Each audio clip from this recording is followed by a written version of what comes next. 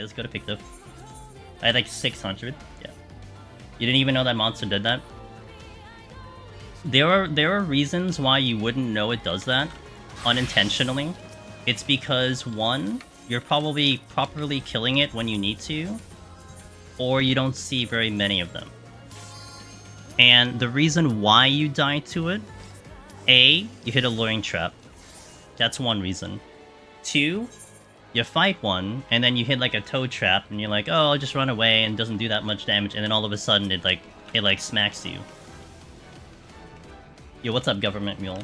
So yeah, so that was specifically why, and I by the way, big test for some of you guys reading the actual title. You guys are like true Twitch viewers. You actually read the title. I was going to be lazy and not change my title because I was only going to take, 30 minutes to do that. So, but I wanted to get that one in particular on video because I can't do that on the live. Well, I could do it on the live tutorial next week. It's just I'd have to reset the file again, so I may as well do it today, you know. So I can just insert it into the video later. But yeah, it was basically a clean one-shot. Here for the non-sus. And we're here. We're here. Yeah, I think that was actually 25 seconds it looked like, because it looked like it was 54. So if I pulled it at like 19 and it was 54, that was 25 seconds. I know it's on Compendium, by the way, I think has that number. So that shouldn't be too big of a mystery, but... Thanks, Cog. Appreciate that, man. I thought about a potion that makes me sus. What potion would make me sus, by the way? Is like a transformation potion or something? Stalwart Soul says, everywhere online I see discuss about 14. It's hard, blah blah. Here you are, like, Chad doing the hardest soul content. You know, it's funny, Stalwart. I kind of look at our community, you know, the Deep Dungeon community, even the past few years, and even maybe from the beginning, that yes, we do play something called Final Fantasy XIV, you know, we're playing the jobs, but we are like on our own little island, like a secluded island, and like, you know, away from like mainland 14, you know? Occasionally we look out the window to see what's going on and then like come back in. And I feel like evermore is that it's what you said about that discussion about content being too hard, too easy, whatever the hell it is. We're like over here, it's like, oh, we want it harder. Wait, you saying the hard than's hard? I don't know. Seems fine to me. Fantasia is a sus potion. You never know who they are. Oh, true. You know, I mean, I never used my Fantasias. I had the original 2 Fantasias, but I used them for GDQ. So what can you do, right? It was a good cause. Really, really good excuse to you know. See, you know what I get to say about that? You know what my 2 Fantasias... You know what the 2 Fantasias amounted to? It amounted to close to like $20,000. That's how much the 2 Fantasias cost. Not too shabby, right? Of course, all to charity, but that was the sacrifice of my Fantasias. It got the charity about $20,000. So I think that's a win. Because I think the ending of the Fantasia War was like 8,600, 8,700, and like the spattering of the other jobs or something like that. So it's pretty cool.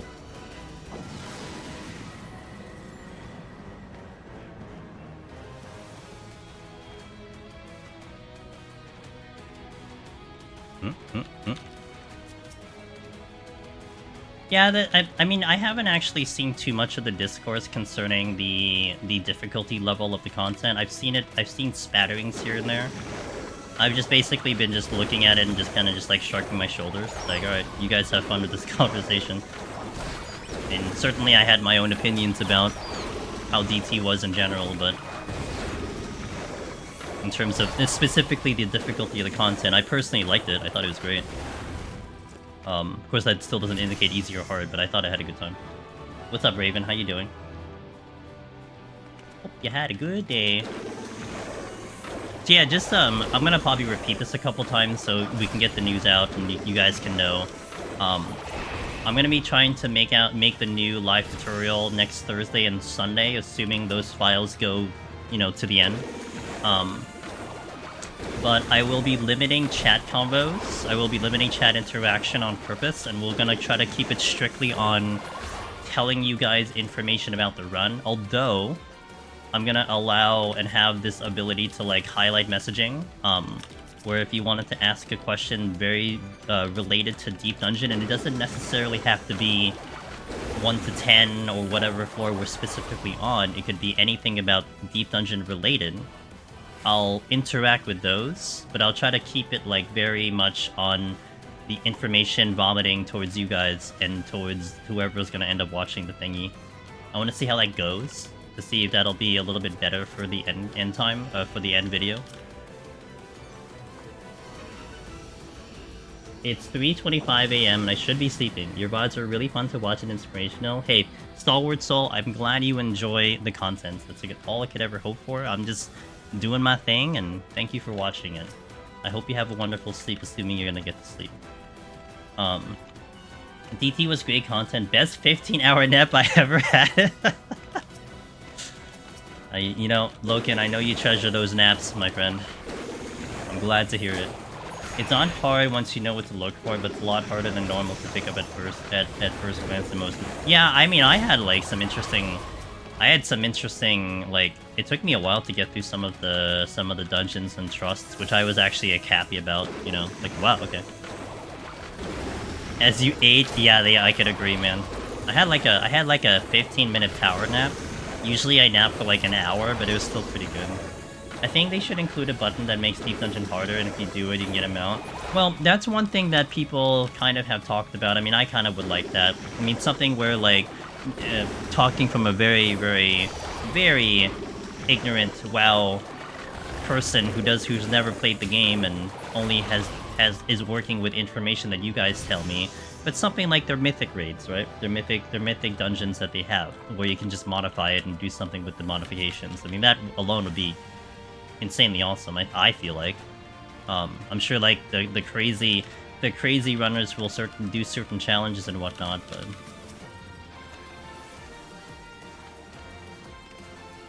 Okay, we tested all the Fire Emblem music. Now let's test the Hades song. We're gonna test the Hades music and then go into the 14 stuff. I have one Hades song that I want to see if it angers YouTube, but I know it doesn't because I've uploaded it to YouTube before with my Hades playthrough. A mount for Omni Uwu. If it's a good mount, you still gotta give me something better than Ozma. I love this song too. I would think Supergiant would be pretty chill about their soundtrack. I mean, they put the whole soundtrack on YouTube, to be fair too. But I had done this fight so many times. I'm not gonna say the fight, but I did this fight that played the song, and like I uploaded it to YouTube a number of times. I didn't see an issue. Yeah, it's the one song I really liked a lot. It was definitely memorable to me in my playthrough, and I guess it works out. A lot of my songs are JRPG. This is obviously roguelite, but this mode is roguelite, so I'm like, you know what, it's fine. It's not actually, I would say like, this is not necessarily my genre of music that I typically go to, but this is again like why my playlist exists in a way. It's because it is games that I played, and all the songs here give me some type of a sense of nostalgia, a sense of like connection to the game. So this song gives me a connection to this game because this was really fun. No power loss run, yeah. Thanks, Aquila, I appreciate that. I don't want Mythic Dungeon type content. You really start classism when you are pushing the envelope. Could you do it in a way that you don't get to there, you think, Ether Bunny? Today's the... Yep. I actually tested all the Fire Emblem songs that you gave me. So we'll see if those are gonna check YouTube. And now we're running through this one. After this, it'll be the 14 songs.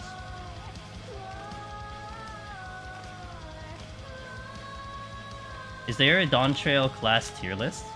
For what? For what content? Is today 3 houses? Interesting. Hey Scott, hope you're having a good day. Oh, I'm blinded. This will be a little bit of an issue. For Deep Dungeon, I mean, you're not gonna see one from me. I never make tier lists. I don't know if Finn made one already. I think he's still running through the jobs. If you ever want to see a tier list, you gotta look at Finn. You'll never see a tier list out of me. I could tell you what I think about jobs if you want to do that. I can have a whole, like, 10-minute discussion if you want to do that, but I won't put a tier list up.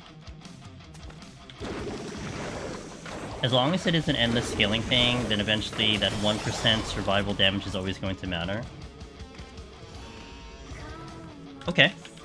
I can see that. So what if you put in modifiers in, like, the current dungeons, you think, Ether Bunny? As opposed to making Deep Dungeon 4 that ends up becoming endless, and then something. Or unless you mean, like, in terms of the modifiers, you can up it to, like, forever. If that's what you mean by endless scaling.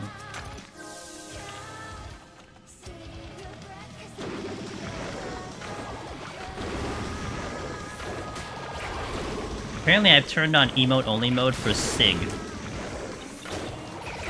Which is fine. But there might be a meta at the top end isn't a reason to have the content. I mean, I think one way to look at it too is that you still are individualizing jobs. And you wouldn't... I think maybe also if you do link an attachment, an achievement to it, that could be a little bit problematic. Because then you go for the job that will be optimal for the challenge. But if you're just having it to have the challenge exist, then I guess it doesn't matter because there's nothing at stake rather. And then on top of that, hold on, this could actually be. On top of that, the jobs are individualized anyway, especially on the leaderboard. Hey Armax, welcome back. I started a new file with your time management video in mind. It's floor 81 now, down 2 flights in a patch due to having double debuffs almost every floor set 71. That is really good. I mean, walking in with 5 into 81 is very, very good. And yeah, the flights are whatever, because it's like, you know, you may as well burn the flights. I mean, here's the, I don't know if I said this in the video, Scott, but you gotta think of it this way. From in Heaven on High Warrior, just putting context into this conversation, going from 71 to 100, if you had to use your flights in any of those floor sets, in my opinion, it's easier to put them in 71 as opposed to 81 or 91, because you're cutting the floor in half. That's right. But like, in 71, the enemies are easier, you know? So if a flight saves you a Petrifier or Magicite, I'd do that trade-off every single time, you know? If I have to use one of those things, I'd rather use the flight. And I'd rather use it early than later, because a Petri doesn't scale. Like, a Petri will one-shot no matter what floor you're on, whereas a flight theoretically scales because the enemies don't become easier, they just become... you just have to kill less of them, you know what I mean?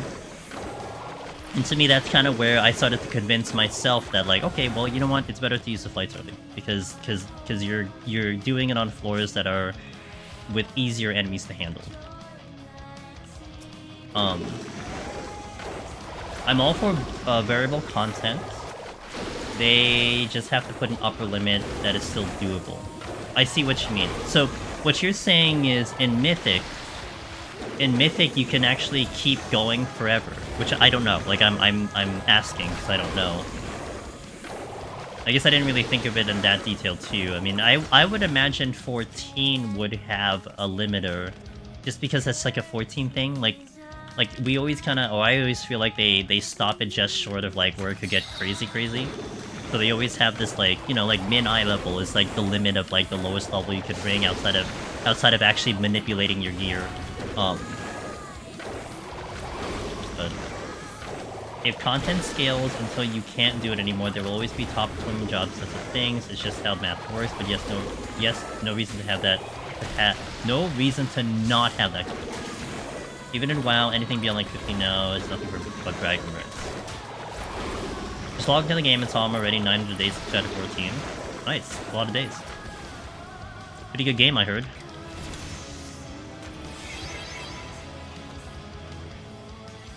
Picto again. I pray my net stays. Well, not only the net, it's the power, you know. As long as no one decides to drive into power lines, we should be okay today. What up, Gims? Yeah, that's what I heard, man. It's pretty good. I was thinking about putting a secondary song of Hades too, but I'm fine with this one. Hey! Yo, Jersey, thank you for the 2 months of Prime. Appreciate that. Steal. What happened? Okay, so on that faithful Sunday, during the weather being a-okay and no problem with the weather, we lost the connection, which killed the 173 file.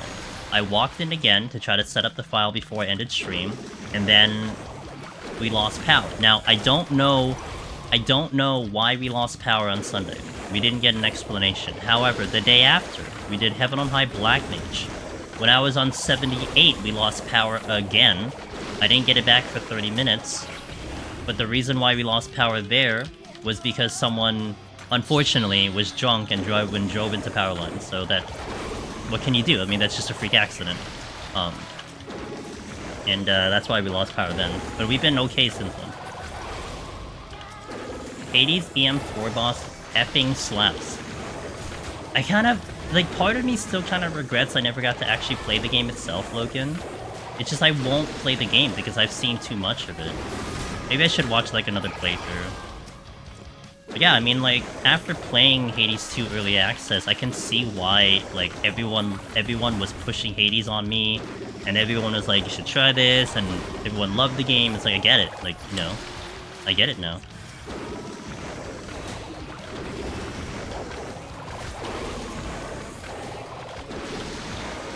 Have you tried the normal raids or X-Trials? I've done the normal raids. I don't do extremes. I don't do extremes because I have no reason to do extremes. I don't care for anything that they drop for, so I typically don't do extremes. I think I didn't do a single really? Well, this is a scoring run, guys. I don't think I did a single extreme in Walker. Fortunately, they hit the power right rather than... Yeah, yeah, you know what? I guess you gotta take some positive. That's one positive. How is Picto Viper in Deep Dungeons compared to what we have? Viper is questionable. It's definitely a lot better in EO. But in Palace and Heaven on High, it's very questionable. I guess one way I can put it, Jerthis, it's... How you look at Viper, it's almost like, why wouldn't you just take another melee if you're going for Viper outside of, like, wanting to do specifically Viper? That would be how I would look at it. If someone comes and asks me what melee should I try for Heaven on High Heaven on High and Palace, it's like, I would only say Viper because it's a new shiny job, but really all the other melee do something better than Viper. That kind of sucks. Now, Picto, on the other hand, complete opposite situation, where they're in, like, a really good spot, and very strong, and that's why we're doing a no sustaining potion on Pictomancer, because I think it could push the limits of what it's capable of. I really enjoyed the new raids, very creative. I thought they were pretty cool. I thought the storyline was pretty cool. I won't go into details about it, of course. We're still kind of being a little dodgy on info, but I thought the story was pretty neat. That's the only reason I do the raids in general. I did the raids in Endwalker too. I started doing the raids since Shadowbringers because the story was compelling to me. I always thought the same until they made those wings. Now I did. No, look, you have to have a reason. For me, I need a reason. You know, give me a good reason, and then I might go for it. Reason hasn't been good enough for me. Hey, Ultima, how you doing? Okay, so we've tested out the Fire Emblem and the Hades music. Now, first and foremost, I'm gonna hit an ad here. We gotta hit an ad, so thank you guys for watching. But you're gonna come back to the B song, because that's the first song I'm gonna try on stream. I haven't cared about the X mounts since Wolves. I have Ozma. I haven't cared about a mount since Stormblood. So, I'm just enjoying that. I haven't found a mount better than Ozma, so I don't care for anything else. Okay. Thank you for watching. We'll continue the run. Our goal is 120 today, so see you in a little bit. Thanks for watching. BRB on the ads if you're gonna see some. The song is really good. I like this song a lot. Alright. Alright, B-Song, let's go. New bike sick. If it was blue, I would get it. Unfortunately, it's purple, so I don't get it. Okay. Hey Cheshire, how you doing?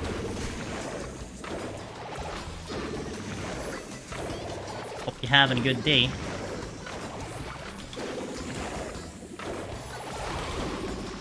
That's the exit, I'm going this way. I love this instrumental. We had instrumental with that singing. I'm sure someone will do a version, Cog, where it is just instrumental. I'm sure of it. It's been a good day. I had a pretty chill day today. Pretty normal for me. Jabata, thank you for the tier 1. Cheers, dude. 5 months. Thank you. I listened to this song for 2 hours. This song is gonna be as divisive as Titania's song. I know it. I only do harder content if there's glam. Yeah, no, I'm with you on that one, Ultima. That's me. Like, give me a reason, I'll do it, but I don't do content just for the sake of doing content. I need a reason for it. Deep Dungeon, though, I have a lot of fun, so there's a different story. I do too. The singing ain't it. So, are you not a fan of, like, J-pop in a way? Or is it because it's too high pitch? Is that what you don't like, Hog? Because it's funny, you know, I actually don't like... after listening to M4, I don't really like that too much. Hey! Yo, Marjorie, thank you for the 40 months! Let's go! Thank you for that support, I appreciate it. Appreciate that support. Hell yeah.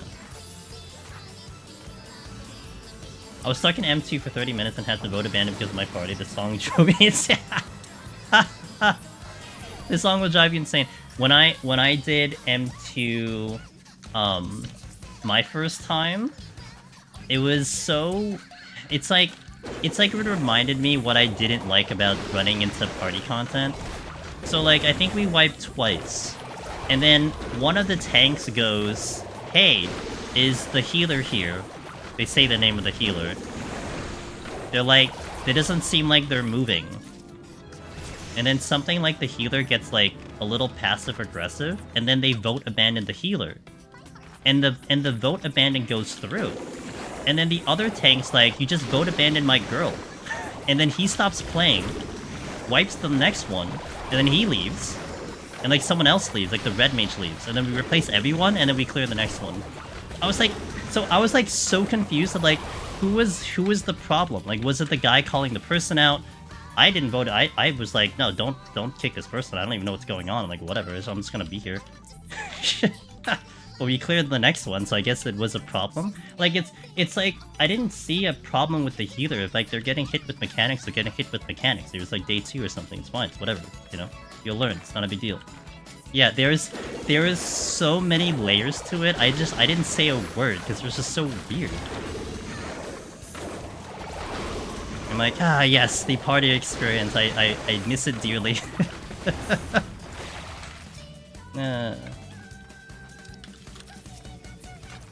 Looking for a static M1, M2. I will not be clogging M2. I refuse to hurt my queen. That's... Oh my god, can you imagine, Jorgen, that someone does that? That would be so funny. Only one I got a wipe on was the Thurin, and it was just a single one. No one said a word. Yeah, I think I only had a problem with M2, I think 3 and 4 were fine for me. I actually didn't have too much of a problem with 3. You wouldn't be surprised? Someone's gonna be weird about it, you know it. Yeah, there is going to be like a set it just skips over too. I DC'd in the dungeon for like 50 minutes when I logged back, they were waiting, made me smile. I think it's just like any RPG, there's RNG. Any RPG, there's RNG involved. No matter how you look at it, there's going to be RNG involved. With people, with the way, you know, everything drops, whatever it is, so it is what it is. You're gonna have good days, you're gonna have bad days. Kind of, in a way, it just comes down to how you're gonna handle it, you know? Yo, hey Kata, what's up?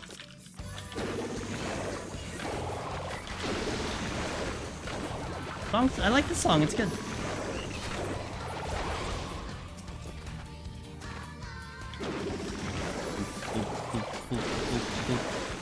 Cog says I love a higher pitch. It's the timbre of the voice. Specifically the grind. Might as well just put yeah.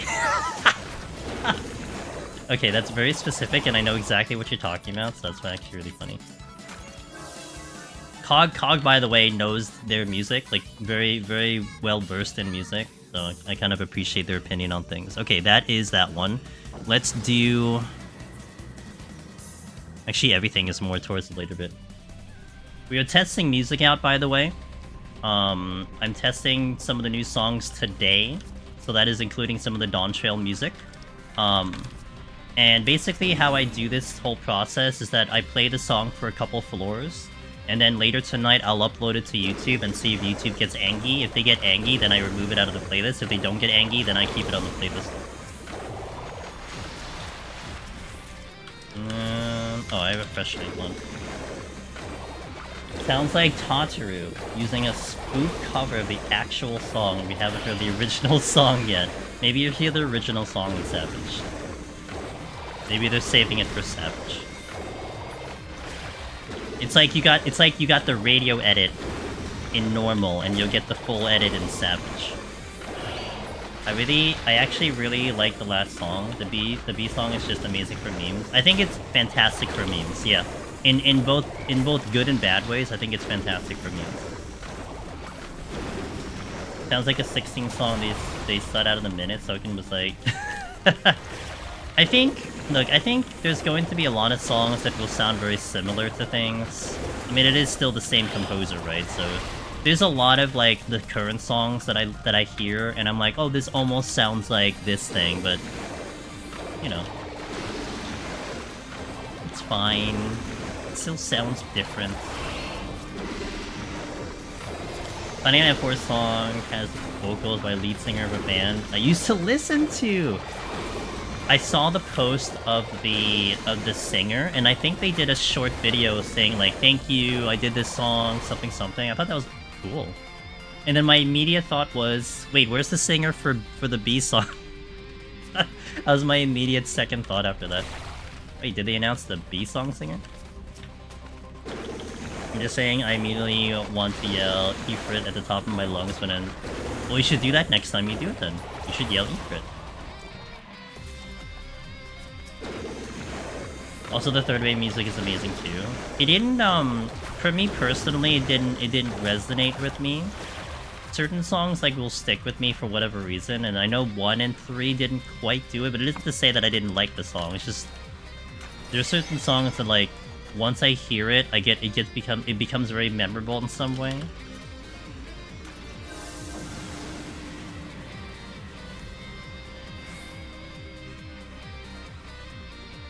I'm a huge metal synthwave fan, so I'm probably biased. See, I'm not. So I'm not too into like heavy metal, like heavy rock too much, but it depends. Like again, it's just like, I guess it's almost like genres of games where like I will gravitate towards certain genres of games, and I will actually pull away from certain genres of games. But it isn't to say that I won't play them, and it isn't to say I won't necessarily like them. It's just, you know, if I had to, if you put out a plate between, you know, something A, something B, I will pick the other one over that other one, if that makes sense, you know. Sometimes, I gotta say, a lot of times with me, Zaffarer, thank you for the follow. Sometimes with me, I gotta, like, just get exposed to it, and I just gotta give it a try. It's like the whole classic concept of don't knock it till you try it kind of thing. And a lot of times I actually find out I like something more than I thought I would. But, you know, sometimes I still get stuck in my old ways, that's what it is. Synthwave, I like Synthwave. A lot of Synthwave. There's a lot of great Synthwave stuff. I find one thing a little stupid on FF. I just scrolled about my achievements in FF and asking myself, why have just tank achievements with some mount rewards? Okay, so this is like an old bandage to a problem from the past. Why they exist. when the game first started, they didn't have achievements for mounts like that. We're gonna go for the next song, by the way. I think this is the 89 dungeon. Yeah, I believe this is the 89 dungeon. Which I by the way, I think I like this song the best of the dungeons. There wasn't a problem in the past with Duty Finder where there were not many tanks queuing into content because of the responsibility, whatever it might be. So they actually put those achievements in to incentivize people to do tanks. And this was back in what, like maybe late ARR or like early Heavensward or something like that. So that has always existed since then. And thus, I think they never... And because the foundation reason as to why it existed was because they wanted to incentivize people doing the job. I think that's why they didn't add any more than that, because there wasn't a need to incentivize a DPS. Because the DPS queues are always crazy. Maybe healers? I can't remember if there are healer achievements, but I guess not, probably. So, yeah, that's what you're seeing. That's probably why you won't see achievements added in for other jobs. Because of that reason. Tank's your favorite job? Yeah, look, I mean, I mean, of course, like, over the years, they've changed tanks to be a lot more approachable, I guess. Because it seems like it's not a problem to get people to play tanks now. But, it's, you know. How select and deselect work without a mouse? So let's be a little bit more specific, Draga. Are you talking about, like, when I get to the enemies and stuff? So, when I cycle through enemies, I could do tab. If I do tab, you see, like, the radial shows up on the tab like this. This is me hitting tab. Now, if I do, what I have here is targeting, like a menu targeting. If I do this, see this? I'm, like, targeting. You don't see the radial. All I do is I hit enter, and then I get to my target that I'm confirming. That's actually how it works with, like, chests and stuff, too. So when I go to a chest, I will target it with my other button, Q and E, and then I will hit enter to confirm and enter and get into the target. So that's how I do it on my end. It's a mixture of tab targeting and as well as menu targeting, if you will. And enter, a lot of entering. I heard something about a healer strike. How is that going? I think, you know what, Gims? I think people have moved on to complaining about the difficulty of the content. I think everyone forgot about the healer strike by now. How about PvP if you want to select that specific wipe range in the middle of 50 players? Same thing. You know, actually, there's two things I do in PvP, and I'll be actually PvPing tomorrow, Draga, if you ever want to catch it and see how I PvP. We're going to be doing Onsel tomorrow. But a lot of it is a mixture of camera angles, because I will be able to... I can target based on my character's position and the way my camera is angled. And also, it's a little bit of also target closest target. So I play melee, I play Dragoon, and a lot of times when I want to get to a target, I get up to them to begin with, and then I can do closest target and get to that white range. So it usually isn't very hard for me to get exactly the target I want to, even if you go middle Onsel. But it's also been a lot of practice. Like, I've gotten very used to it. So. You what up, Ada? See, Ada heard the magic word. I'll see you tomorrow for Onsel.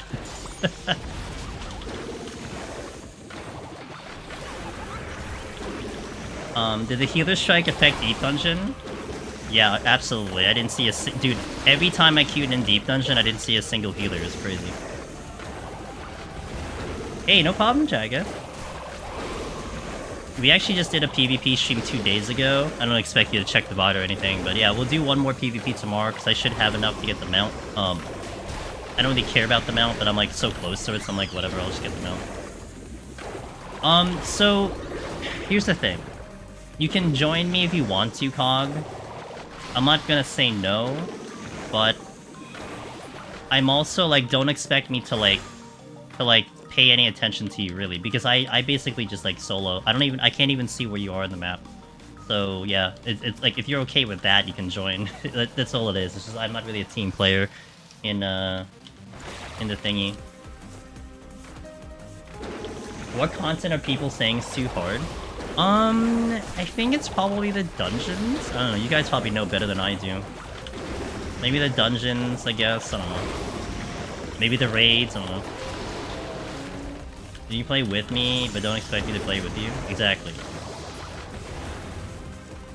True solo gaming, my friend. 99 up dungeons are a wake up. I like how we have Icy Veins now as the non-Discord info repo. I heard a lot of people are referring to Icy Veins. Good to see them. Good for them. People saying solo duties in DP are too hard. They were... Okay. Hold on a second. They complained about the solo duty in Endwalker 2, and they actually made that easier. And that was like a freaking Deep Dungeon gamer's dream content. Like if you ever like in Endwalker you had the one where you were transplanted to the soldier's body. And you had to get through with like limited resources, and I'm like, oh, this is just Deep Dungeon, cool. Yeah, and I heard so many people actually having problems with that section, Cheshire. Oh yeah, no, they did. They adjusted it like some future patch. They totally adjusted it. Yeah, I don't like when I ran it back a couple times though. I didn't notice it being changed, but they did something to it. People whining about that thing. Yeah, it's just general people. It's probably also... Oh, sorry, I changed the song. Hold on. 2 more songs to check. The 100 dungeon and the boss theme after that. He's gonna make the content more difficult and predicted some people would complain. Good.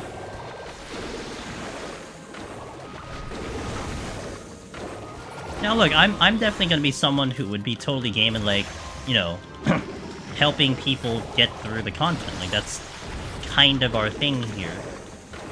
But I just would hate it if like the voices are too loud that instead of it becoming like, okay, let's try to up our game, let's try to learn, let's try to get better, instead it'll be let's bring it down because, you know, a weird amount of people are saying that it's too hard. They only adjusted easy and very easy. Oh, okay, I got you, Zed. Gotcha, Zed, okay. Thank you for the clarification. What up, Pinned? He's gonna make PoTD like it was at the first, to work everyone's clears. You mean remove the sustaining potions? Good thing I'm already training for that one, huh? Yeah, exactly what Jordan said. Back to what it used to be. No sustainings. Do I? Oh, I don't have strength.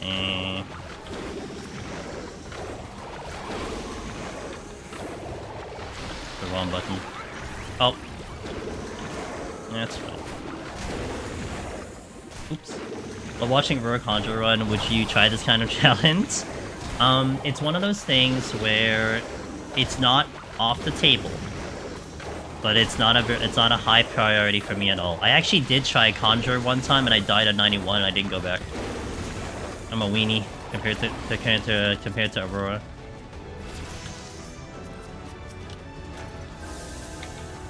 Make Behemoth as killable or unkillable by a given job as it was back then too. Custom HP to make sure.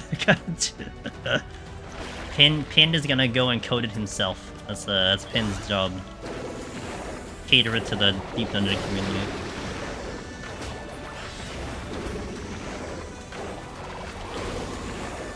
Take away Raw. That's really the only thing that made Warrior different, you know? Oh no, dude, do you want to talk about Heaven's Ward Warrior? Do you want to, like, had anyone did Heaven's Ward Warrior, by the way? Heaven's Ward Warrior, when you berserked, after Berserk wore off, you had a 5-second pacification. You also did have Bloodlust on Warrior back then, too. Warrior had Bloodlust. If, like, for, like, the people who may not have known that, like, that was old Warrior. I actually have a video of me trying to do the 150 boss on Heaven's Ward Warrior.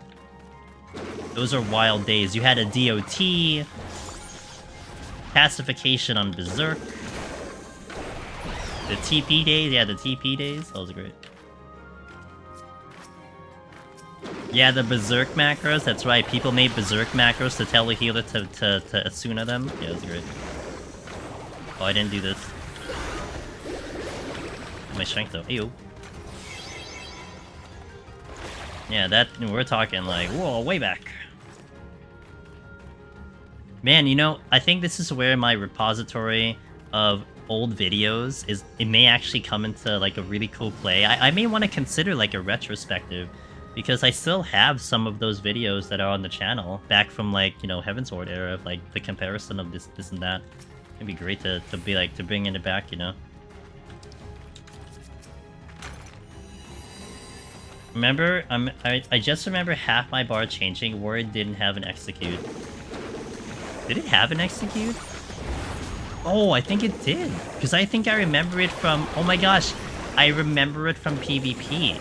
That a lot of jobs had execute buttons. And that was a thing that you'd be hard spamming when you're trying to kill someone. Oh, yeah. Oh, those are really the days. Holy moly.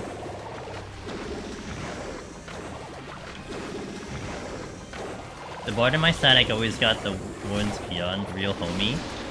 Nice. Retrospective would be sick. I think it would be sick, yeah. With all the old video footage. Because I think, I mean, it would be probably maybe jarring for people who, like... I know we have a lot of people who come into the game in, like, Shadowbringer era, Endwalker era, you know, Stormblood era. I think lots of people come from them. It'd be kind of cool to be like, hey, this is what it was before your time. It was like a long CD, but reset if you kill the thing with it or something. Yes, yeah. It would like reset if you did a kill shot. That's right. Steel Shore. My nose is itchy. I hate it. Okay, let me test the last song here. Basically a remix of the song you just heard.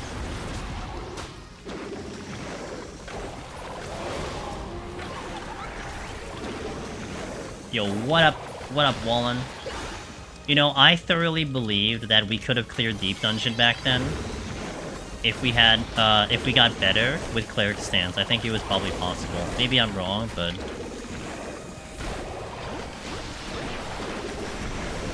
it's a lot.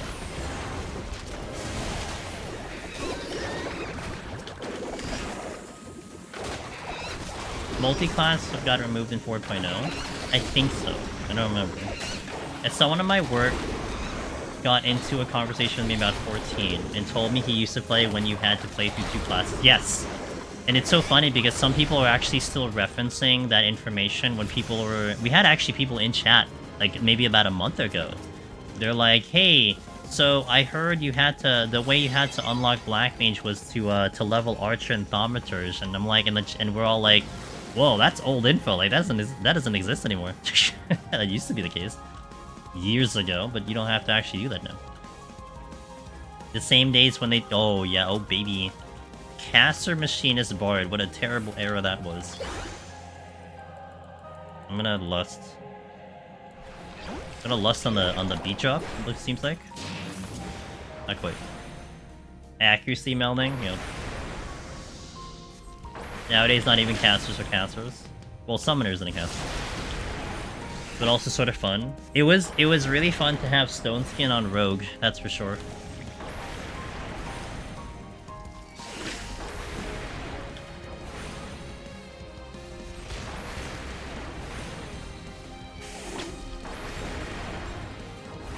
Nope. Fine. Yes, Ifrit. I skip that phase all the time, though.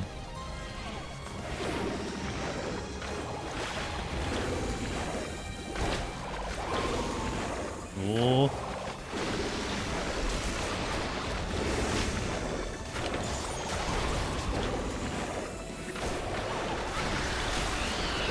Okay.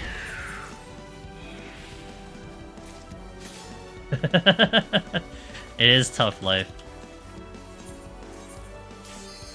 It's very interesting back in the day too, when I had not figured out how to do ground targeting without a mouse.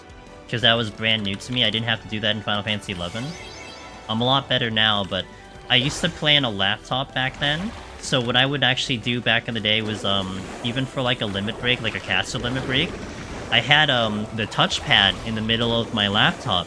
So anytime I had to actually do a limit, I would use my thumb to swipe like forward to get the ground target in, and then I would confirm it to do that. That's how I used to do it before I moved over from a laptop. And had an actual keyboard. Doesn't Samurai have more cast than Summoner? Maybe per minute? Maybe. I mean, it's only really casting Midari, right? But I guess per minute you're probably doing it more than Summoner. What's up, Mokaz? How you doing? Don't know what tanks are doing that they can't hold aggro over Picto. Wait, they still can't hold aggro over Picto? I don't know, man. I didn't get to play tank before they did anything to it. Hey, Mokaz, all good. Appreciate it. Hope you're having a good one. We're just chilling, man. I'm just setting up a new file. I had done this no sustaining potion Picto before, and we lost my my modem reset when I was on 173. So today we will set up the file again and try again. It was actually going really well too. In 10 GCs, 2-minute window, and 3s and it's 1 minute. Dang. Do you know that off the top of your head? Because that's pretty impressive if that's the case. I would... My brain is not built for something like that.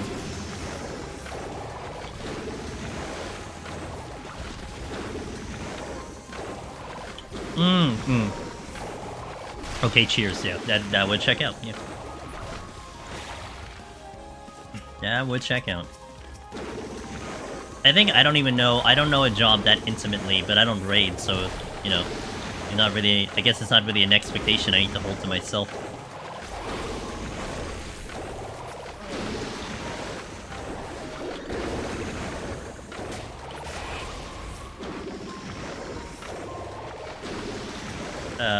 Steel? Sure. Oh, I don't even have steel on.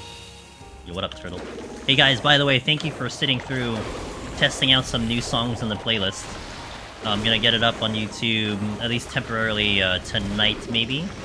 And see if these guys check out, and then by starting Tuesday, they will be officially part of the playlist. They will officially be a part of the playlist. Hey, Henry. Been a while. Hey, it's all good, dude. Everything has been good. Just had, actually the past couple of streams I've had some power outages, but, we're doing pretty good. Thanks for asking. Did it? Ooh. I guess I'll go this way first. Does anyone heal the level first? Sage.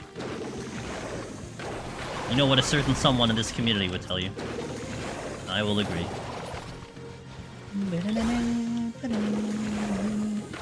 Sage, exactly. Sag. As the kids say.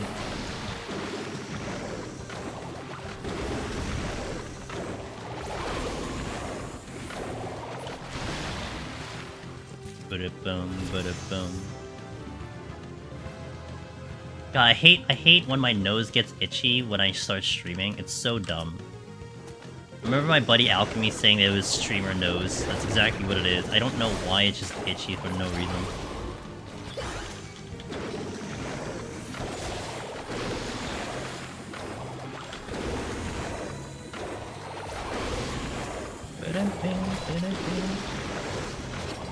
Eat my paint, everybody! The hairs know we're watching. It's not the hair, though. It's like the tip of my nose that gets itchy.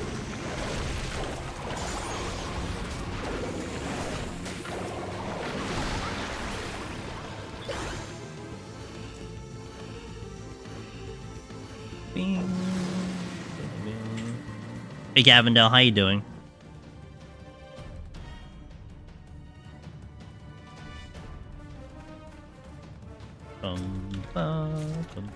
Did we ever get a buff in PoT 7.0? I feel like yes, but maybe I'm misreading. Chat will have to answer that. Because I only look at jobs once I actually do them, so I don't know. By the way, it would be in the job guide. Hold on, let me just get that link for you. FF14 job guide. Wow, can I spell? Reaper. These, by the way, if you've never seen the link for the job guides in 14, they're really good post-expansion, because it'll tell you straight away what has changed. So I would check out that link, Henry, and just look at whatever says revision. That's what I do, by the way, when I try out, right before I try out a new job, which I've been doing this expansion. I just take a quick look at the job guide, see if there's any changes. So I have at least a gist of like a general understanding of what I'm looking at. That I can tell you without a doubt. Also, bear in mind, like, I think the job guide is catered to, I think, a level 100. So if there are, like, potency changes, they may not reflect that if you're, like, let's say 60 or 70 or something like that. That's, like, the only possible downside, but that would be, I mean, you know, most people aren't really gonna care about, oh, what does my job look at 60? Like, that's a very small minority for that. We care, but we're a very minority type of group for that. Know that the potency buffs are only often... Yeah, perfect. Thank you for following that up, Mokaz. Yeah, that's one thing that might get a little confusing. So you want to, like, cross-reference it with like, the role thingies? Was it? The traits? Cross-reference it with the traits to see. Yeah. Just working stage up. In the 130s! Nice, Gavindale. Hope you're having a good time. You're gonna make a certain someone happy. I'm sure, you know, he just had a little smile while he was passed out or something.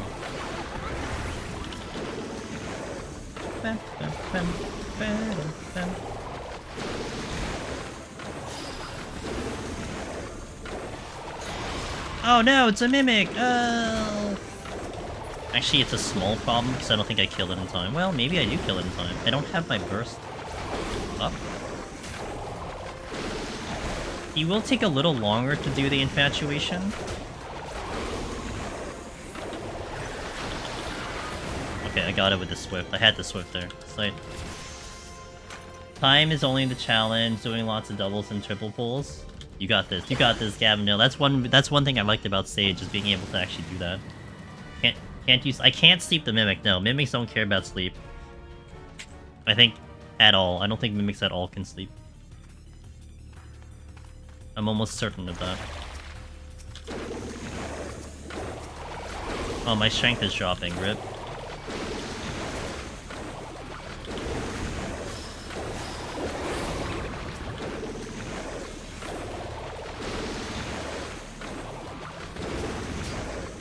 Wasn't there something about bronze mimics that you could do it, that you can't do with a gold chest?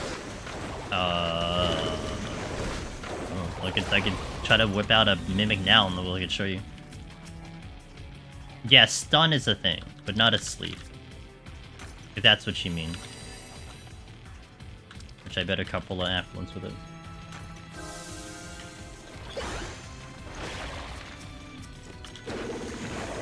That was Kaizo, by the way. Hog, I saw you were back to Super Kaizo. Hope you had a fun time doing it. I know, me too. It's a good song. How's Picto and PoTD and EO specifically? Sorry if it's been a common question. No, man. The question that you asked for the first time, so it's all good.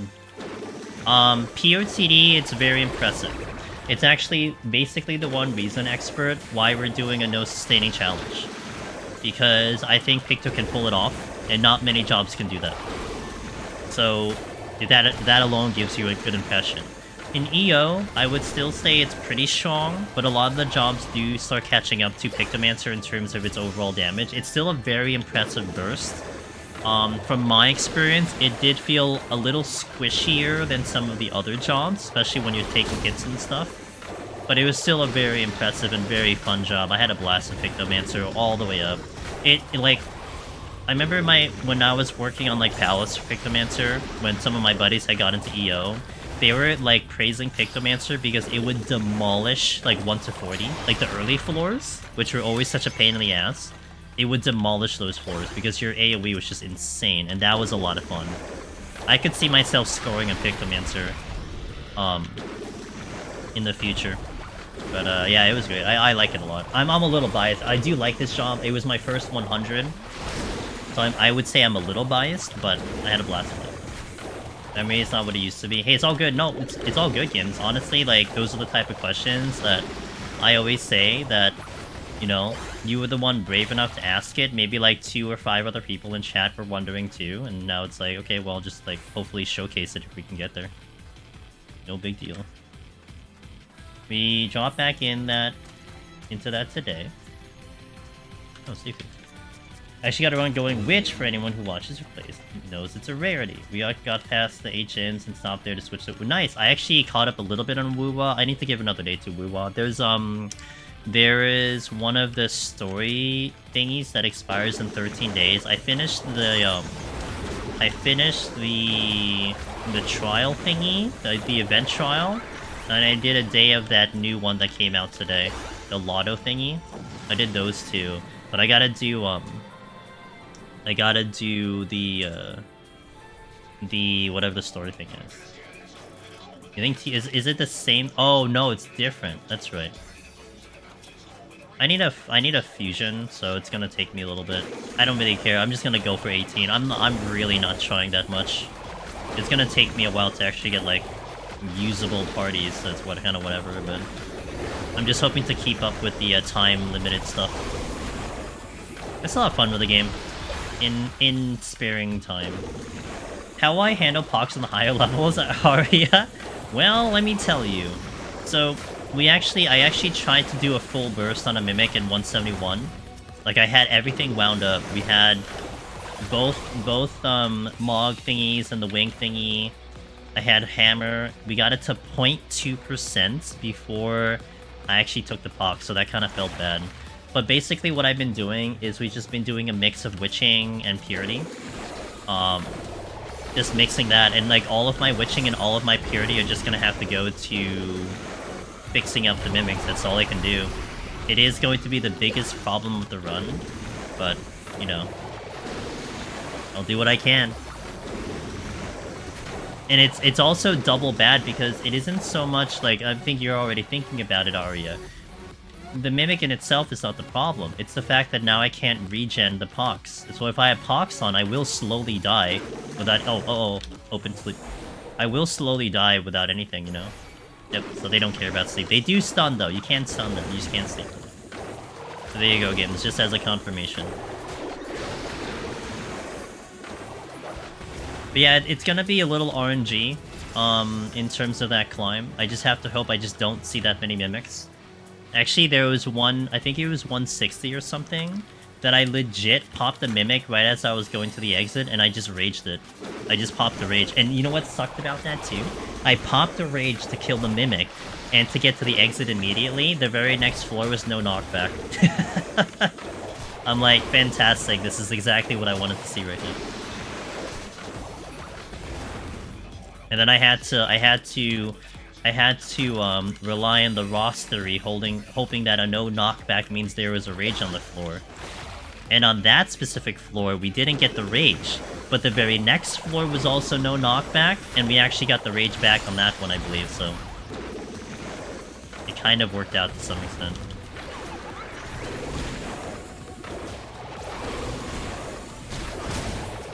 I was getting 23 consistently and barely getting 20. Ooh, you gotta get to 21, right? 21's the big one. Just get 21. I'm just stuck at 18. I actually got to 19 last cycle, finally, but I'm not pushing any further than that. And it hurts? Nice. Don't talk about it. Not yet. Tuesday, probably talk about it, but not yet. It's like a demi, no items for 10 minutes. Yeah. That's so sad. It is what it is, you know? It's RNG, what can you do? I think it was the 150s also, so like 150s is always going to be rough with RNG. Pew, pew, pew, pew, pew, pew.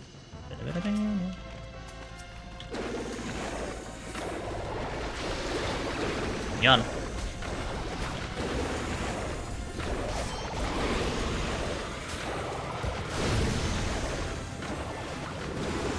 What floor are we on? Oh, okay.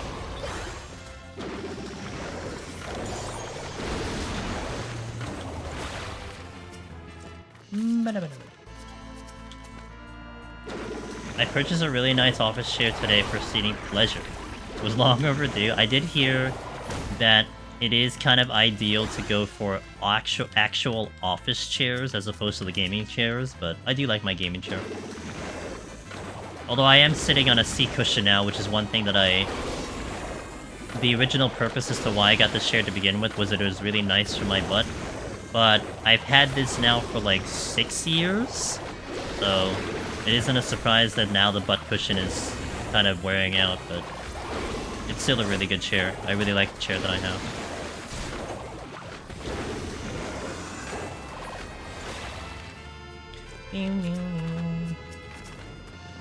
I'd market it a little bit more and talk about it more, but I'm not. They don't really have an affiliate program, so I mean, it doesn't stop me from doing that. But I'm not pushing it as hard. Not pushing it as hard as like Tokyo Treat, which we are pushing that one pretty hard because that we have a sponsorship,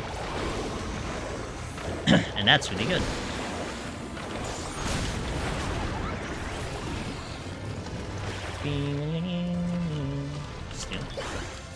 Any word on maybe, I probably hear from like next month or something. I still gotta get through this showcase, and I'm pretty sure I have one more next month.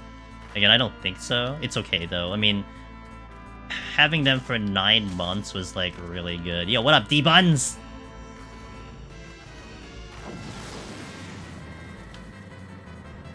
I didn't have it in my bingo card that an office chair would get D-Buns at a lurk, but there we are. Here we are.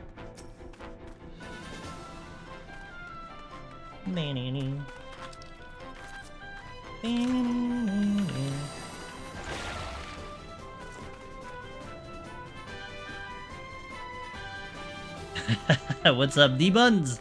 Hope you're having a good day today. It's always a pleasure. D-Buns, I'm letting you know now, by the way.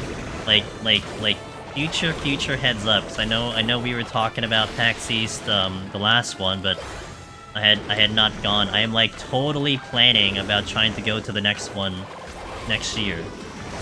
Like in terms of like seriously trying to make my way over there. So just as a, you know, just as a thing. So.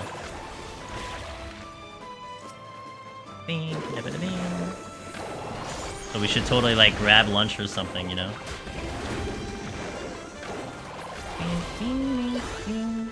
Sights. Yeah.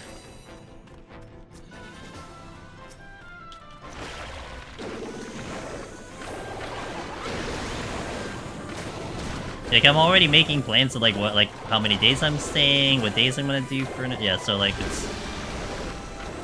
Like, the only thing holding me back is, like, I guess, just getting everything together, but... PAX East is in Boston. It's going to be May 8th to 11th. May 8th to 11th. But it's still really long out of the way, so you're not expecting anything to happen until, like, maybe November, in terms of, like, tickets going on sale, hotel block-off, so on and so forth, but, you know. In Boston. You used to live in Boston, really? Yeah, PAX East has always been, for what I can remember, it's always Boston. PAX East is, I think. Maybe it was in Philly? I don't know, but I'm pretty sure it's always been Boston.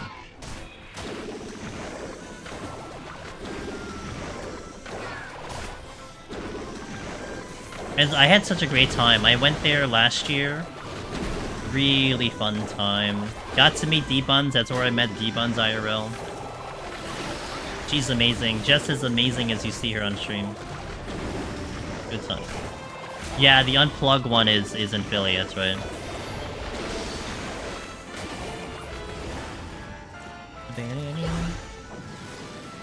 It was brief, it was brief. It was a good time.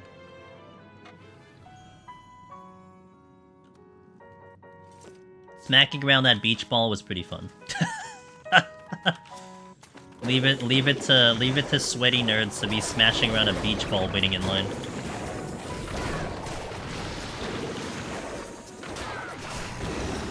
I could go visit my mom that time of year, then come back around to Boston since she's in Connecticut. Yeah, so plan ahead. So yeah, definitely like follow like the PAX East stuff or the PAX stuff, like social media or their website cog. Like I said, you're probably gonna expect information on PAX East to show up. Like we're talking like hotel blocks, ticket sales, so on and so forth, for around November to December, more than likely. Also, look, they do have content creator badges, and all I'll say is, hey, look, give it a shot, you know?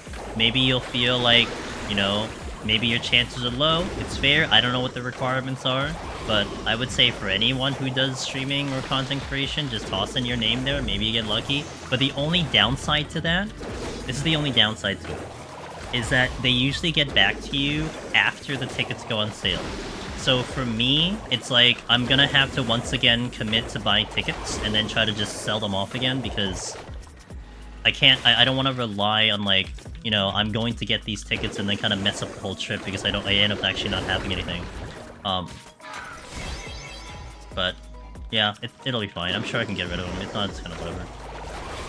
This year somehow a friend found a bar in Boston that makes these breaky and drinks. What's a breaky? They're like $6 for so much food. Wow. Oh, did a breaky? Oh, no. I know what you mean now. Okay, same page. You need like a literal break. Gotcha. Interesting. $6? Man, like, in NYC, in like New York, even actually where I am, cocktails are like minimum $12. Minimum $12. Dang. That's a good deal.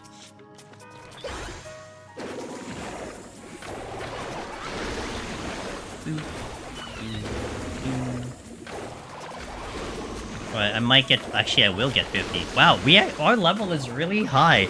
Holy moly, this is really like a score run. Good lord. Hey, Junie. What's up, dude? So how's Pictomancer compared to Machinist? Worse off for Mimics, but in my opinion, it has better sustained shield. Probably better burst. Maybe easier to play since it's around CD, not gauge kinda? Okay, so let's dissect your question here, expert, okay? How about we go with it? First one you said, worse for Mimics, 100%. You don't have the ability to stop Pox. Now, theoretically speaking, if you burst hard enough, you stop Pox, so that's fair. But yeah, it's still gonna be kind of weaker to Machinist due to that little detail there. Now, what's the next one? It has better sustain. Okay, so here's the problem with that one. Pictomancer will be very glass cannon-like. So, what's a glass cannon, right? You have a lot of damage, weak defense. The problem with Pictomancer, in a way, is if you get caught with your pants down without the burst, like you do all your bursts, and then the enemy's still alive, it's gonna be very hard for you to get that burst back up. You either have to expend a swift cast, but hopefully you're sitting on it, or you have to, like, find a way to just either, like, you know, stagger kite, which is what I've been doing this entire run. This is stagger kiting, watch me. Where you're kind of moving back each cast, you know, trying to adjust yourself this way and hope you don't get hit that much. And you just pray that you can get your casts off. Whereas Machinist, on the other hand, Machinist, you know, it may not have as strong as a burst up front burst as Pictomancer, but it does have consistent damage. And kiting is mitigation. And that's the strong suit of Machinist. You can start off with a sprint, maintain your full damage while in a sprint. You can then leg graze for a lot of enemies, which is even more mitigation because they can't catch up to you. That all adds up to you surviving. That's something that Picto cannot catch up to with Machinist because of that. You do have sleep, you do have shielding, but it is definitely way squishier and way more liable to die versus a Machinist. Yep, exactly. And Picto can open with a spin, but the thing that where Pictomancer you want to try to do on Pictomancer is you almost always want to line up your biggest bursts on any pull, because then you'll have only a little bit left to kill the enemy. And that's how, in general, you would work it on Pictomancer, other than just, like, you know, doing the stagger kiting, so on and so forth. But it does come down to how you kind of organize your burst to get the most success and the most survivability. Now, easier to play, I guess that depends. That depends on the player. It's really hard to really say what's easy, hard, you know, to anyone out there. I mean, personally, I think optimizing Pictomancer in Deep Dungeon is a lot more advanced than trying to work Machinist. That's me, in my opinion. You know, maybe you disagree. Completely fair.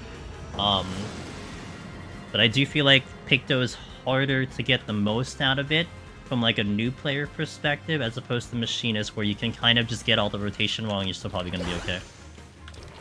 Generally, at least in my opinion, from my experience. We'll go with X Potion. Okay. But yeah, so like, I think it's still an interesting conversation about, you know, what does stand taller, and this is why we are doing this no sustaining, because I have done this no sustaining challenge, where we don't do any sustaining potions on the floors. We do them for the bosses, but we don't do them on the floors, and I have succeeded on Machinist. We've pulled that challenge off on Machinist. So to me, one very simple way of comparing between Picto and Machinist is, can Picto do exactly what Machinist can do? And I think if it can, it will say a lot about what the job is going to be capable of. And it could really just become, pick your favorite flavor, you know? Do you like Picto better, or do you like Machinist better? And then that's your answer. I don't think either is necessarily going to be, you know, better without disputes. But, yeah. I'm getting ready to dive back into Deep Dungeon myself, says Shuni. Try Pictomancer and EO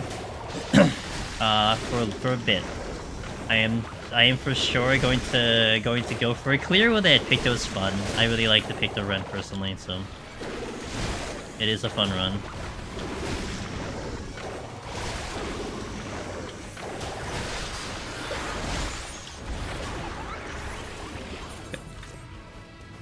On Picto, I have to worry about my steel way more than Machinist, and on the layer floors, that's gold. I'm not used to Picto in Heaven on High, but the auto attacks are a pain, though the burst is delicious. Yeah.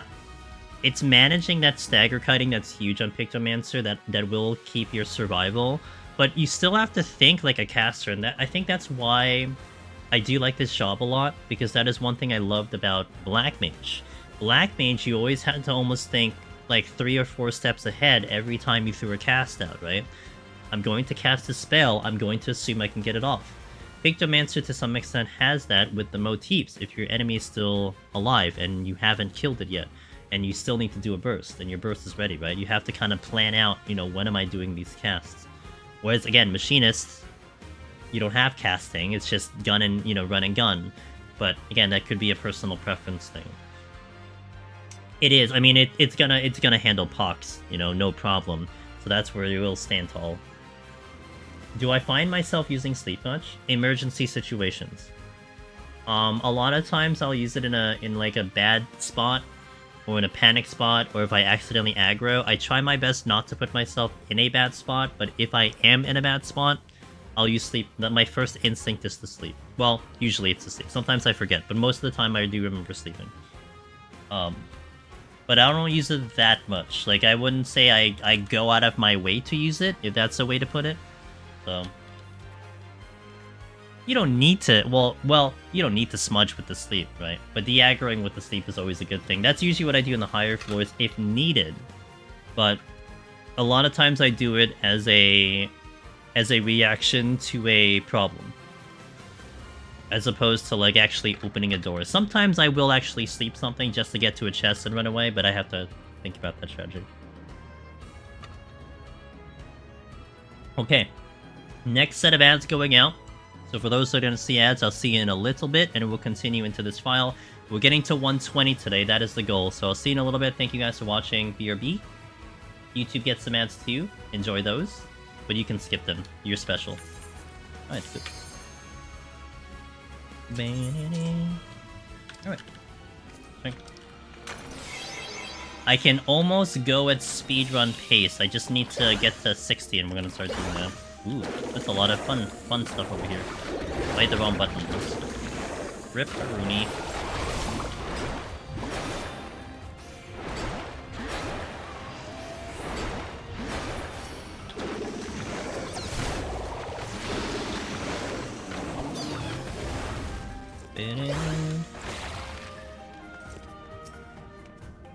Miss D-Buns, if you're still here, I have been playing quite a lot of Once Human. I don't know if you're able to dabble into it yet. Hey, Scott, thanks for the Prime Gaming. I really appreciate it. I've been actually having a lot of fun with Once Human. I don't know if I'll stream it, though. To me, right now, it doesn't feel like a streamable game in my department, but I am enjoying it.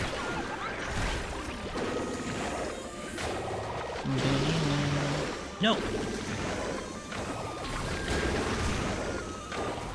Be able to min kill here, and we might hit 60. Or I can just kill more, it's fine too.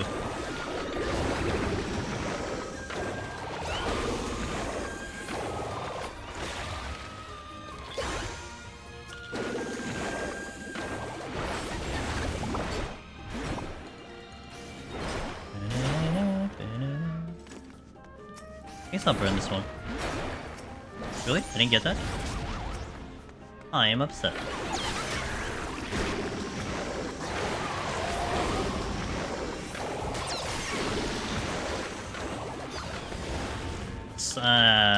Sure. I don't really care. Alright.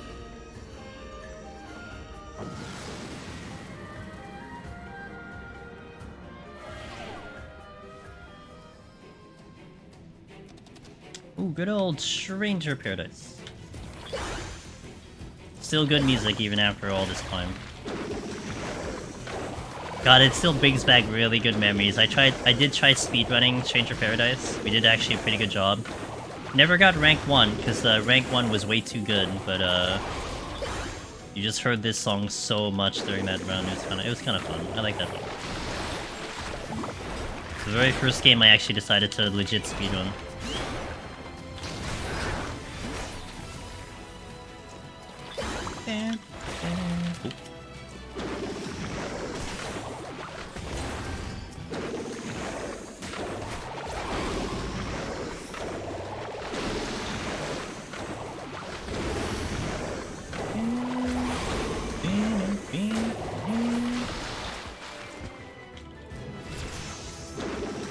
Welcome back in the ads, guys. Thank you for that. Tips on making Gil.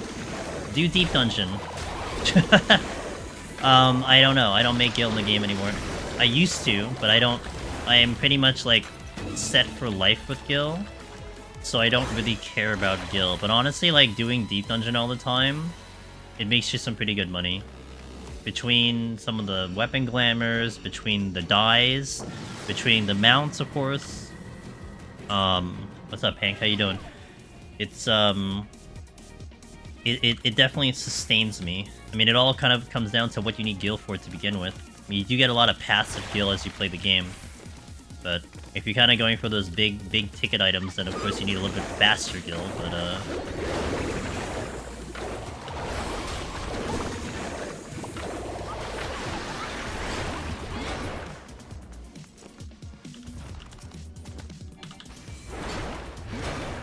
I literally went through a Gil gaming scheme on my stream, like a couple weeks ago, because chat was asking me about the same question. A Gil gaming scheme? What? Wait, what do you mean a Gil gaming scheme?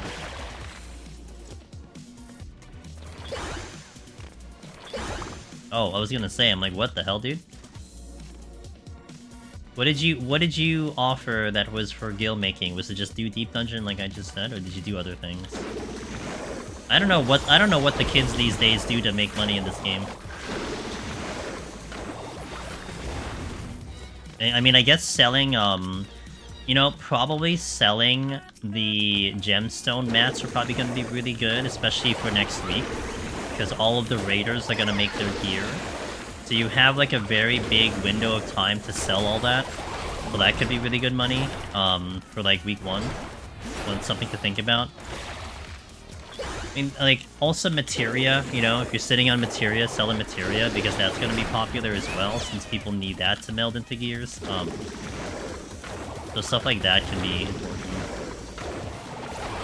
Vouchers. What are the vouchers for? I see people talking about the vouchers. What are they for?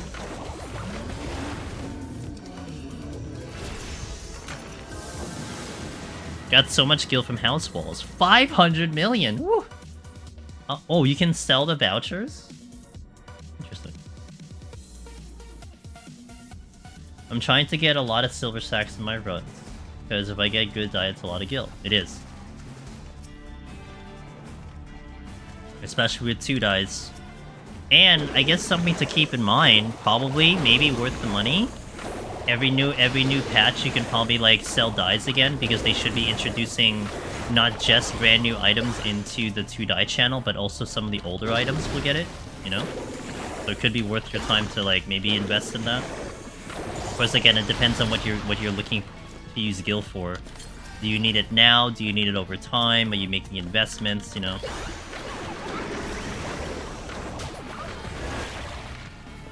Wait, that's a safety. Dies twice as much die used now, so twice the money. Exactly. It's like, it's one of those things, like, if you're kind of smart about looking at what gets added to the game, it works in 2 ways. There's stuff that will actually make things cheaper, and there's stuff that'll make things more expensive. So an example of where things become more expensive is if you ever catch them adding servers to the game, you know? Or if they add residential districts to the servers. Because that means more people get housing, which means those people need housing. And whatever is involved with housing, whether it's the submarines, whether it's the actual house walls, like Bavinity said, or like, you know, just furnishings, so on and so forth. A lot of those items will now become hot sellers because people need them, you know? On the flip side, an example of the counter thing to that is when they added in Shadowbringers, when Palace of the Dead and Heaven on High became one of the relic steps. Well, now all of those glamours, mounts, so on and so forth will get a little bit cheaper because more people are doing the content, you know? It works both ways in that sense. But that's something that you may want to keep in mind for over time. As they add things to the game, that's when things may all of a sudden become popular because people need them, you know? That's why every new patch, materia, is one of the big ones that becomes popular, and materia, food, and stat pots are the ones that are always going to be there for any new raid tier or any new patch because people need them, you know? As the patch gets older and older, people will start to stock them up further, people need them less, so on and so forth. What about going to venues and buying, I'm not sure what your definition of BJ is there for to win millions. I don't go to venues, so I couldn't tell you. If you're talking about the RP venues, I have no jurisdiction there, so I don't know. Hey, Noma. Blackjack? Did you blackjack over there? Nice.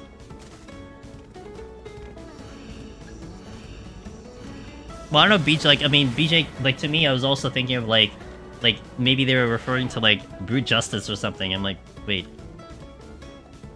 How do you do Brute Justice and win millions?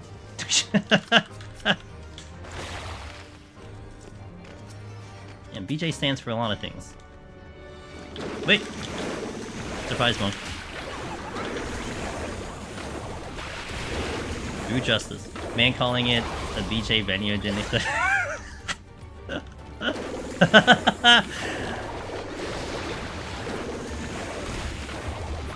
Oh, Cog, man. Cog's very innocent.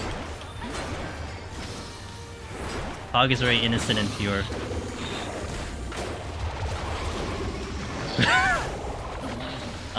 For some reason, miniature Heaven on High exploded in the market board and Crystal went from... Interesting.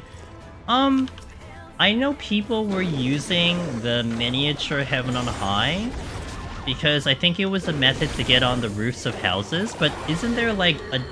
I saw it in my FC house. Like, I haven't visited my FC house in a long time, and there's like a giant-ass staircase now that you can build, so I guess that maybe, you know, maybe that's the thing, but interesting. See, that's why I asked the question, and I wanted to verify. I mean, that's what I thought when he meant. Ain't no way he coming in here and talking about... No, possibly no. Not with the Final Fantasy 14 RP scene. No, never. That new staircase is what everyone wants now, it seems. The moment I saw it, Ether Bunny, I'm like, oh, that's how you get to the roofs of houses. Easy. Interesting. Must be.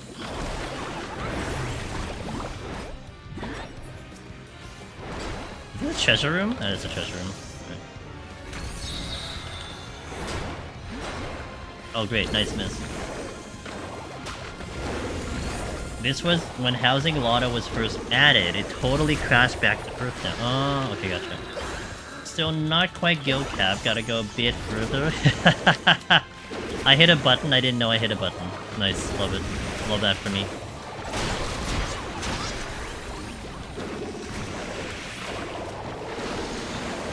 I mean, that's definitely... I can see that being a goal. I never wanted to, like, hit guild cap unless I had, like, a real path to it. I was just very satisfied to, like, have enough guild that I never have to worry about it, you know? I never got to that. I know there are people who, like, fill their retainers with guild. Like, that's pretty hardcore. Hey, Tasmanian, how you doing? Welcome in, dude. Hope you're having a good night.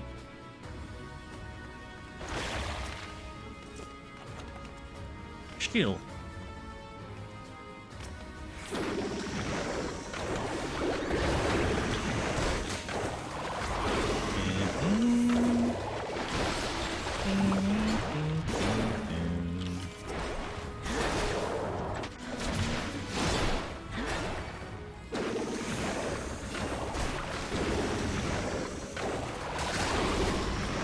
Oh, I can steal? Oh, I'm actually only 56. I didn't kill that much. Oops.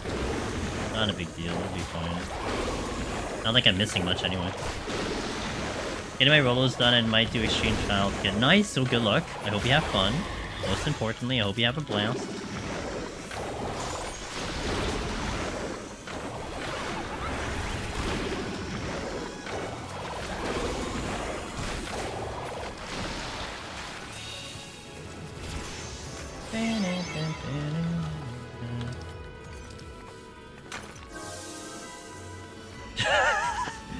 $120. That's the goal. 120. I'm gonna beat the boss and then just disconnect before I leave. Mr. Ross, always a pleasure. Bum bum bum. Oh, whip! I didn't get the thing off.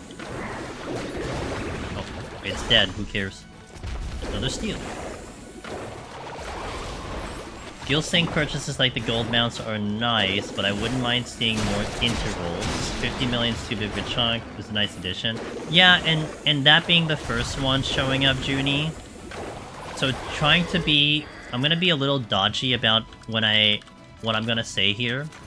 The mount that they introduced that's at 7.5 million, and in the area in which you can get it in, I can see them, like, next patch, adding in another mounts that is also in that area. Or at least you can see the preview of it, something, you know? And maybe that'll be like, you know, the same amount, maybe a little bit more. I was doing market board things, making about 10 million a week on average. Someone asked me, what are you gonna spend it on? There's nothing you need all that for. It literally killed the drive. I stopped all revenue earnings the next day. Wow, you got wrecked, dude. You got defeated by a random comment. How does that feel? See, the first thing I would say... Oh, housing. You need it for the house. Or maybe glamour, you know? Outside of that, if you have both of those, then it doesn't matter. Yeah, see, you got planted and freaking flourished without you even knowing.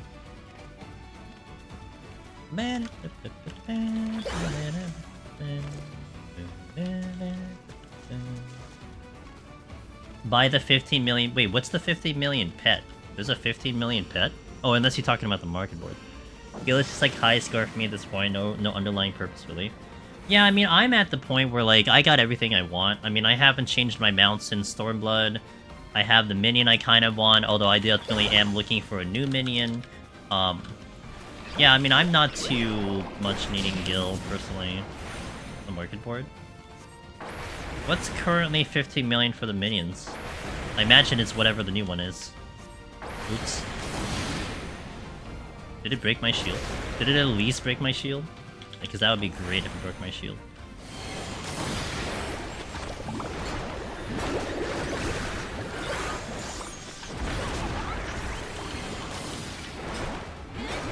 They didn't break my shield.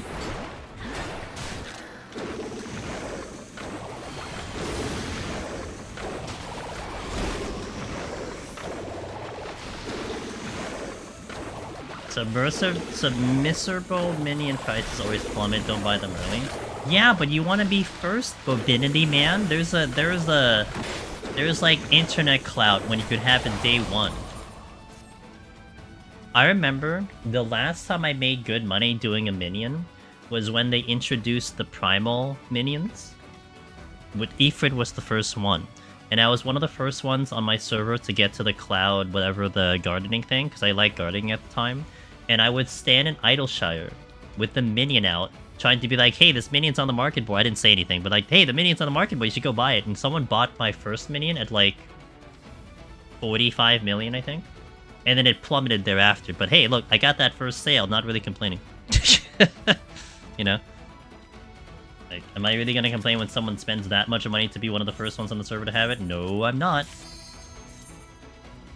I saw people were buying the newest exploration mounts for 100 million. People have a lot of guild to spend. I mean, that's in the case of, like, you know, going back to what Cog said, how he just lost motivation to, like, make more money. For the people who continue to make money, that's where they spend it all, right? I mean, to them, that's nothing, you know? Oh, whatever, 100 million. I mean, it sounds like a lot to some people, but then the reality of the matter is that's probably disposable income. Because they're not using it anywhere else. Oh, wait. Okay. Always cash in the retainer for venture minions. I tend to overpay on Orchid Scrolls. That's my vice. Ah, man, see, I don't... Yo, okay, Zevran. If they ever add a jukebox to Deep Dungeon, my guild is gonna start to evaporate, I'm gonna tell you that much, dude. It's one of the things I dream of. It'll never come, but man, would that be so badass. And you just use the in-game music, get the orchestration rules, you know, put it in there, have your playlist. Ugh. I mean, not that I don't like my playlist. I love my playlist, you know? But man, like, if I could just do it in-game, then I'm in. I'll just do whatever I can do in-game instead of doing my own playlist. Yeah, exactly. Like, it's such a good way to recycle the content. But I like that so I could avoid the pulse. Well, okay. Do you at least like the pulse tracks that I use, Zevran? Because I always joke about how the one in EO, they use everything that I don't use except for one song. And I made that conscious choice to actually choose the music that I'm going for. You're pretty indifferent? Okay, fair. Thank you, Jay. Yeah, I mean, I like those ones personally. Yeah, I would be so sold, dude. I would want to have very specific music for my thing.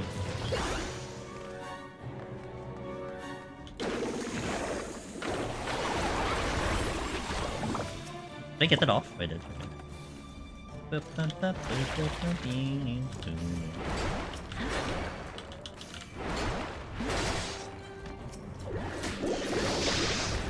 Damn, I didn't get out. Come here, I need kill. Come here.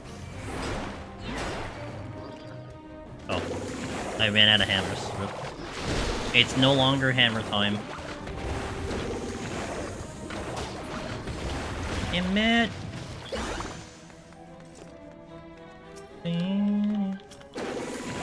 It's time to go fast, guys.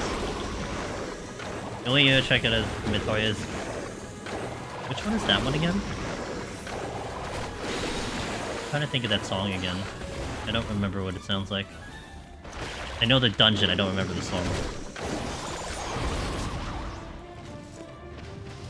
Yeah, it's almost like I have it in like just right there in my brain. I just can't think of it.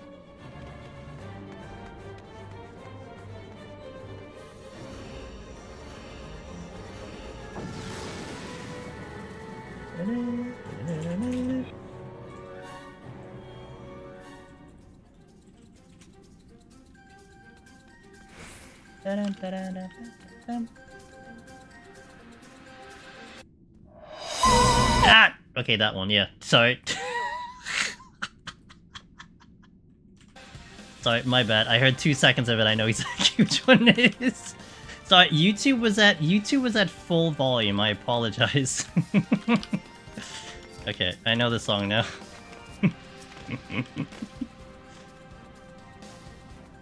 Yeah, no, I'm with you now. Yeah, once I heard it, sorry. Wake up, everybody. It woke me up.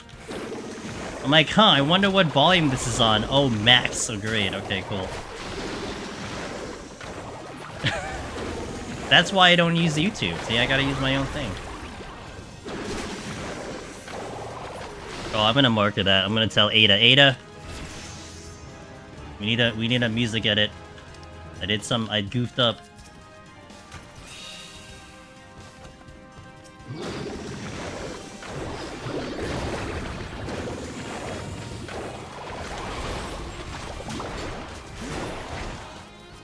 Yeah, I don't like that song either.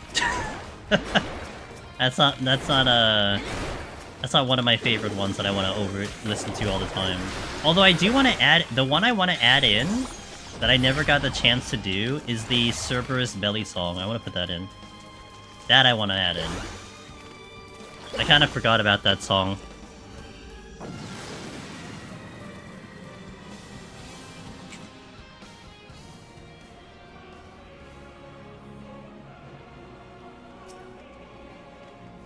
Oh. Okay, steal. Bum bum bum bum bum. Ooh, that's boot.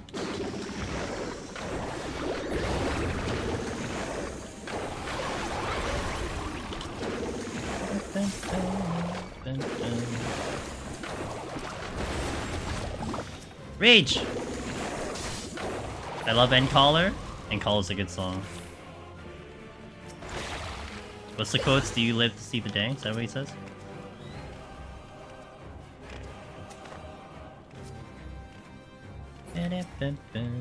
I do remember going to this dungeon for the first time, and once I heard the song, I was so pumped to do the trial. And I remember also when I was doing trial roulette to like kind of catch up some of my jobs because they were kind of falling behind for the Mammoth queue. Every time I got Endcaller, I'm like, game. I'm like, let's go! Like, I was so excited to do it. The music, I definitely will say, like, a lot of 14 content in particular, if the music in-game is good, it motivates me more to actually want to do it. 100%. If the music is, like, meh to me, I will feel less motivated to actually care about the actual content. That's why, like, even with EO, when I changed the boss theme to the Octopath boss theme, it's like I immediately started liking those fights now. This is just better music to me. And Call is your favorite song from the game, second to Answers. It's a pretty epic theme, I like it a lot. The music made Hades for me. The second phase transition is really... The really epic sounding Invincible was so good. Most memorable fight of that. Oh, yeah, okay, yeah, I know what you're talking about, yeah. No, you know what? I figured out what you're talking about, like, 3 seconds later. I'm like, wait, Hades, second transition? Oh no, you're talking about the fight. Yeah, no, I got you, dude.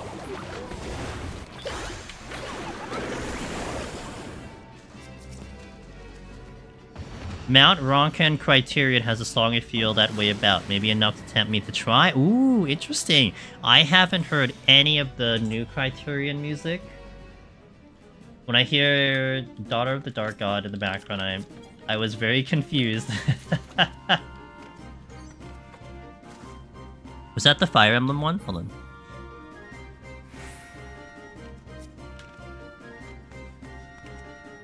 It's a banger? I have to do the content. Like to me, it's what's important is I actually do the content, so I can't just add it in. It's a weird restriction I put on myself, but I think it's still important because, again, I was mentioning this before, the music on my playlist is important to me because these are songs of games I actually played, and I actually have this, like, memorable experience with the song one way or another, so it has a nice meaning. So I can't just put any old song in there. It has to have some something attached to it. I really like the song in Last EW Zone. Can't remember the name. Are you talking about Ultima Thule? That's okay? So that zone had the evolving song, right? So it started like simple, and then as you started unlocking the area, it added more to the song. I like that actually. I actually love that idea a lot. The kind of evolving, dynamic music like that. Okay, that's fair. Funny, I actually liked it before it went to the full song, personally. It's not my genre, though, that's the only thing. You know, I'm a little picky sometimes with songs, so it wasn't a genre to my liking, but I can see lots of people liking that.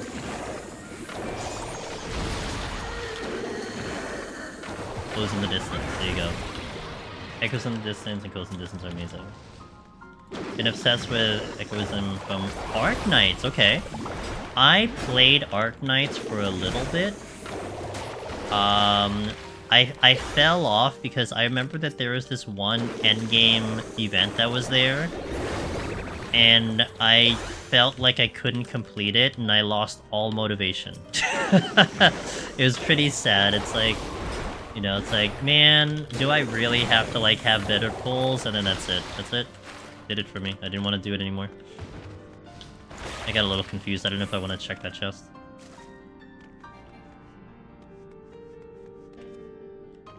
Maps, I hope you're having a good day today. Serenity.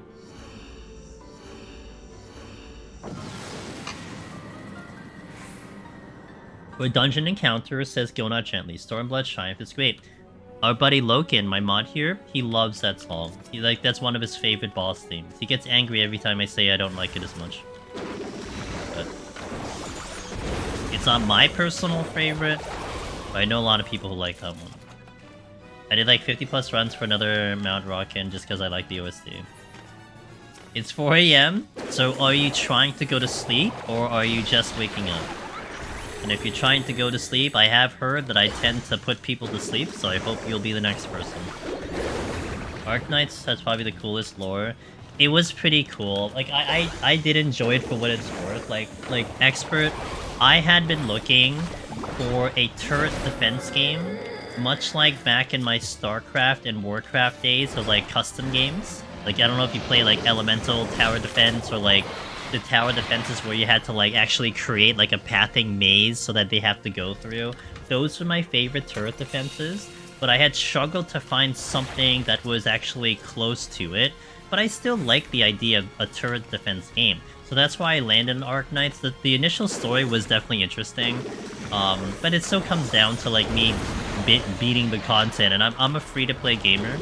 So once I start feeling like, as a free-to-play, I can't keep up anymore, I really start to drop off big. That's what happened to me with Brave Exvius. Brave Exvius, I think, I was playing that for like a year and a half, 2 years, and then it got to the point where I just didn't have the power anymore, you know? The currency wasn't coming in fast enough, I couldn't pull the characters, and then I just dropped off hard. And then, of course, PvP came in. Never fun when you put PvP in the game. But, because I just, PvP is just pay to win, so it kind of just sucks, but, you know, what can you do? But, like, once I start feeling like I'm missing content, it's gonna hit me. Like, with Withering Waves right now, I definitely am still, like trying, I don't put as much time as I feel like I need to keep up with the game, because I want to play other things, but I'm doing just enough so I don't miss the limited time things and my dailies and my weeklies. And I gotta tell you, once I miss a daily, once I miss a weekly, once I completely miss an event because I just forgot about it, I'm just gonna start falling off the game. Because I'm gonna feel like, oh, I'm starting to fall behind, I had this opportunity to keep up with people, and that's just how it goes with me with games. I don't know if anyone else is like that, but it's like maybe not the greatest way, but also there's a lot of games to play, so, you know, it just means it frees me up to play something else. Those GC turn-ins seem done. Do them. We kind of had that gamer mode event not long ago. That game mode event. Which game mode event? Oh, Park Knights. The Park Knight. Oh. Oh, look, it's Ansel music. We're gonna be in Onsel tomorrow, guys, if anyone was interested in watching. If you guys want to see me try to do PvP without a mouse, that's tomorrow. I had so much fun on Tuesday when we were trying to do Onsel Tuesday. Oh, it was a blast. I think I like my current pacing with that game mode, where I might doing it for like, you know, a couple days out of the patch cycle, or just for the series. Hey, Darkhood, thank you for the Prime Gaming. Cheers. About PvP and MMORPG, 14 did it good with updates. I mean, way better than almost anything, just for not being a game pay to win. It's very casual though. I think that's the only downside. I mean, people want it to be more, but it is what it is. I think for what it is, it's not bad. In a way, you know? Kinda messed up my thing here. Nope, not getting enough.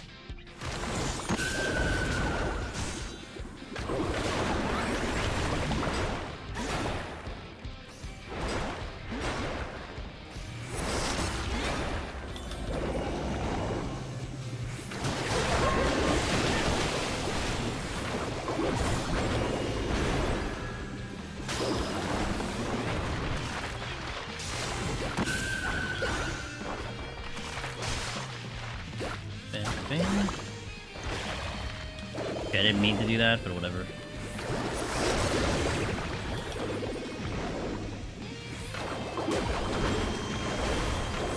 Tower defense where you can play something. Oh, that actually, I think that was the event that I had been doing in Arknight. Like, this was about the last time I played Arknight's Expert was back in 2020. I remember this. It was like August-ish of 2020.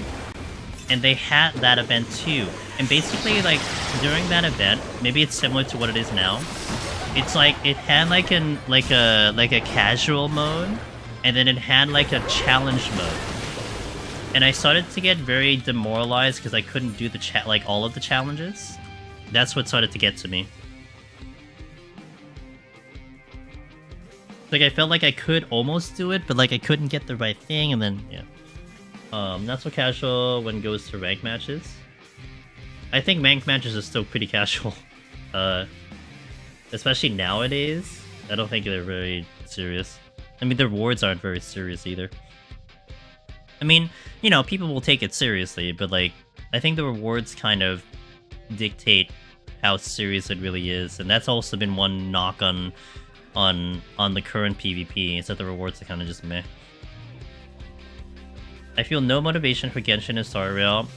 If I can't get a character I want, I stop until next character I want, but I don't keep up with the dailies. Gotcha, Kyra. Yeah, see, Star Rail, that one I've been having a blast with, because, what do you call it? I've been consistent getting through all the endgame, even the one that just came out this week, the MOC. And so that's been keeping me very motivated to keep my roster like strong and to keep up with everything. Which is opposite of what I feel with Withering Waves, because right now I'm not doing the end game very well. And I'm also progressing pretty slowly, so now it's just like being like kind of casual. I'm still trying to keep up, wanting to see if I can get there, but it'll still take a while. Yeah. I've been successful with all the end game there. That it feels really good when you're able to do that, in my opinion. Messed up. I am on Cactar. Yo, Thornia, what's up? How you doing? And you can't get over here too, because I think traveling is still restricted, right? I believe. Hell yeah, I feel the same way. It's pretty tough.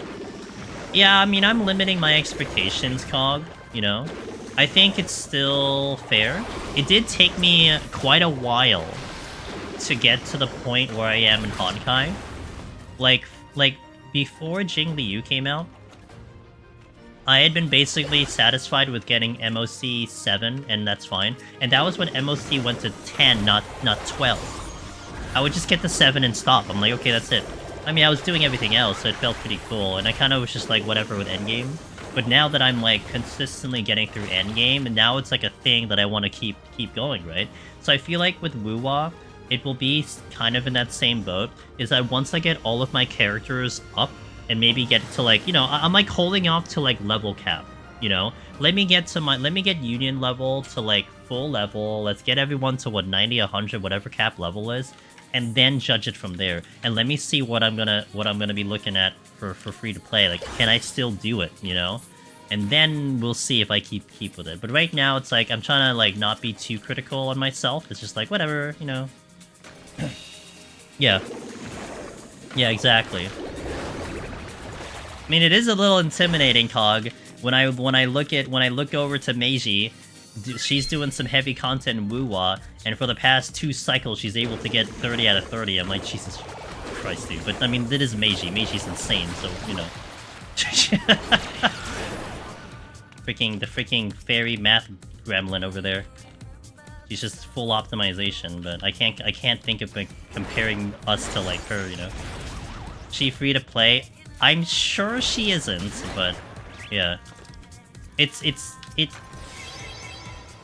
Yeah, and I don't think she is, but you know, she's really good at what she does, so her expertise is the math, is like crunching out the numbers and optimizing rotations and everything. So I see you, Junie, have a good one, man. Can you? Isn't data center travel still restricted? Like, you can't move around servers unless you go to Dynamis? I don't think they've lifted that yet, right?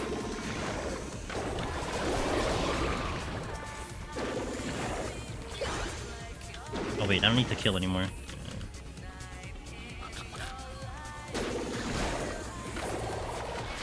Oh, you're right! Oh, you're right! Oh my god, I keep forgetting. No, you're right. Servers are fine. Oh, I'm dumb. I'm thinking about the whole traveling in general. No, you can go to... Yeah, you're right. You can go to Cactor. That's my bad.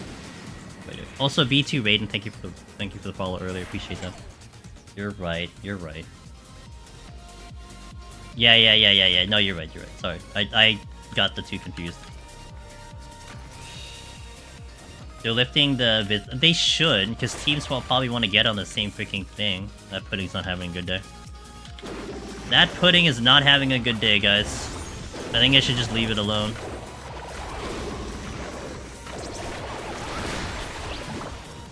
One of those days, man, I get it.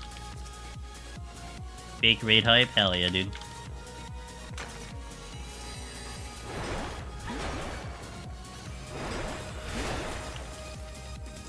Howdy.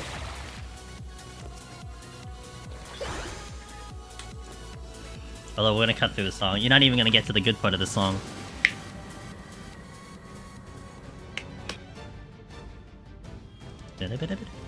Now this is a good theme right here. Good old ninja Yuffie theme. Give me one moment, sorry. Little delay in game. Is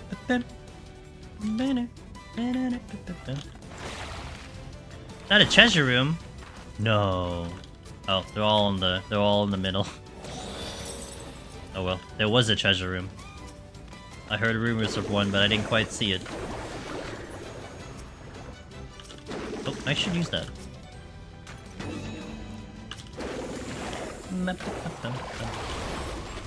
They were contemplating. They were, yeah, they were kind of all vibing there, man. They were having a dance party in the middle. I spent most of the yesterday on this 4-stack grinding. I gripped 9 grips for Viper. I'm giving you PTSD. Unfortunate. Well, this was a pretty good place to grind it, to be fair, if you wanted to hard just get the grips. Like, push yourself to like 20, 20, 30, 30, and then climb it back up. Not a bad idea. Actually, speaking of that, I mentioned this earlier on stream. We're going to be doing the new live tutorial for Machinist next Thursday, Sunday. That's my current plan at the moment. I will be limiting chat interaction because I want to make it more like for YouTube as opposed to otherwise. Though, if you guys are thinking of like Deep Dungeon questions, Deep Dungeon related questions, whether it's on the actual floor set, whether it's in general, those I would love to answer and like go over. But really keep it strictly on the Deep Dungeon discussion. But with that, the 2 changes that I'm doing to the guide, I am going to be dipping my Ether Pole to 5959. And we're going to start with it, and I'm also going to dump my potsherds and potions, and we're going to start with nothing. And we're going to do the tutorial from then. So kind of almost starting like a base start kind of thing. And I think that'll give a little bit more value to the guide. That's how I look at it. Have you seen the lewd Arcane Top combo with the Lewd Subligar. I've heard about it. Not really my thing, but I've heard about it, yes.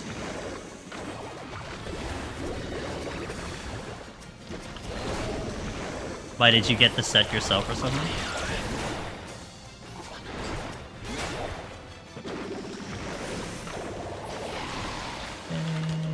Oh, this is gonna totally aggro. I didn't even move, it's gonna aggro.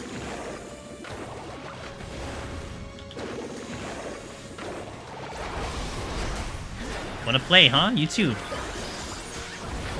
Oh, you two also? Okay, alright, alright. Alright, anyone else?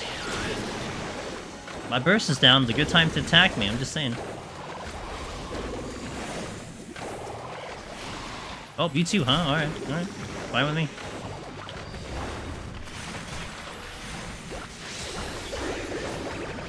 Okay, anyone else? No? Alright. I'm a Lala with principles. Gotcha. Look, I don't judge, man. Whatever people want to do, whatever makes them happy, it's fine.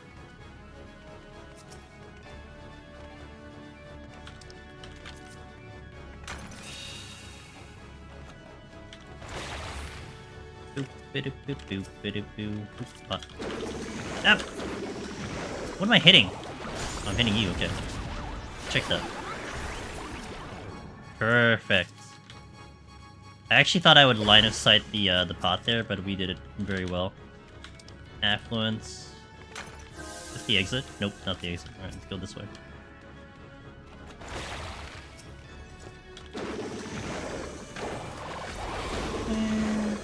As the official glamour for this, people will be getting citations or wearing that.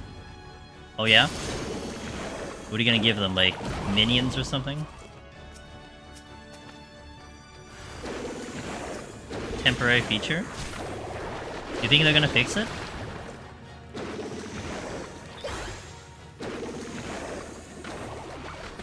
You haven't stacked a citation?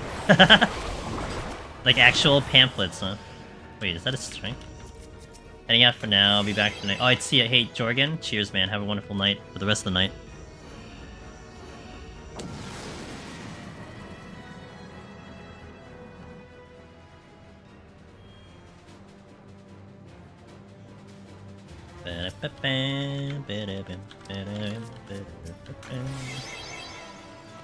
Oh, you're kind of seeing the speed of Pictomancer right now. 9 minutes into the first 7 floors. I think that's pretty fast, huh?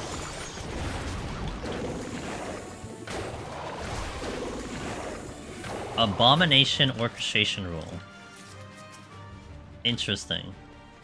You put some thought into that one. Nice. Well done.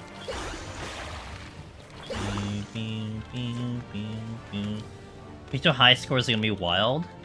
I think so. At least it's gonna be one job that I will not necessarily complain, Gavindale, that someone kicks me off the leaderboard. I can see scoring happening in my near future.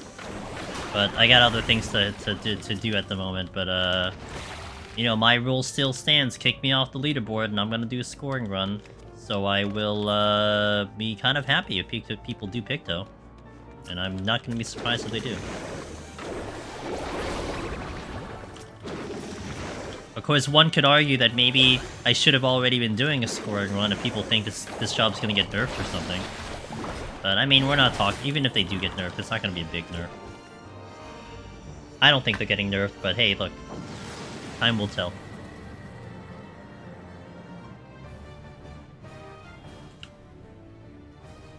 For sure they will. I don't know, man. I mean, it seems like it was a conscious decision for them to put something like that in the game.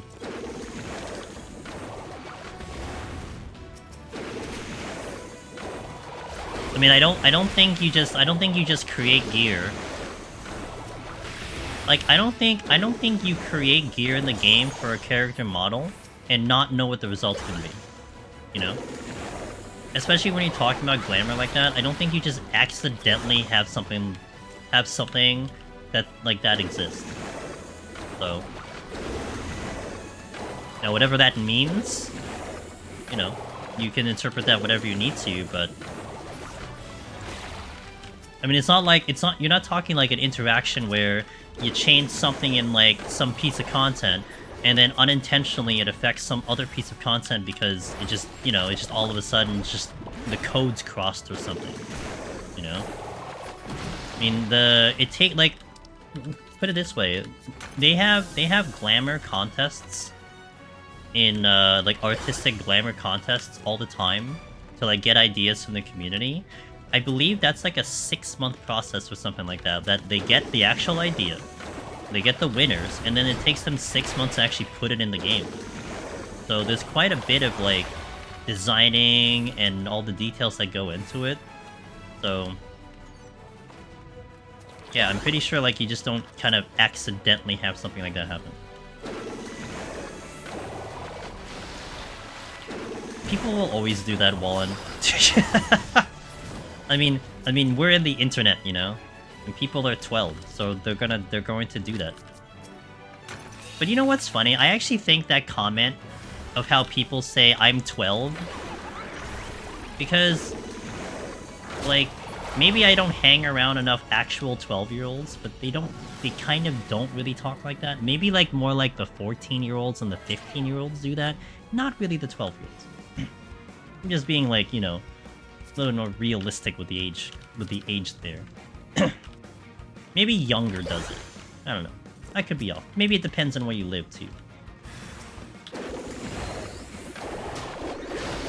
Yeah, and I'm no judge to anything. And if it makes you happy, it makes you happy, you know.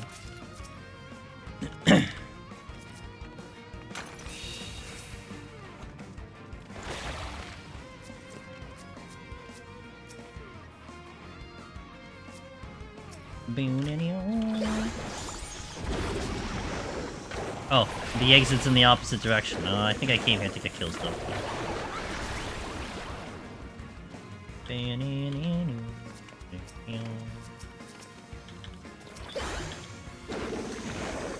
Guess I'll hold on to my hammer because we're getting to the boss next floor.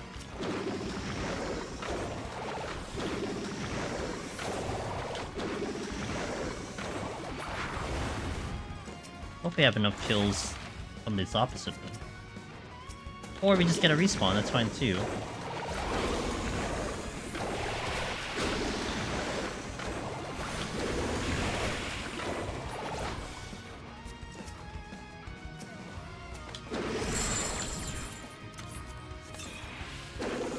Annoying. Wait, where the hell's the exit? I guess it's on the other side. Okay, y'all don't see me, right? Ah!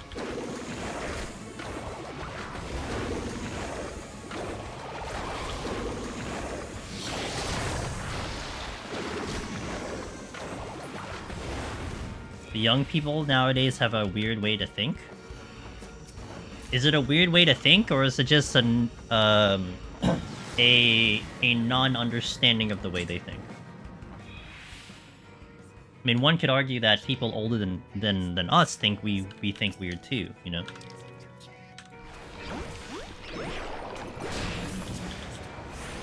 I mean, it's fair. I mean, they're gonna have their own language, you know? They're gonna have their own whatever.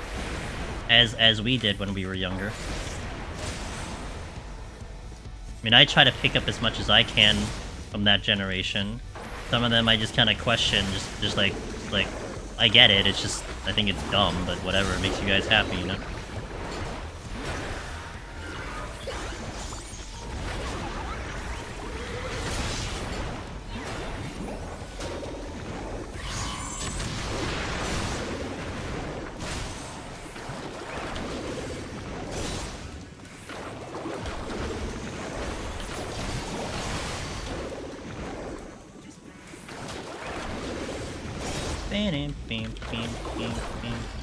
By the way, I am allowed, or rather, I am allowing myself to use sustaining potions on the bosses. I think you'll see the first boss we do a sustaining potion will be on the 90 boss. So just a heads up, like, if it actually looks like we're getting too low, I'll probably pop a potion. But the challenge is on the floors, not the bosses. Because there definitely will be bosses I just don't get through if I don't potion. Naturally, 60 is kind of one of them. Because he just kind of chunks you in terms of HP.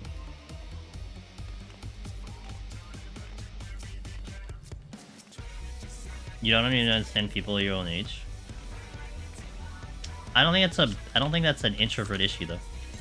I mean, I feel like I've done a pretty good job keeping myself in the know about a lot of things in terms of, like, let's say Twitch and generational things by just keeping my eyes open. Rather, I don't have to interact with people. I just know these things exist, you know? So I don't think it's an introvert thing.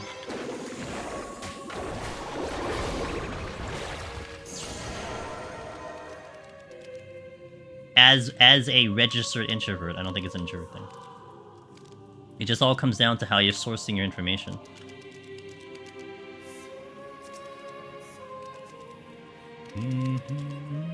I mean, if you keep yourself very encapsulated in a certain environment, you're only gonna see that much in that environment. I mean, and there's nothing wrong with that, you know. It's almost like if you were to have some, like, very not sheltered. If you were to have some very secluded lifestyle in, like, the mountains or something without internet, you're only going to know what's in front of you without the internet, you know?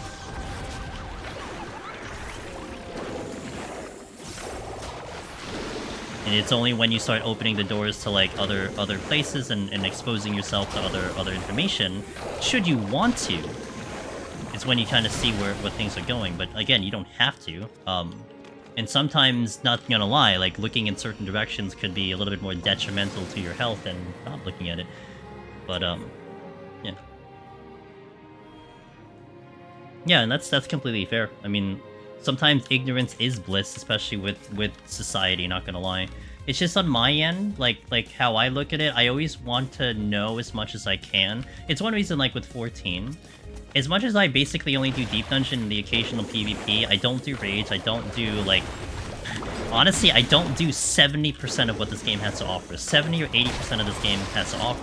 But that's why I love talking with you guys. I love asking questions to you guys, like, especially when Savage comes out, Raids come out, so on and so forth. Like, I love you guys telling me your stories. I love you guys just, like, letting me know all these little bits of information, because it educates me too. Like, I get to know it without actually doing the content. So if someone else asks the question, I can at least have some idea of what I'm talking about, you know?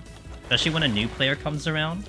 You know, I'm well aware of the world race. I'm well aware of what's popular in this game. I don't engage with it, but at least I know enough of it. But I think, to me, it's just the nature of the business that we're doing, you know? It's like, I feel like me not knowing what other people do on Twitch would be so detrimental to me streaming, you know? Like, I want to know the trends, I want to know, what my fans are doing, so on and so forth, on the streaming platform. And if I don't see what's going on in the outer scale, then I feel like I would be missing out, or, like, let's say Twitch decides to make some change or something like that, and I don't know about it because I'm not looking at it. But again, that's just how I feel like I need to engage with it, but that isn't necessarily the, what everyone has to do at all.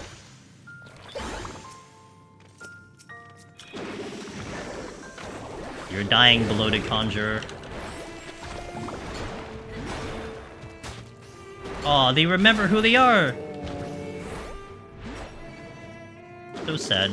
They didn't even drop a chest though, that's the more sadder part. Fortune? Oh, the exit's here. Okay, cool.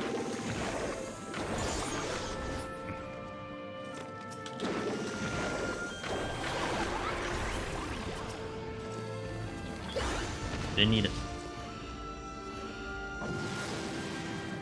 Flying through this music, let's go.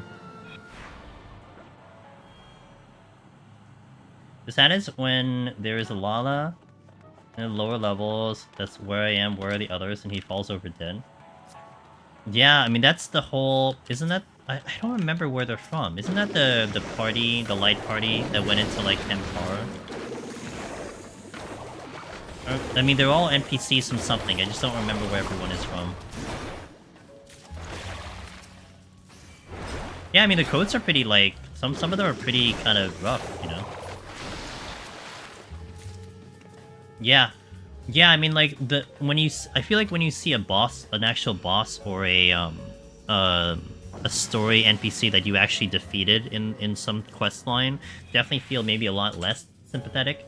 Because, I mean, you got rid of them, so it is what it is. But, like, the other ones that are not, you know, that are adventurers, it does feel pretty sad. That they were victims of the Necromancer, you know, that their soul didn't lay to rest. I mean, it does actually put an interesting thought process into this content, right? And let's use Endwalker. Let's not step into Dawntrail, only because that is a whole bag of worms already.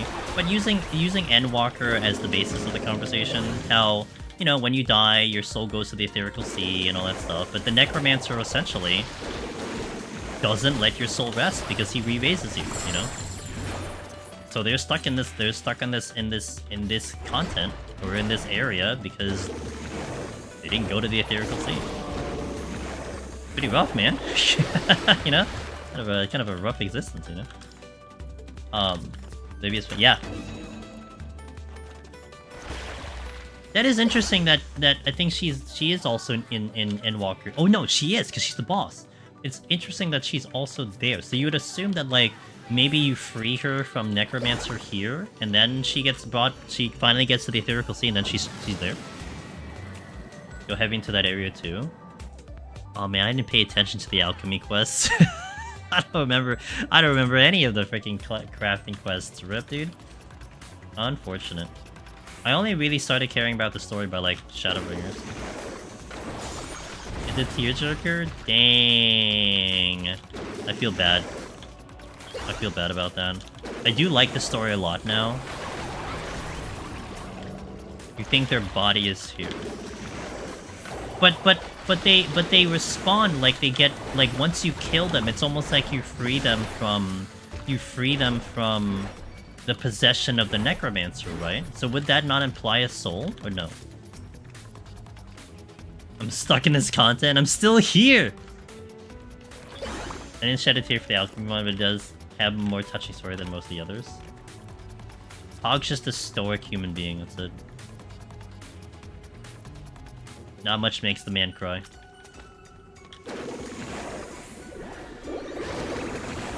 Memory and soul can be separated, but in the Eternal Sea.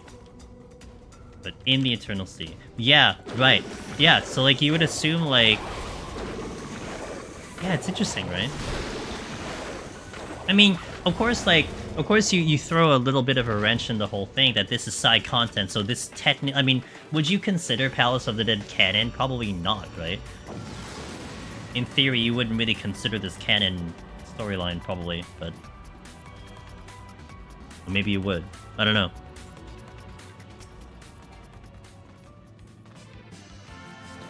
I remember people talking about the rumors, and I could almost confirm that this definitely isn't true, but I didn't do enough, you know, I wasn't in 191 enough to actually see this. But I remember someone mentioning the idea that Gaius would have been in 191, but then they had to take him out because he's still alive. And I thought it made me think about that. It's like, huh, wouldn't that be interesting? Pretty sure that's not true, but that would be interesting. With the special enemies, I think it's canon.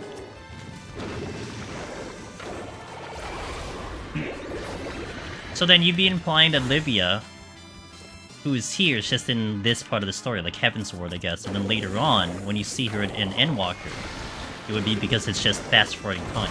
Miss Sheila! Hi, Sheila.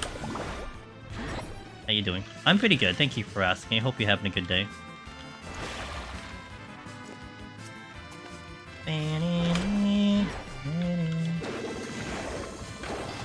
Had an intense meeting? Oh shit.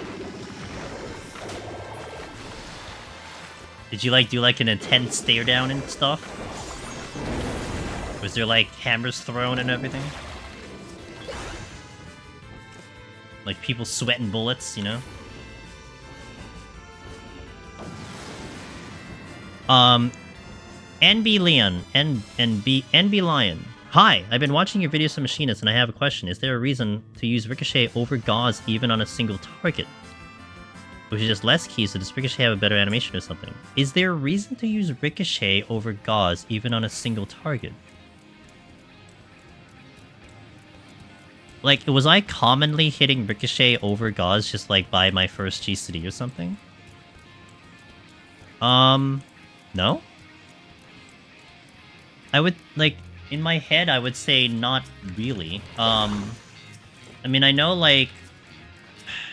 I guess maybe you're talking about in a situation where everything is up. I don't think it matters. If there's a potency difference, then I think probably I'd be hitting the wrong one, I guess, but... Yeah, I just hit the button, whatever is available. I mean, you wouldn't want to open with a Ricochet. The only reason why you wouldn't want to open with a Ricochet on a pull is because you wouldn't want to clip something by accident. That would be one thing you want to be careful with. Now, also, if you're implying that I'm using Gauze first instead of Ricochet, then in that situation, it's simply because I don't want to AoE something. If I'm trying to pull something out or if I'm fighting something in general. Like, I tend to be careful with my Ricochet usage. They are separate CDs, right. Just because it's dead doesn't mean it's dead. It's a great comment. Actually, you did say int 14, but I think without saying int 14, that would have been a great comment. Isn't there a Lancer character? Yes, there is a Lancer character here, yes. It's just prep for the final meeting with the client, so it's an... Oh shit, Joe, Chila's about to hit the final boss with her work. Oh my god, dude. So was there... So wait, Chila, is there a door boss? I gotta know. Is there a door boss and does the song have choruses in them? Today... Oh, today was the door boss. Oh shit. Okay, got it. Hit the checkpoint and everything. Monday's the final boss. Badass, dude. Let's go, man. Get the food and the meds ready. If I remember, they're virtually the same single target, that's why I was wondering. Yeah, I think... Again, I mean, if you're referencing my video and you're seeing me do something habitually, then I probably have just fallen into certain habits. So, at least the way I'm thinking about it, the only thing I would see about me using, say, Gauze over Ricochet simply would be because I want to avoid hitting something by accident. Now, if I'm using Ricochet first, then it's probably literally just habit. I just hit that button first, then the other one. I actually thought if I weren't under Neo, it would be fun to stream design work because I thought it's kind of interesting. Yeah, I mean, like, knowing, like, you know, how we've talked about your job, Chila, or at least your previous job, which I'm sure is very similar now. You had a very interesting work stuff, so yeah, for sure. I'm gonna potion here because I don't have steel, so I'll do potions here.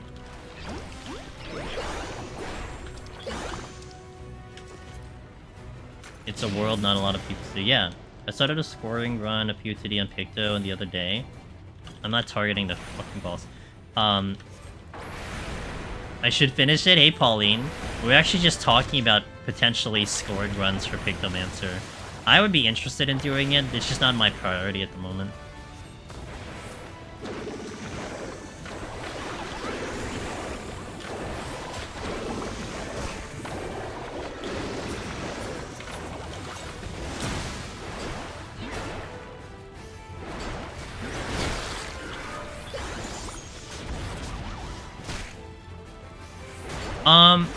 So because I had lost this file completely, I'm still kind of debating. I may set up a bard next Tuesday because I'm gonna do the live tutorial, the new live tutorial for Machine. It's actually, Enby, if it's worthy to know, I'm gonna be recording a new live tutorial starting next Thursday and Sunday.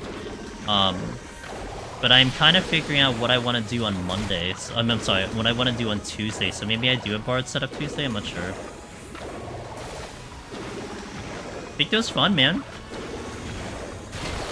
Be interesting to see what you think about Pictomancer, Miss Sheila. Yeah, I hope so too. Sheila's a freaking pro though. She knows. 20 seconds is nice.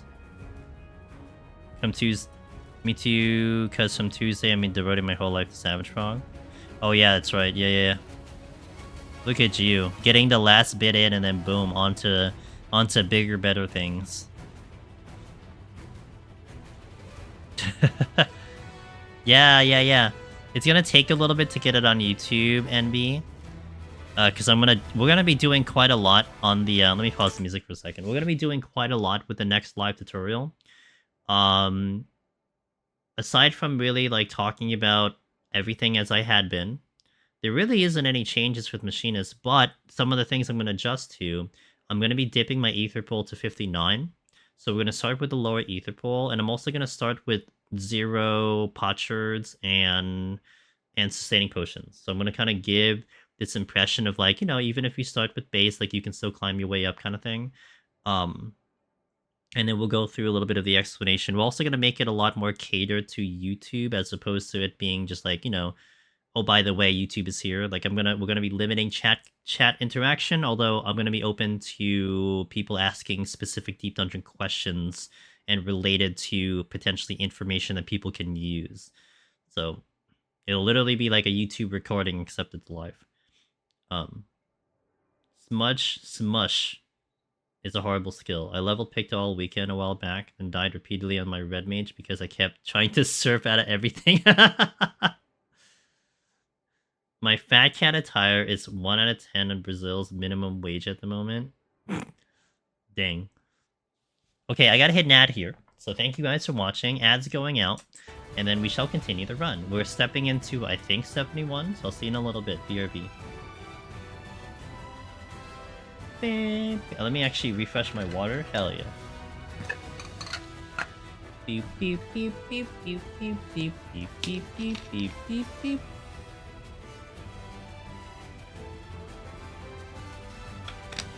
Check out Tokyo Treats, guys. We're gonna do that showcase Saturday, I'm sorry.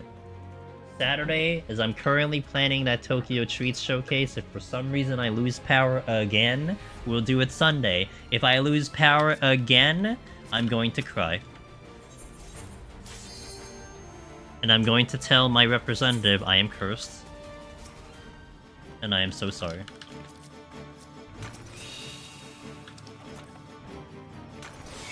But Saturday we are streaming, because I'm not streaming Monday, and we're doing Heaven on High Monk. So if you want to see new Monk, then I'll do new Monk. Oh. Yeah.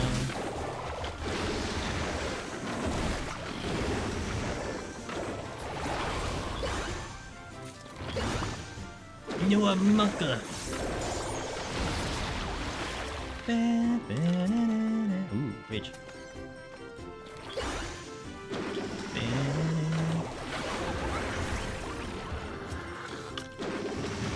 Hey, Molded Clay, how you doing, Walkman? I don't know much about Dawntrail Monk, to be honest. I don't either. I know there's some changes, but that's the extent of what I know. Things happened. That's about my info that I have.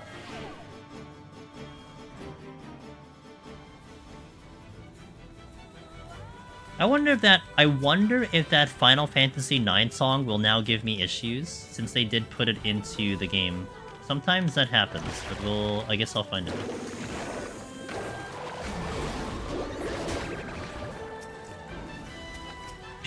Yeah, exactly, Cheshire. Yeah, we're gonna do it Saturday. I would have done Black Mage again. I am not opposed to doing Black Mage again. But if you're not keeping score, we lost power Monday, and I lost the Black Mage run at 78. I did Black Mage a month ago when we were doing our Pictomancer training arc, and that also disconnected at 98. So it's a little cursed right now, and I really want to do that showcase. So where we showcase the new Tokyo Treat Box. So I'm going to avoid Black Mage for a week, and then we'll get back to it eventually. It's one of those feelings, you know. Like, I don't care if I die and I don't clear. It's just, at this point, I just want to freaking finish the run. Did you guys see an Anzu? I didn't seem to see an Anzu. I don't know if any of you saw one. Felt like I targeted it, but it just vanished. Oh, shit. I didn't even do that. Welcome back to the ads, guys. Thank you for your patience. It is much appreciated. Okay, you're just gonna cause a problem. Steal!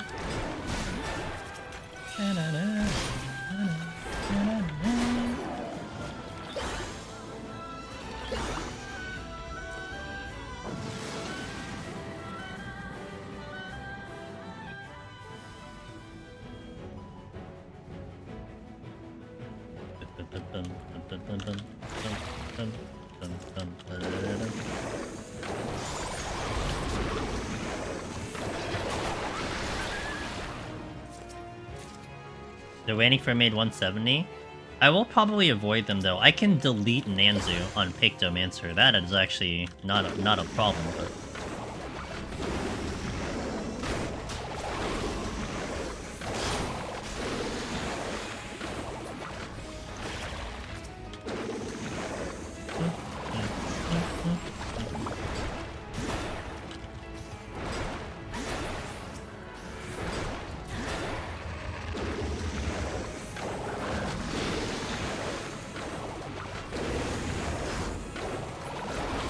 I'm not out yet. Guess I'll check the chest to see if I get a strength. Oop, that's a rage. That is not a strength, that is a rage. Killing an Anzu and Picto with no steel feels great. Nice. How much limit testing did you do on Picto on your run, Hog? Did you like try to do things that you didn't think you could? Or did you keep it pretty standard?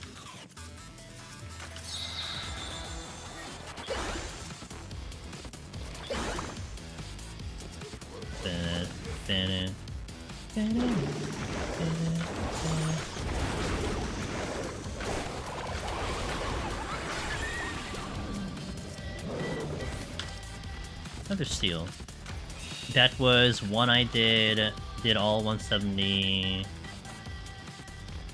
set with no steal. Nice. Hold on. So I went back in the game and tested in chat for swag. Gals are 2 different CDs, so I've been playing Machine as... Oh! You know what? Hey. Agreed, thank you for the follow. Hey, you know what? At least we got some clarity, it's all good. Yeah, they are separate. You kind of just like exchange between them. Again, the only thing that you would be careful with was Ricochet is AoE, so you just want to watch so you don't pull something unintentionally, but... Yeah. It's all good. Clarity's nice. You know, sometimes, NB, it's the little things that just bypass you, you know?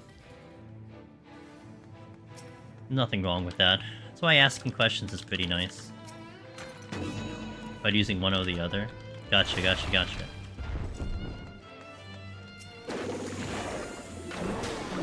No, I would definitely say, like, I personally think I take some things for granted. Especially, that's one thing I really want to try to be careful with the next live tutorial. I hope. But there are definitely a couple things that I feel like I just assume that you're gonna know, and I really shouldn't do that. And maybe that's also in that category, you know? Something maybe a lot of us have gotten used to over the years, but, you know, especially when you're first coming into the job, you may just not be thinking on that same wavelength. And that's completely fair.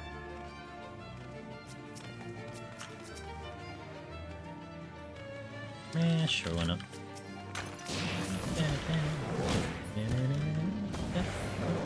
And like one of the things, last thing I'll say on the, especially if you wanna keep talking about it, it's fine. But one of the things that was interesting with my experience on Machinist was trying to do it on normal ping. Like right now, I would consider it normal ping. I'm NA going to Ether, so I have like normal ping, and a lot of times I can do a GCD, and then you would do Gauze Barrel Ricochet within the GCD and not clip, or in other words, not like, you know, have your GCD ready and then you didn't hit the button. You always want to be rolling the GCD as it's ready. That's like kind of like very, I guess you can say, common with this game, so to maintain at least a consistent amount of damage. But depending on your ping, your ability to actually hit the buttons affects that. Like it affects your server response from the client to the server, so on and so forth. So with Ether, I can kind of do what they call a double weave, where you're doing like GCD and then you do Gauze Ricochet, GCD, Gauze Ricochet. But if I play on JP or if I play on Oceanic, that's impossible for me, because I will GCD, and if I try to do 2 OGCDs, do the Gauze and Ricochet, I basically have to wait like a whole freaking second for me to be able to hit my GCD due to the ping and the lag. So that also is the thing that, depending on what server you're on, your location, your ping, so on and so forth, it could be an easy or harder task that affects how you actually play Machinist, which is one of the interesting topics on Machinist in general. It's like ping is a thing. Like, it actually affects, you know, how you can play the job, so on and so forth. I think I'm so used to single AoE variant using meter stuff like... Okay. So I just saw Gauze and Ricochet in my brain went, yeah, same skill, I can't use both at the same time. It's all good. I mean, it's a fair line of thinking, you know? But I think once you see, like, you hit one button and then you see the other one is still available to hit, you know? But, yeah, it's fair.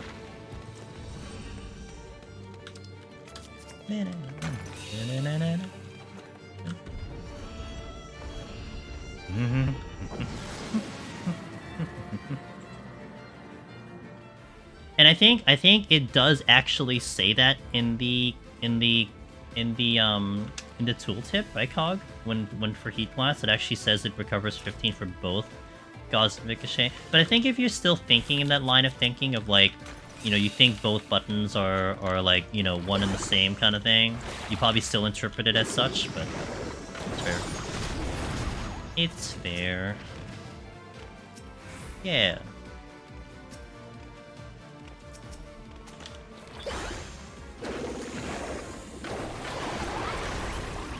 $9K crits. Will I crit you? You're just gonna die. Okay, that works too. Who's next?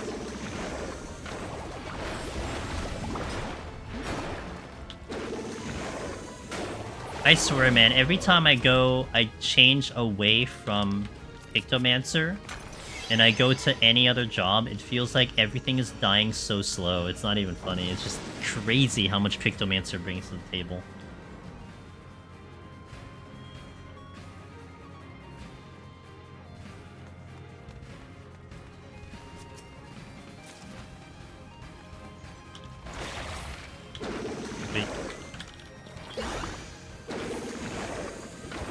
Did Viper have to Picto hate it? Unfortunate. Can you eat or drink all it brings, though? Wait, can you eat and drink all it brings? Eat and drink it? Maybe. I mean, there is edible paint, isn't there? That's a thing? It's like really weird stuff, but I mean, it is edible.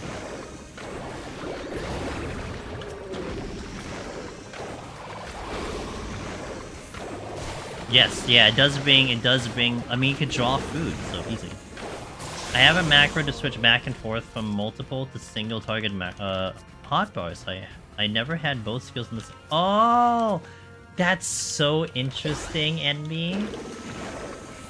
I'm loving this conversation, by the way, because this is something that I think is fascinating to see from the eyes of another player about how they approach the game. Because I still think that's something that people, and not to say any of you guys, especially we had that discussion earlier about, you know, the difficulty of Dawntrail mechanics and whatever.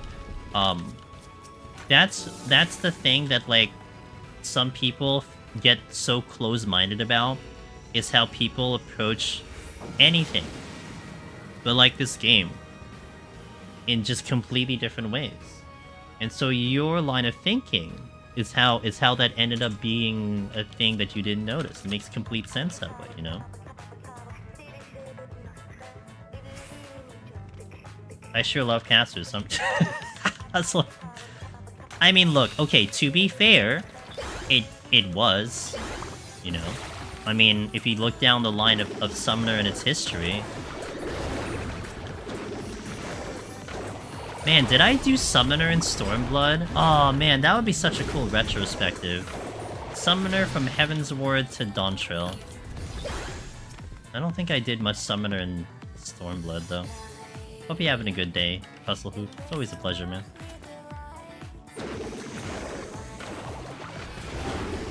You affirm with an E? That video's not magical because I like it. Well, it's not casting. Well, I guess it is magic. I guess with the lore of the game, this is magic.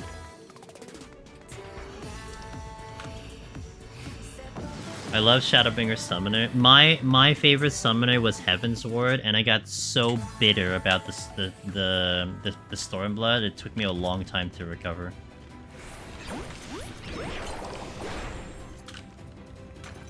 Yeah! Oh, I hope you have a good day at work. Always pulling for the good day at work. You know, one of those days where you just make a butt ton of money, man. Make a lot of people happy. That's a work day.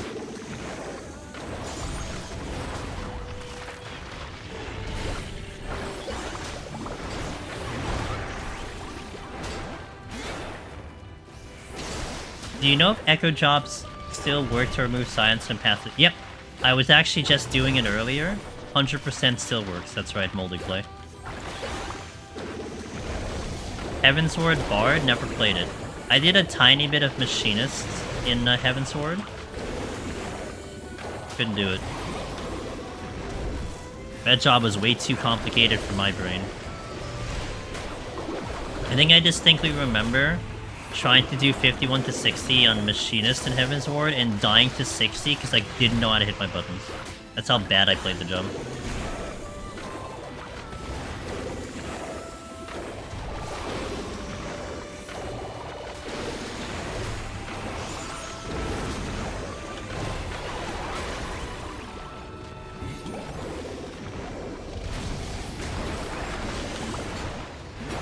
That's a dead behemoth. Fridays are nice because we work longer Monday to Thursday, so we have... Okay. Thanks, Bank. I appreciate it. Alright, 81. Let's keep going. Our goal is 120, and we're moving right along. Everything going very well. Just hope that no one decides to smash into power lines, and we'll be fine.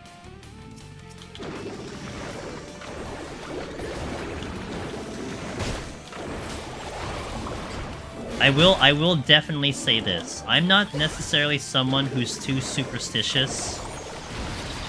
I like to think that I kind of control anxiety pretty well.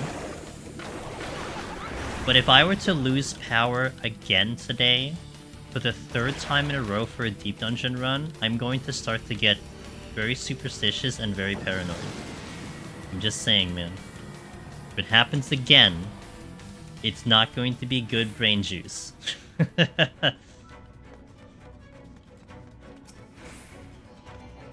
Behemoths... Oh, so there's an asterisk to this challenge, mech. I will be using sustaining potions on bosses, but we are going to try to get through without them on the floors. Still a tough challenge. But with a job without any healing sustain, you certainly need some help. But we will be doing them on the bosses. So actually, this is going to be the first boss that I will seriously start using sustaining potions. We definitely need sustainings on the 100 boss. But yeah, so bosses are okay. But we are going to avoid them on the floors, every single floor climbing up. Is it electric poles month? That's the third one. Well, I can tell you, macro, on my part in my town, we do have power lines and everything. I don't know why I lost power Sunday night. We didn't get an explanation. Monday night when I lost power, it was unfortunate. It was a drunk driver who drove into power lines, so it knocked out the power, which is just, you know, freak accident, whatever. So just pure coincidence, I imagine, if someone else lost power because of power lines. Although I know that there's some nasty storms floating around. In my end, it wasn't a storm. There were no storms here. It was just, you know, human error, I guess. Yeah. I mean, the asterisk is not as obvious. I don't mind explaining it every single time. It's so cool. It's all good. I'm sure someone's listening and they also have the same question. You know, that's always how I've been viewing it now. I'm probably gonna be a little repetitive on that, Mark, but like, people come in here, like, earlier, we had someone ask me, I know you've probably been asked this so many times, but blah, blah, blah, blah. And in my opinion, it's like, no, man, it's all good. Like, you didn't ask the question. And not to mention, I feel like every question has a little bit more weight to it, you know? I think your question is also the question of at least 2+ extra people that are not willing to talk in chat, or who may not be able to talk in chat. That's why I have no problem answering the question over and over and over and over, because, you know, people come and go during the stream. It's all good. It's all good. But I do appreciate when chat also checks it, you know? They know what's going on. They're like, this is the reason, blah, blah, blah. It's great. Helps me out, honestly. I'm sure the lines for taunting the driver totally provoke retaliation. I guess.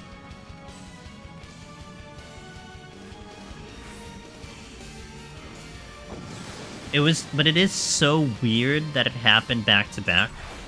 I think it was just 2 completely separate instances that just happened to just knock out the power in this area. Like, you could have just done it like 2 areas over, but he did it on this area, so. Oh, convenient rage. Okay, cool. Well, I'm just gonna rage, because I don't have it. So, one of the complications of this run... Actually, there's multiple complications, but there's the complications I have to worry about on this run. Ability down, because I literally don't have damage. Blind, because if I miss my burst on higher floors, that can cause the death of me. And, Pox. Those are the 3 main issues. Like, essentially, I can deal with no items. I can technically deal with low HP as well. But Pox, ability down, no abilities, and blind are going to be the ones that I have to take extra care about. Because that could be a massive problem for this run.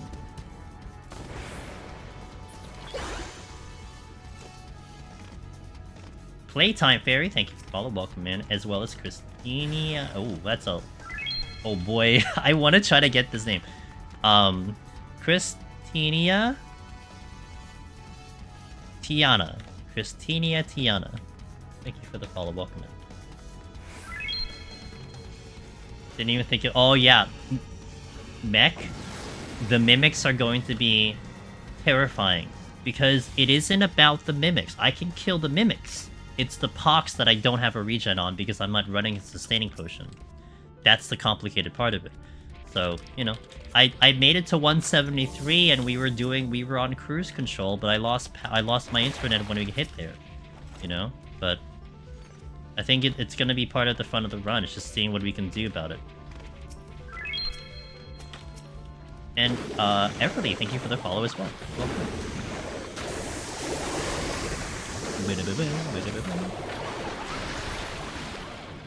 I think this song works very well with Pictomancer. You should pre-palm of raising your... Yeah, I should. I know some people were suggesting getting me a you know, power source or something, but I'm like, eh. I mean, it sounds great, it's just... Am I really gonna need it? Again, I'm gonna start to get paranoid if we lose power yet again, but hopefully we'll be okay this time.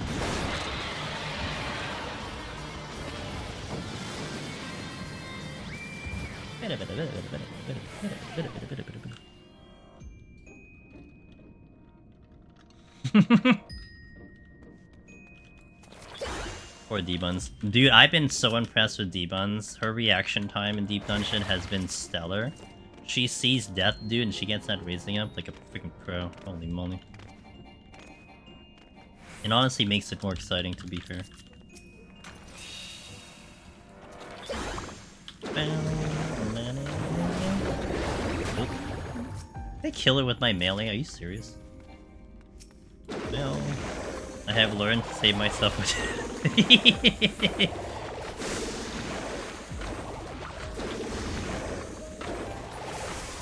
Honestly, you're really good at that in, like, any game, to be fair. Your recovery is... very skillful.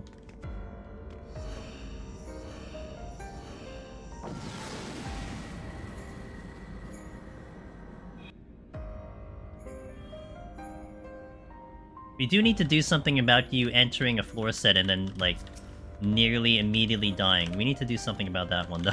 I think we can do something about that one. I make a mess to clean it up. Hell, dude, entertainment. You know how to entertain the crowd, you know? That's why you're kicking ass, dude. I believe.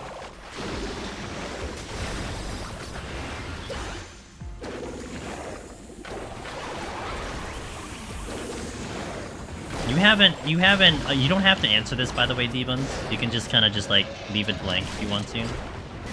But you haven't heard back from Twitch yet, have you? Again, you don't have to answer, it's fine. I could just talk to the void, it's no big deal. Boop, boop, boop.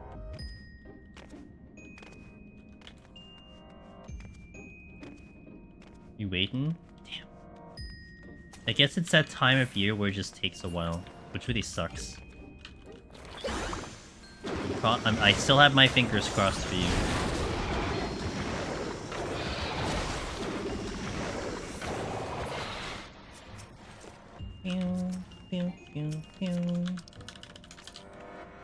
Use a rage? Alright, I'll think about it, Kishi. I'll take it into very strong where the hell is it? I'll take it into very strong consideration. Oh, I actually was out. It's okay, I just wanted to kill the scorpion. It's fine. Use the rage within? Do you know me? I don't have much emotions to rage. Very rarely do I rage. Oh, speaking of, guess I should have raged. Huh. Funny game, you're so funny. Haha. Joke's on me.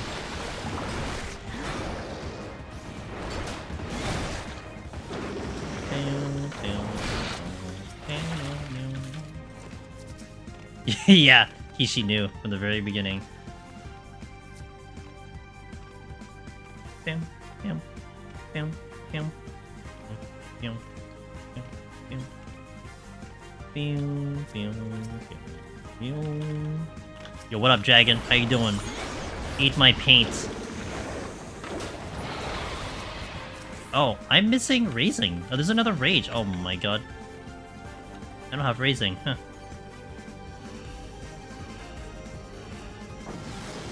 Well, just don't die, forehead, right? Don't die.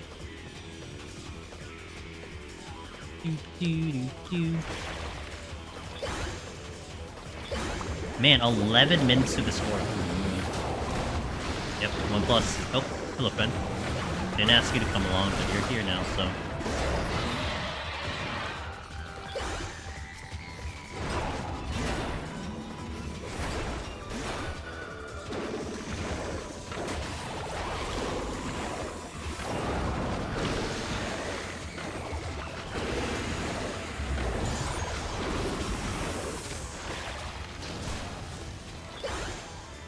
I will actually use that steel because it might wear off on the boss floor.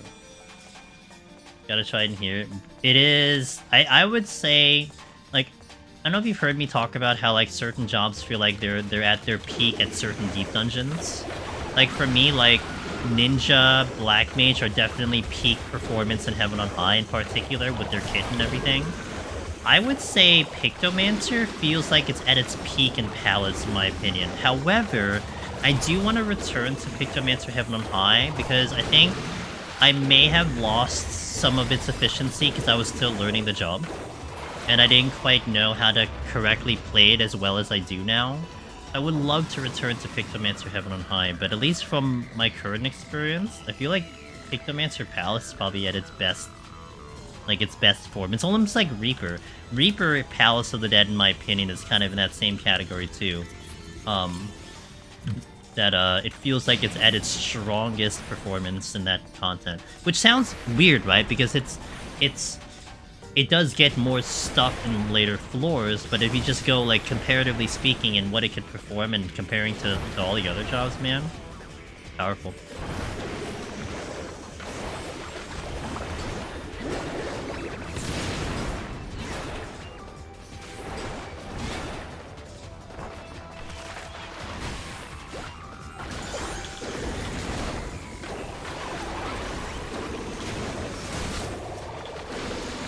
I guess since you are almost dead, I'll just kill you.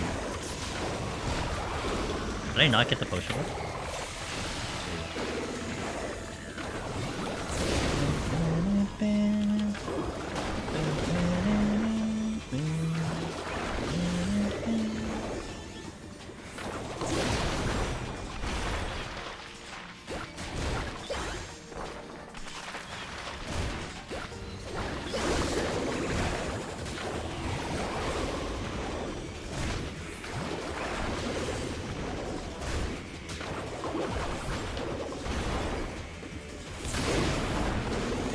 Might actually be able to kill the ad.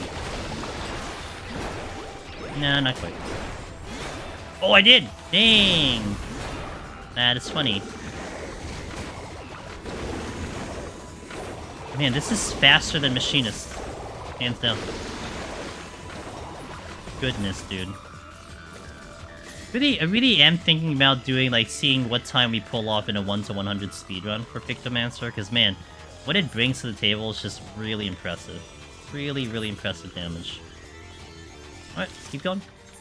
30 more floors. Moving at a very moderate pace, even though we took 30 extra minutes doing some video recording from Machinist. Yeah, it's wild.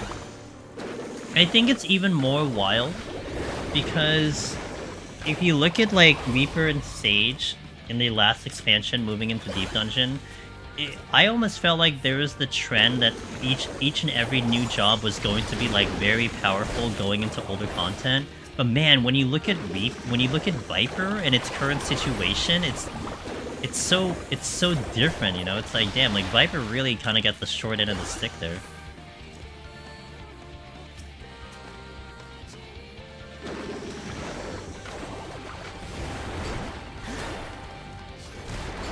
But man, I'm like, I knew from the very beginning, once they did the preview of Pictomancer and when Yoshi P was talking about it, I already felt like it was going to play something like this. It's just, I didn't know to what extent the power was going to be. Like, this is very, very powerful. More than I even thought it could be. Well.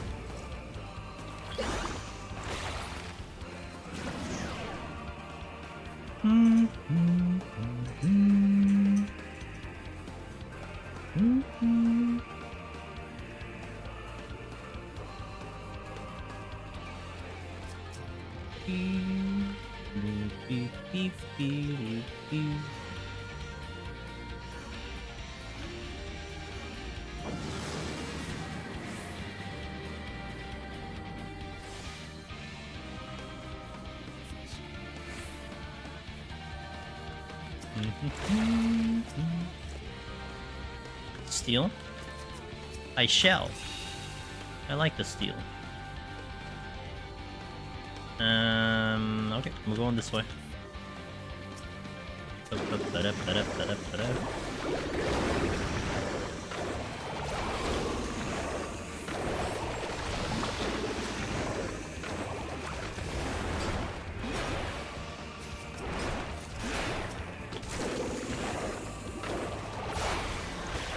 I went the right way. Heyo. Hello?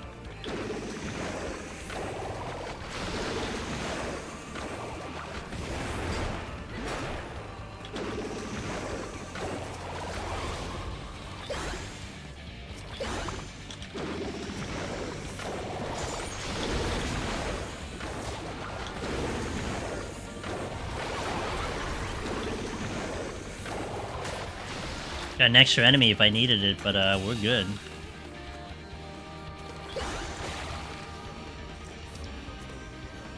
Doing story here, and I saw capybaras in the game, and then I think, is there people outside of Brazil that knows that there are some of us that eat capybaras? Probably not. But I guess it's also still, like, even if you look at the other countries, you know, how some countries, like European countries, eat horse, so on and so forth. I mean, you know, it's probably weird if you're not used to the culture of the other country, when you hear something like that. But that's why I love culture, you know, learning about stuff like that, seeing what other people are used to, and just seeing the differences in lifestyles. I think it's fantastic.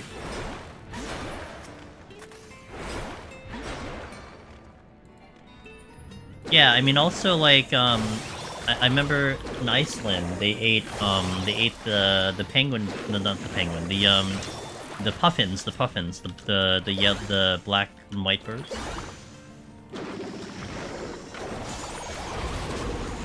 It's too strong.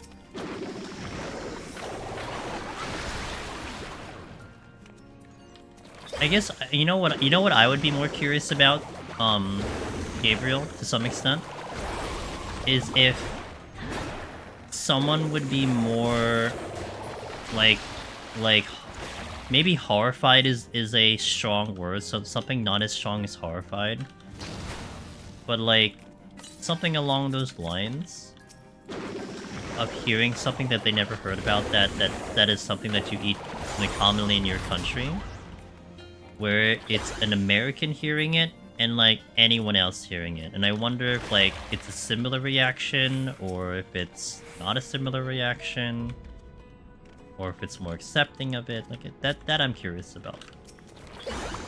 God damn it.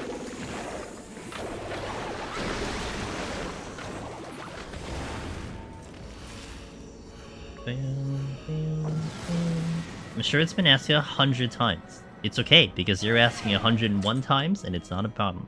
How's Viper feel for PoTD? Rough. Okay. Mediocre.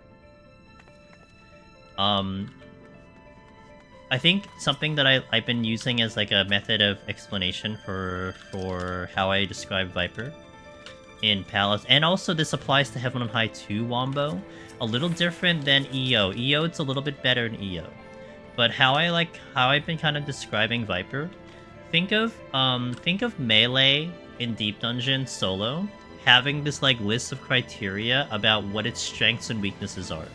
So some of the categories that I would give it are like mobility, damage, survivability, blood math return, you know, stuff like that. Like those would be the categories that I would put specifically for Melee. And Viper basically just sits like B-, B on all of those things. Like, it's okay. It's not like horribly... It's not horrible. I mean, you could argue that probably it's better than Monk. I mean, Monk still doesn't have a ranged attack, so one could argue, okay, maybe it's better than Monk. But then you start looking at the other melee. You look at Samurai, which will pump out more damage than Viper. You look at Ninja, which has way more survivability and mobility, and their damage is probably going to do more.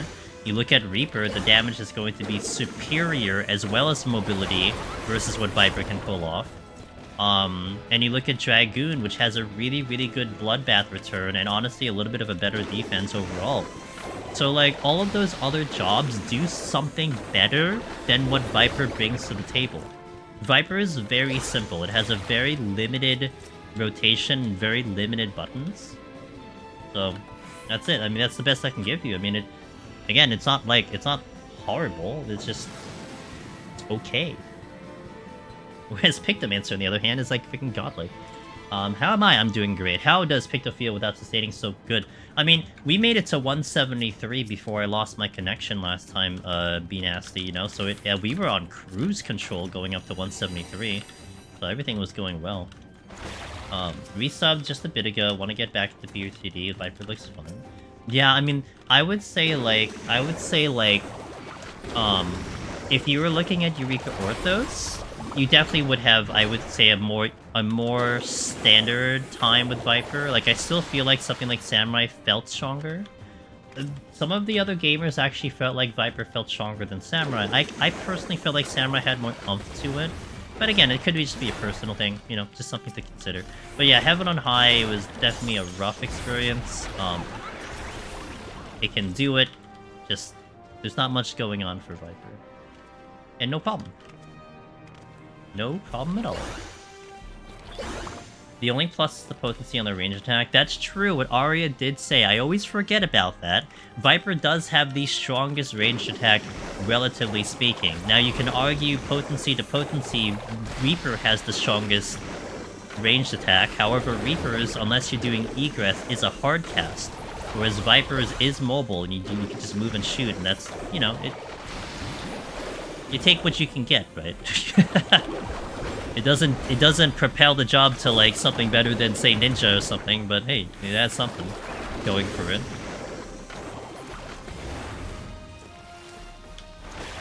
How many of the jobs have you tried in Deep Dungeon and DT? I'm curious how comfort tier list might have changed. So, I will definitely say, off of the initial analysis, especially like listening to what other people are doing, Caffeinate, and what other people have taken jobs into, I would more or less tell you that whatever tier list that you're referring to and whatever you will use as your reference, for the most part, it stays the same. No real shifts, no real big adjustments. Unlike Endwalker, where you did have some big adjustments. The only thing that you're looking at is where does Viper and Pictomancer sit on, you know, whatever list that you want to look at. But a lot of the older jobs are pretty much identical. Warriors, I think, pretty much the same. Finn just did his tutorial on Warrior recently in Palace. Machinist, to me, looks basically the same. I did take in Machinist a little recently. I haven't gotten to a multitude of jobs yet in specifically Palace. I'm getting there. We just wrapped up a Ninja run in Heaven on High and a Dragoon run in Heaven on High. Those felt pretty good, but more or less how you'd remember it. We were working on Black Mage, but I lost that run at 78 due to disconnect. We're gonna do Monk actually coming up this Saturday in Heaven on High as well. But yeah, for the most part, you're not looking at massive differences. I mean, even Astro, technically, you could argue, has a massive difference, but it's still Astro to some extent, but it does feel a lot better than it used to from what I've heard from people talk about. I'm definitely interested in trying out the new Astro. Okay, yeah, so what I can tell you about currently Black Mage in Heaven on High when I took it in, the changes were interesting, but one of the things that was making it a lot better in general was the fact that you had Umbral Soul. And that was added, what, Tuesday? That's very recent, or last Tuesday, whatever it might be. Having Umbral for both Palace and Heaven on High, it's kind of a big deal. And I had liked the new Black Mage. I mean, to be fair, I had already liked Black Mage prior to Dawntrail, but I really like it now with Umbral. The damage felt about the same to me, no real difference there, but being able to safely open every single time with Fire 3, you know, because you had full Umbral Hearts. Not to mention, it's a lot better, especially when you're talking about ability, an ability down floor, because you could keep your burst going, since you can use Umbral since it's a spell, whereas Transpose is an ability. So there are like little details there that were really nice. I guess the only downside technically you could look at is the Thunder situation, because now you can only do Thunder when you're swapping from Umbral to Astral and vice versa. But I thought that was not that big of a deal. It was a bit of a change, but not that big of a deal, so... yeah, Black Mage was interesting, to say the least. I'm lazy. Lazy knows no bounds.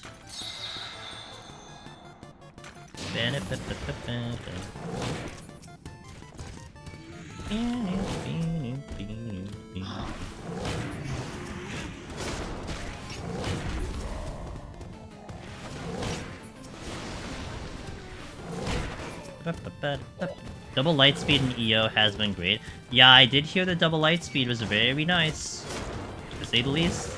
You have that... don't you have that in Palace too, Misty Buns? Is that a low level thing? Because I think Lightspeed just has 2 charges period. Like, there's no like, oh, you get to X level and it has more charges. It's just, boom, 2 charges.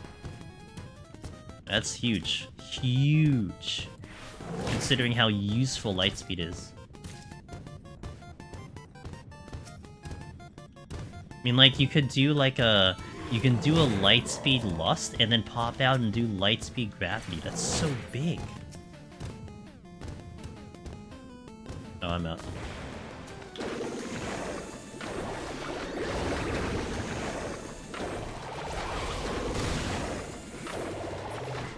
Yeah, let me check the chest in case I get like another strength or something. Serenity.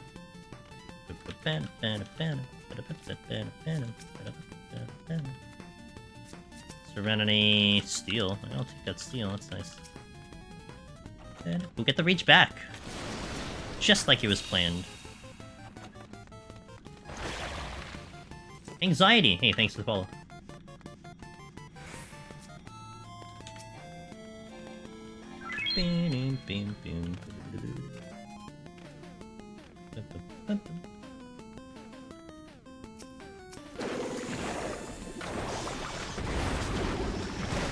Dude, that would feel so good on nasty bosses. Yeah. Yes, it will.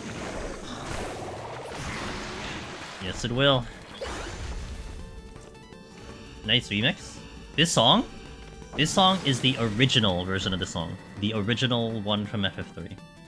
I'm trying to get Ether Pool levels in EO, but no one else seems to be doing it in the last few days. Yeah, you have to look into soloing it. EO is pretty dead AF. It has been since, you know, for a while.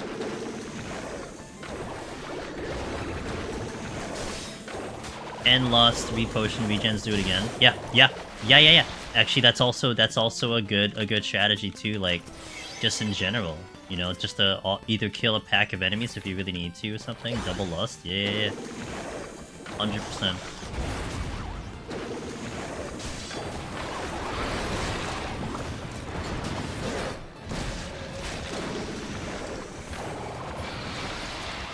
Man, I'm not getting the timing of my stupid thing.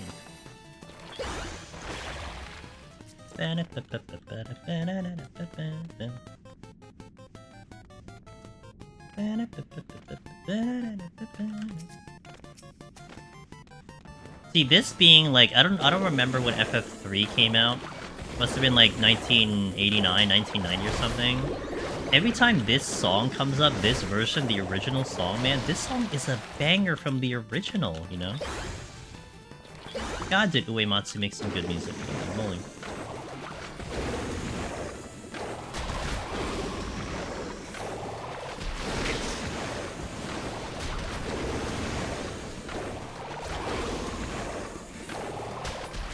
Oh, not out yet. Huh. Oops. Oh, didn't mean to do that.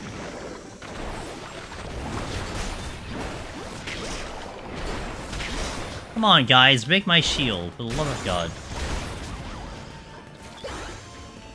The people who still need to do 1 to 30 so could sneak in with them, or those leveling still likely long wait. Yeah. I mean, hopefully you have a job that can at least solo it through, but it is pretty annoying that EO is dead AF. I mean, I do want to tackle that at some point. I keep actually forgetting that's a topic that I want to get into about soloing EO, you know? But, yeah, it kind of sucks trying to get into it. Man, I wonder if that's really holding some people back too. You know, that you have to kind of go in, that if you want to solo it, like, it's not the greatest experience actually trying to solo it from the beginning.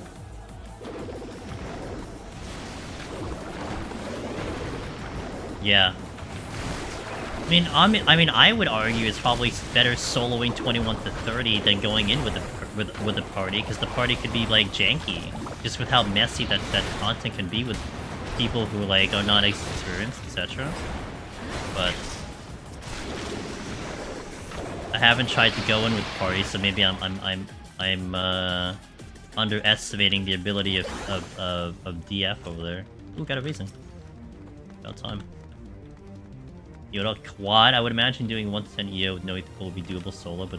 Well, I think the larger issue quad, which is one that I want to investigate, it's that it is if you're a healer and a tank. If you're a DPS, it's a problem.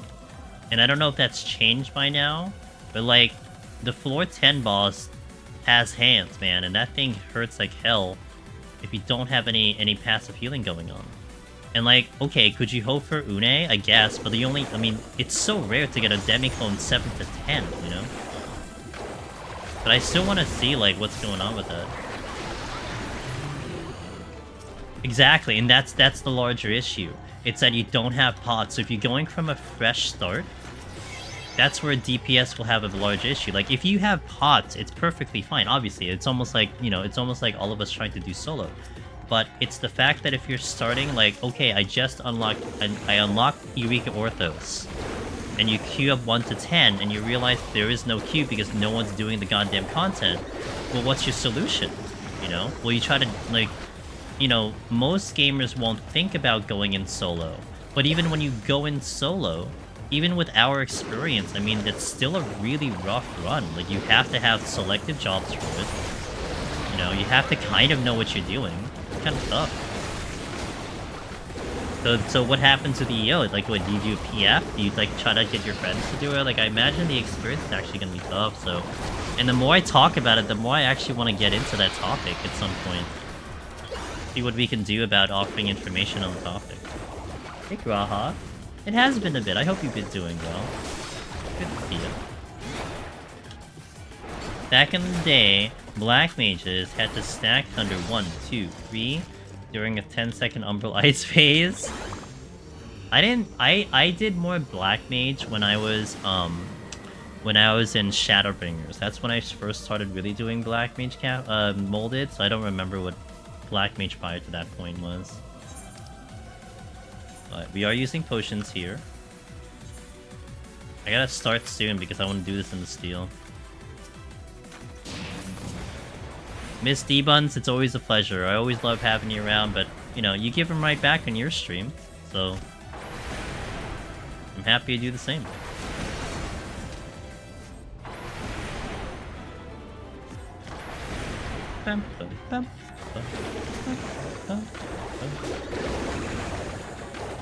Summon darkness! Oh no! What shall I ever do?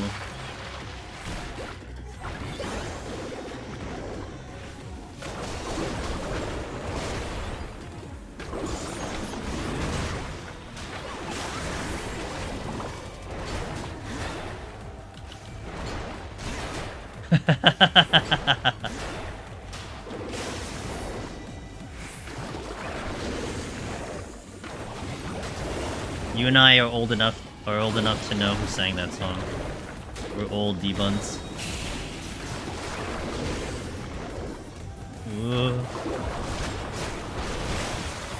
Oh, I'm getting hit with this 100%.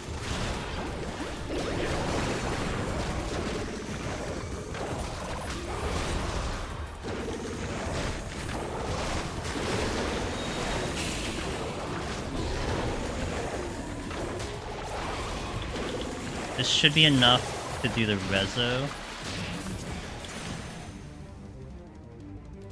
I have been on a culinarian grind. Been playing War Thunder, trying to not get burned out before Savage Hearts. Gotcha. What's War Thunder? I never heard. I don't think I've heard of that game. War Thunder. This boss kicked my ass the first time I tried to fight as Picto. It's rough when you lose control of the ads. I mean, you are very squishy on Pictomancer. I mean, the safest way is to expend 2 resolutions here. That would be a very big recommendation, I would say. I keep opening that back. That's a definitely big recommendation. Because you would just do it either like when the first 4 ads come out, you can pop a reso to eliminate them and then wait for the last set of ads. Yeah, I've definitely got a nice strategy to do it in 1 reso, but I mean, the next time you're gonna need a reso is 140, and then the next time you need another reso after that is 191. So I think it's okay burning the reso. Honestly, you can even burn all 3 if you want to. You'll probably still be not too bad. Right now I'm leveling Trust, going on a business trip, which is why I haven't been streaming. Ooh, I hope you had a good time in the business trip. Let's go, dude. I brought a Rogue Ally 10. It's a Steam Deck that basically has Windows 11 on it. It's amazing. Nice! Congratulations! Oh, that must be amazing. Okay. How is the pricing of it? Not that I'm going to be looking for it, but how is the pricing for it compared to a Steam Deck? Like, is it kind of the same? A little cheaper?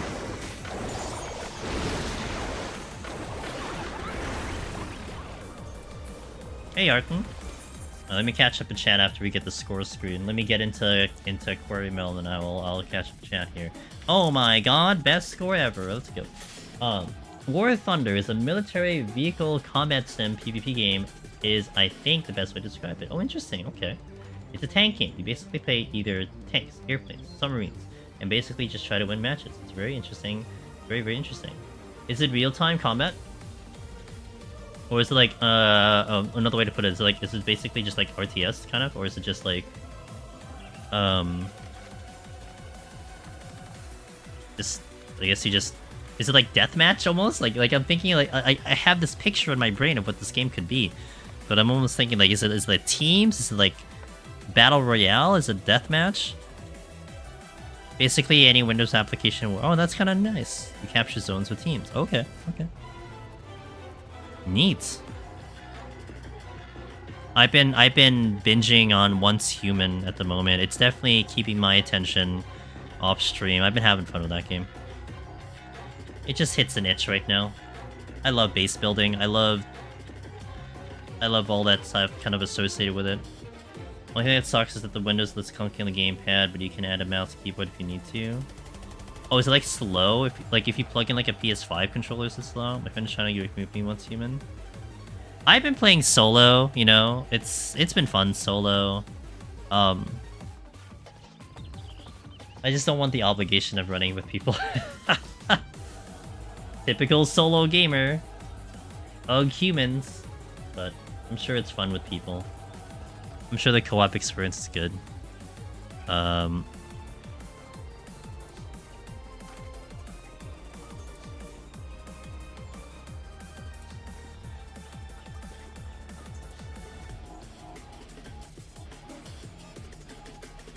I got you, D-Buns, by the way. It's also where a lot of people have been posting class to get their favorite tank. Interesting. It's not slow, but it's awkward, and yeah, okay. Interesting. I know, it's shocker, Graha. I know what you mean, man. Thing is, if you play 14 on it, you're probably not going to get anything too demanding, but at least you can get tomes. So that means you're not going to clear Deep Dungeon on a quad? Picto or Machinist for new PoTD gems, you think? Fresh hair with Picto might be fun if it's comfy. That is the perfect answer right there, Wombo Compo, if it's comfy. I think Caster is still in the weird spot, where... Let me pause the music for a second. I think Caster is still in a weird spot where you still see people who just aren't comfy with Caster. Like, I thoroughly believe, Wombo Combo, back in the days of when Red Mage only was the job that you get Necromancer in, when this was early on, when like only everyone believed there was Red Mage that could pull it off, I feel like you had a lot less Necromancers that could have been, simply because people A, didn't want to play Red Mage, or B, didn't like a caster. And I think caster jobs certainly have a certain way about it that people just can't get into the groove of it, you know? And you can't force it upon people. It's like, you can't be like, oh, you know, it's not that bad. It's like, you know, you do this, you do that. I mean, if you're not comfy, you're not comfy. It is what it is. I mean, that's almost the case with, like, Black Mage. I feel like many people dislike the Black Mage run in Deep Dungeon because they just can't grasp the playstyle as well as some other job. And there's nothing wrong with that. I mean, again, that's why there's 21 other jobs. You pick one of those jobs. So I feel there is a factor of the factor that because it is a caster and it involves standing and doing things that could be tricky for some people, you know? Now, for me, as someone who kind of considers himself a caster main, it's great because I love the playstyle. It's perfectly fine for me. But that's not going to be everyone in you know, in that case. So, again, your last sentence. Picto might be comfy, might be fun if it's comfy. If it's comfy, I agree. I think Picto is fantastic in here, but you have to be comfortable with it, so. If my hotel connection isn't spotty, I could... Oh my god. You're adding layers upon layers on this challenge, Mr. Quad. Comfy is his tank healer, not comfy as DPS. I was just stating EO when Dawntrail came out. I was only able to beat 110 on Gunbreaker. It took me several attempts. Oh wow, really? That's actually interesting. Huh. Interesting, your damage was actually too low to get through. Were you, wait, were you doing single pulls or were you doing AoE pulls? You probably were doing single pulls, maybe that's why. I can see that being slow. You probably would have to do AoE, but not everyone is going to be comfy with AoE.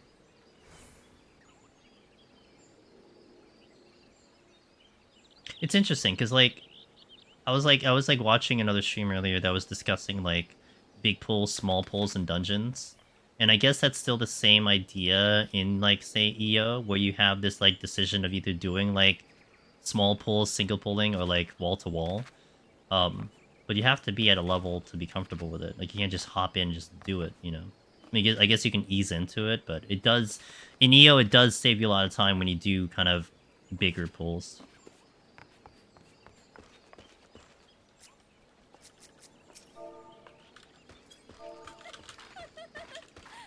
Someone just said hello to me.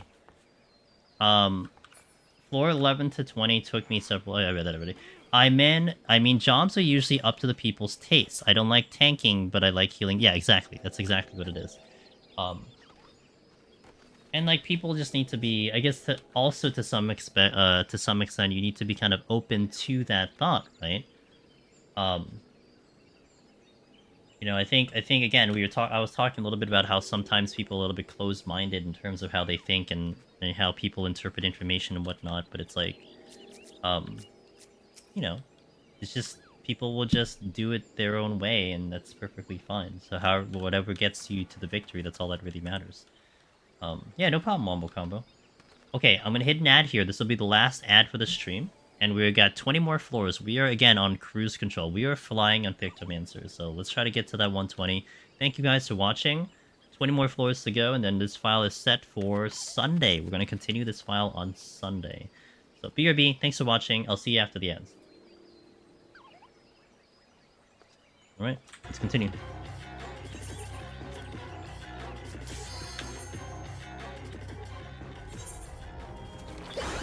Good song.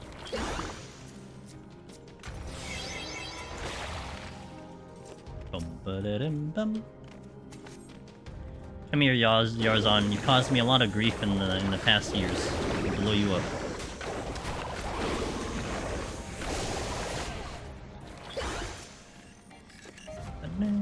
Ooh, H. Do I want to use it? Yeah, let's use it because I could still use the raisings. I just realized how much I'm going to be on maintenance mode with Wuva Heaven in the next patches. Are you doing Savage, Pog? Is that why? I mean, like, for me, I think HSR has been on a nice maintenance mode. Wuwa is, like, almost, like, below maintenance to some extent. Like, I'm even, like, struggling to get through the freaking endgame. Like, I'm trying to, like, carve out, like, when do I want to do it, as opposed to as opposed to Honkai, where I'm like, yep, today's a good day, let's just do it. Almost like I am kind of still dragging my feet with the Wuwa. I mean, whenever I go for a banner, I farm mats and whatnot, so oh, I see. So you pre-farm? Is that what you're doing? You pre-farm or you farm after you get the character? I usually farm after I get the character, unless I know 100% that I'm getting it. Yeah, I don't usually pre-farm. I usually get the character first and go in. I am gonna try to go for the physical destruction, because that could really help me out in my overall roster, but I don't think I'll have enough to get her. But that's okay. I'm happy with working on my Argenti. Hey Ryu, how you doing? Welcome in. I reached the quest with the... That's funny. I actually don't even remember that one, but fair, I'm gonna leave that alone. I hope you have fun.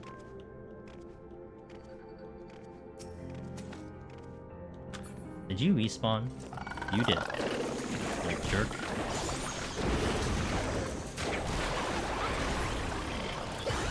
Do I think they'll ever add one?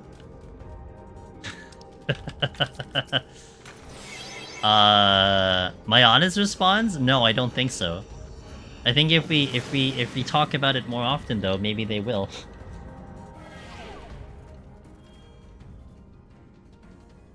I really wish, but it just seems very unlikely.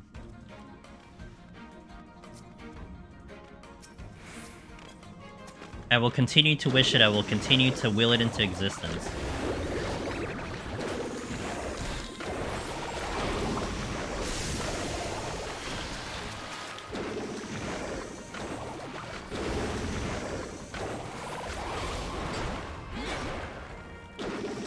I timed out an 89. Heaven on high. Cursed run, no magicite. Ugh. NM Shack snack. I just had that on Warrior. Was it 2 weeks ago? I actually just posted that on my YouTube channel, where we had a Warrior run 21 to 100. Never saw magicite. And I was trying the entire run. So I know your pain, because it's like, it's so funny, you know, because it's like, maybe the first thought I would go with is like, oh, but did you check all the chests? Did you use all your fortunes? Did you try doing your affluences? But it's heaven on high, and based on my experience, I'm like, forget it, I'm not even gonna say that, because I've been there. You know? Like, I'm sure you tried. I mean, I tried, and still didn't get any results, so whatever. Sometimes the game just is like, no, not today, bro. Today we're giving you hard mode. I hope you enjoy. Years on Warrior? Yeah. Well, if anything, again, I put that video up on YouTube. If you ever need a reference of a run where I legitimately did not see a single Magicite. And also, what was interesting about that run, NM Snack, I had a request from a couple people. They were asking me the very important question. Can you clear Warrior without landmines? Or tanks in general? And my response was, okay, let's do a run without doing landmines. So that run was supposed to be a no landmine run, which it was, but it unintentionally became also a no Magicite run. So we did a lot of limiters on that run. So if it might be a good reference for you for like another for the future, there you go. Yeah, exactly, Darth. Probably. I think they're catching on to us, you know. In order to expand an idea, the original idea needs to be more popular. If Deep Dungeon becomes way more popular than it is, I bet they would.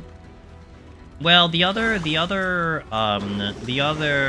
potential, you know, rumor out there is that it needs to also come from the JP community, which I don't really think that applies anymore. But I mean, if it starts spreading in JP socials, then that probably does help the situation, you know what I'm saying? But actually, it's interesting you mentioned that, Cog, because I was actually just about to bring that up. It's the fact that I believe, was it in Hap's interview when they were talking about Deep Dungeon, or someone else said that? Oh no, it was the post from Fania. Fania is one of the best Deep Dungeon runners from JP. They've cleared all the classes on Palace and Heaven on High, probably even EO, like one of the first ones to do it. And I don't know what interview they had. They had a quote that they asked Yoshi P about the next Deep Dungeon, and it associated along the lines that they thought that EO was very popular, and that it might be a little similar to EO to some extent.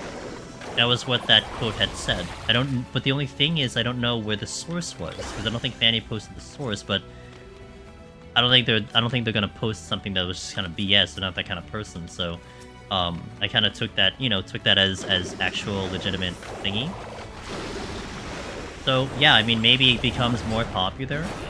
Maybe they do more with it, who knows? I mean, I definitely agree that Deep Dungeon was, EO specifically, definitely was popping when that first released. I mean, I was very excited about the amount of people that was doing it on, like, the first month. It was so cool seeing everyone engage in Deep Dungeon that first month, let alone the soloers, you know? Now, you can definitely discuss about the state of EO in present day. So that's why it is like, if you kind of like nitpick at this comment about how they think EO was popular, it was well received, so they kind of want to stick with that kind of idea, you have to wonder, like, at what point of the content did they actually designate it as popular, right? Because in my very simple, simple eyes of how the content looks and how people are doing it in general in present day, I would definitely say, like, in July 26, 2024, you're probably looking at people doing more Palace and Heaven on High, maybe solos, maybe parties, whatever it might be. I mean, people are complaining about not getting queues in EO, right? So, would you then kind of assume that Palace and Heaven on High are still more popular than EO? But then, at its release, it certainly was very busy and very popular, like I said. Like, a lot of people were doing the content on release. It seemed like everyone is very positive about the content. Like, the people not doing it now, I would say, is not a result of the content being bad. It's just maybe just not something people are wanting to engage with after they're done with it, which was, of course, a fundamental issue to Endwalker, was the repeatability to some extent. But, you know, I think it's kind of fascinating to see kind of what Square Enix and Yoshi considers a success or popular or whatever. Like, what line are they cutting it? Like, are they looking at the amount of people who got the achievement? Are they looking at that first week when many people were doing it? Are they looking at numbers right now that indicate that it's more popular or popular, you know? I don't know. Like, I wonder what that scale that they're using. Do you think they'll release? I'm pretty much like 95% sure they are. Like, at this point, the way you look at it is that there should be one, unless they go back on saying that they were going to do one. Because, like, they haven't directly said that it is coming, per se. They haven't named it. But for all intents and purposes, they've danced around the whole concept, the idea that we are getting one.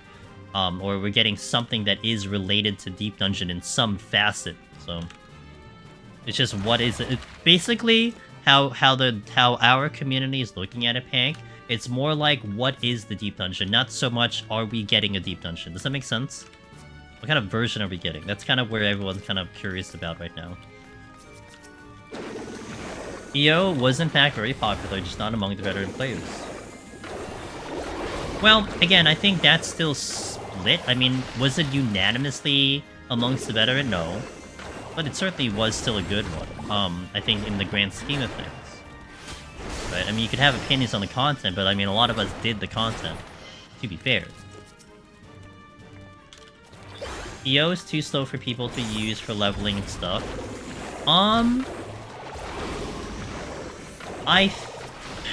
It's interesting because didn't they have that chart that came out about which one was the best XP per hour kind of thing? And EO was a candidate, it just wasn't going to beat out Agalia, right? Because Agalia was going to be way too fast, but it was something that maybe people had considered, at least in the beginning. I could be mistaken, though. If HP mod is similar to Heaven on IB, use Light it takes 2 times as long as Heaven on High Floor sets, not was behind. Oh, was it? Oh, interesting. Okay. Thank you for that clarification. The XP works fine. Okay. Gotcha. It's just not good XP because it takes too long. Oh, okay. I mean, I figured. I mean, that's what I would guess. I mean, EO takes a lot more effort than probably running a lot of the other content, you know? I mean, that checks out to me.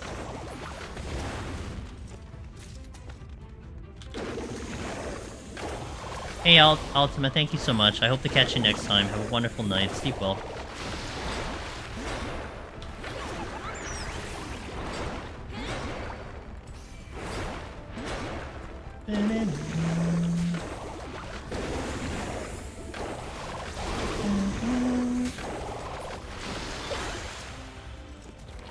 Oh, you know what it was, actually, Pin? I think it was actually like a thing about leveling for Viper and Picto, 81 to 90. Maybe that's what the difference was. But then the Agalia thing versus EO was 90 plus. And of course EO is gonna lose out on a 90 plus thing, but when you're looking at 81 to 90, it certainly, I think it had a pretty high XP value, because it is meant for 81 to 90, not 91 plus. Shadowbring Boja was faster for leveling 81 than you did. That honestly makes sense to me, Sig, just because you're getting constant XP. You know, again, going back to what Pin said, EO is slow. I mean, yeah, and not to mention, I mean, if you don't have a great party, you're probably going really slow too. I mean, I honestly wouldn't have gone to EO if I really wanted to, like, speed level Picto and Viper at all. I probably would have got the Boja as well. I wouldn't have dealt with EO. Forget it. Like, am I really gonna rely on, like, a party to cut through and, like, get me through fast? No, no. 5 point from 1 to 100. But I think when you look at a deeper detail of, like, the requirement you need to reach, like, the faster value of XP, EO would need, like, almost like a near static to do it. Like, I don't think it would be nearly as efficient if you go with randos. If you go randos EO and randos Boja, you'd have a much better experience in Boja. Because you could screw up and half-ass and you're perfectly fine, but you can't half-ass EO. At least that's how I looked at it. I could be wrong, but, you know, that was my initial impression to begin with EO. Like, you needed to give it some attention. Especially if you're running with randoms who probably are going to be, like, just kind of very reckless in EO. If you run with people who know what they're doing, it's gonna be a lot cleaner. Do you think if they add more roguelike elements... Hold on. This could be a little bad, so give me a moment here. I might surrender just because of the balloon. Oh my god, what the hell is this beetle doing? Oh, it's a dead end. Oh, okay, I was wondering. You think if they add more roguelike elements to the next deep dungeon, it would attract more people?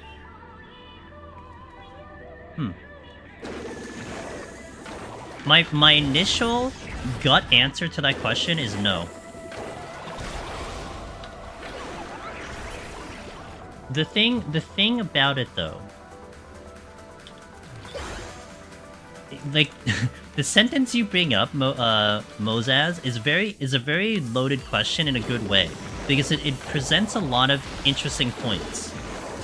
First and foremost, the way you pose the question indicates it's like you want more people to do Deep Dungeon, right? It's like, okay, well, there's not enough people doing it, so you want more people to do it. But I think what has been interesting with Deep Dungeon over the years is it's kind of been this content that I think isn't something that suffers from a lack of people. It suffers from... well, no, I shouldn't even say suffers. It isn't a content that suffers from a lack of people. It's a content that it's like it's hidden away in a back alley that people are slowly knowing that it exists, right? And so you have to kind of ask, is that actually a problem? And I don't really think it's a problem per se, you know? Like, I would say, you know what's a problem? And I always compare PvP to Deep Dungeon to some extent, just because I have a lot more experience in that. In PvP, it's a problem when you have a lack of people, because a lack of people means no one does the content, therefore you can't queue into the content. Now, of course, we were talking about, like, EO and the issues of queuing up party in EO. Of course, you have the idea of soloing it.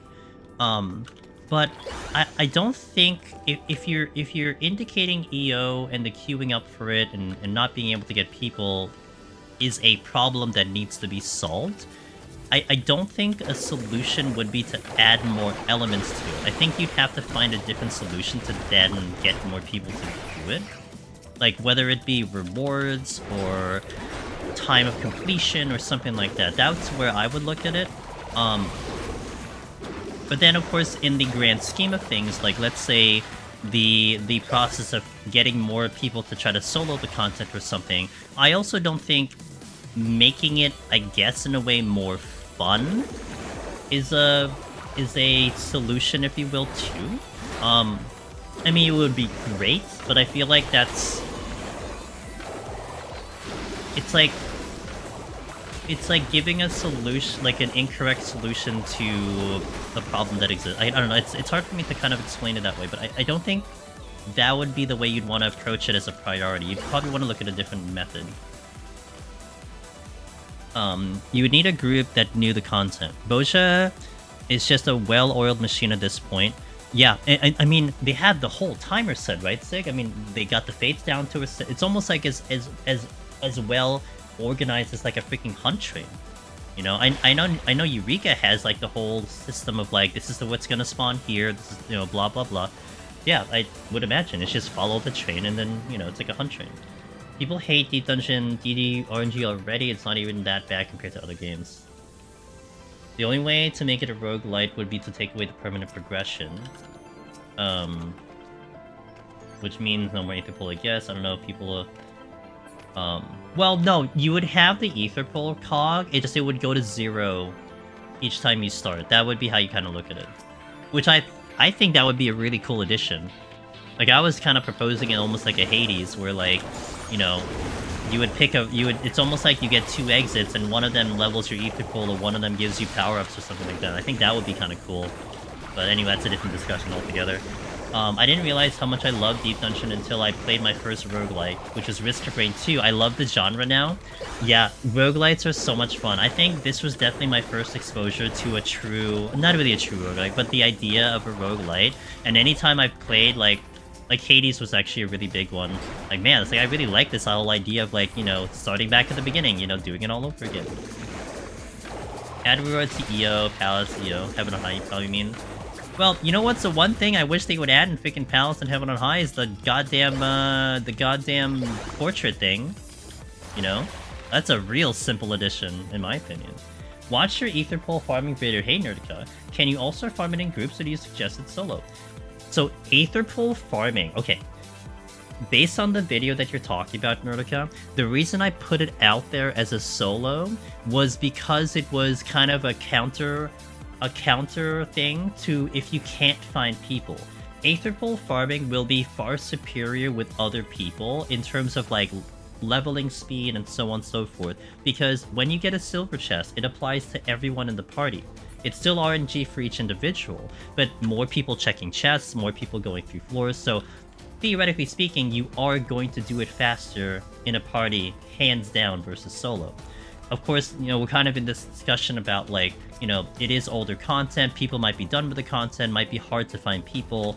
So your backup plan is if you can't find people, then how do you do it by yourself? And that's where that kind of perspective of the video is coming from.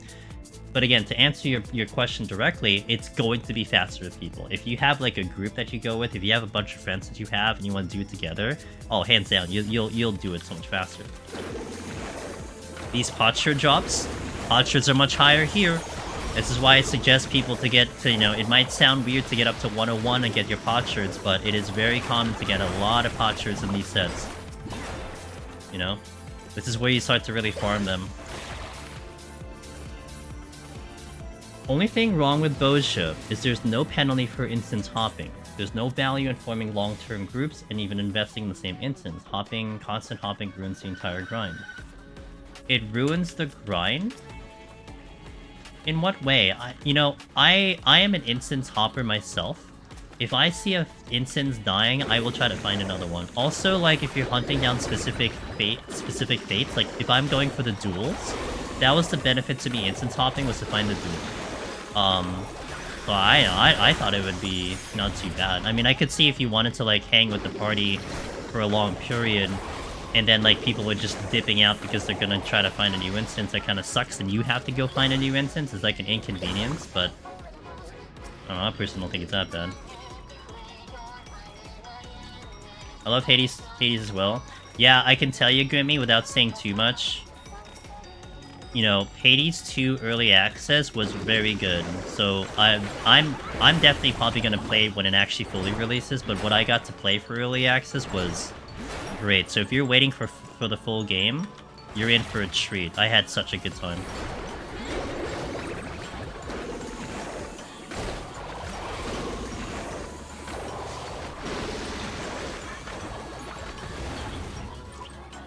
Waiting for the PS release.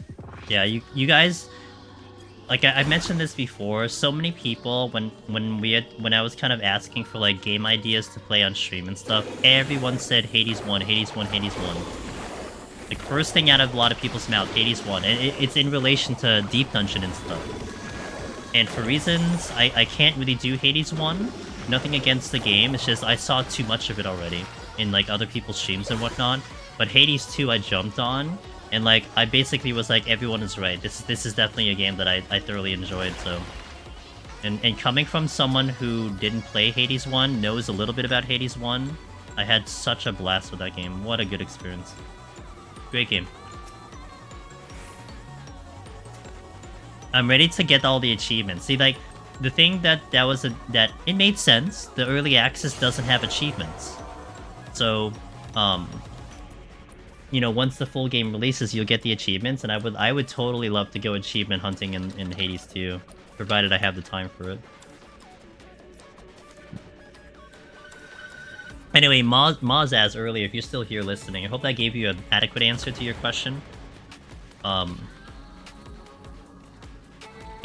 Sometimes it's a little fun to like separate my own desires for the content and then also thinking about what would actually be healthy for the content as a whole. There are definitely a lot of ideas that I would love to inject into this content, but I think some of them aren't probably going to be the greatest for, like, you know, like what you had proposed about trying to get more people to be attracted into the content. Although, to be fair, I think sometimes it's really so simple as you just give more incentive for people to do the content, you know? Like, that is something that I feel like fell short in Endwalker big time, was that the incentive for doing things was just not that great.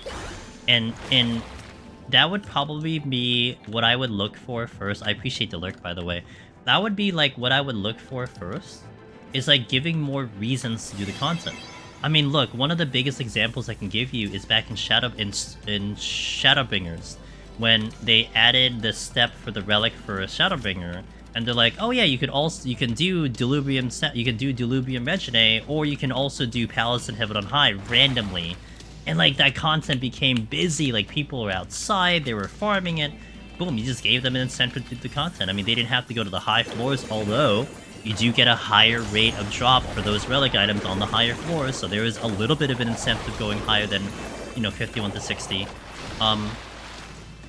That injected people into the content. It's something just that simple.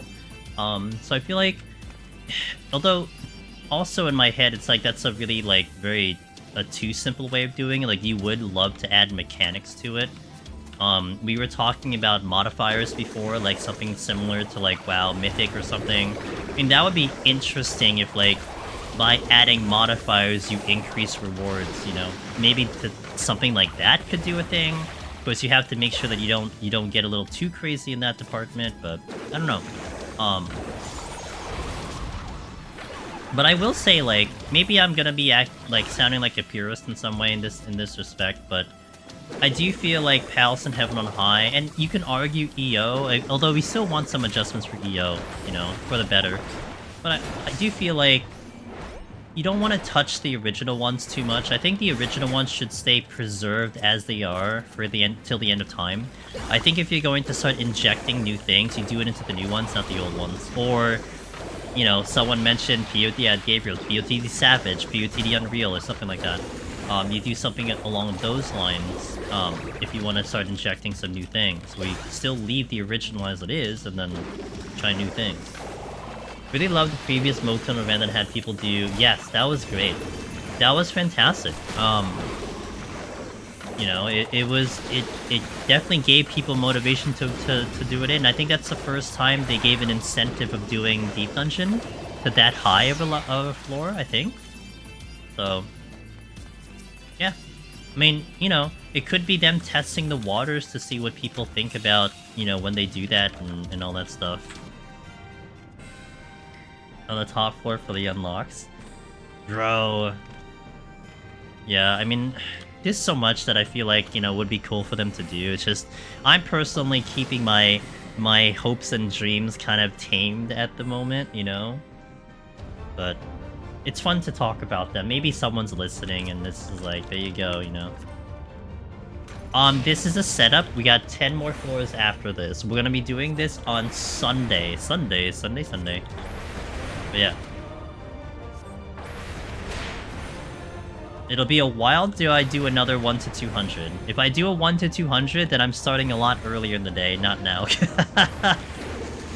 I'll start a lot earlier. But no, yeah, hell yeah, dude.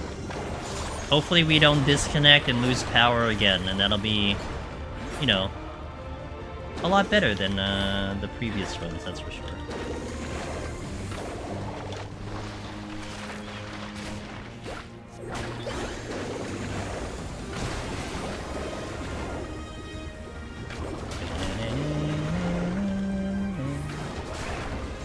Okay, I didn't get a potion running there. I am using sustaining potions on the bosses, so you may see that the no sustaining potion does have an asterisk. The asterisk is here. Otherwise, I'm not getting very far if I don't use sustainings on the bosses. So that's the exception of this run. I am gonna menu it from my inventory though.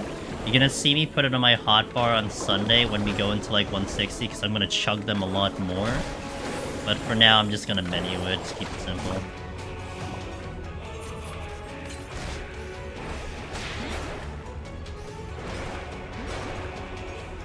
Oh, am I lagging? That's lag. That is lag. Okay, get me off this floor.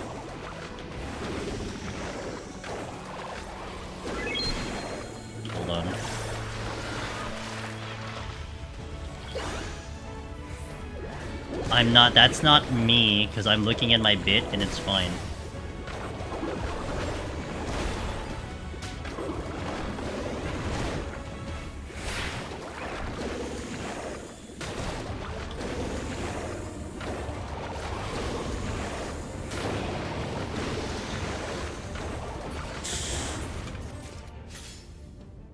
Man, after like having so many issues so far and knowing that I've been here before, I know what this feels like, you know, to have something like that happen.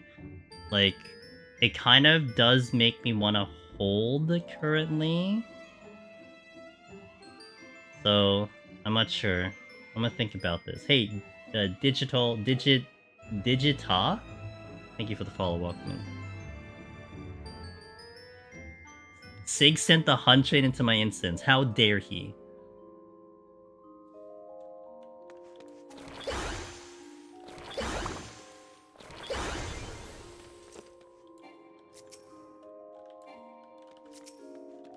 Well, let's see. The last time I had like a little bit of a hiccup, like about 10 minutes later, everything went down. Let me just check the directory really fast. Hold on. No one's in the load screen, so maybe we just had a small hiccup? God, I hope so. If I lose this file again, I'm gonna be so pissed off, dude.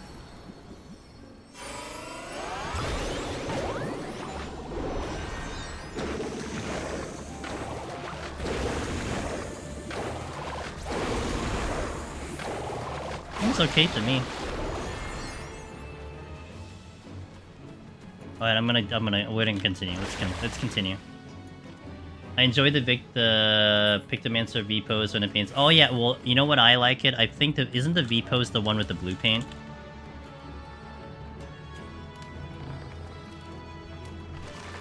Yeah.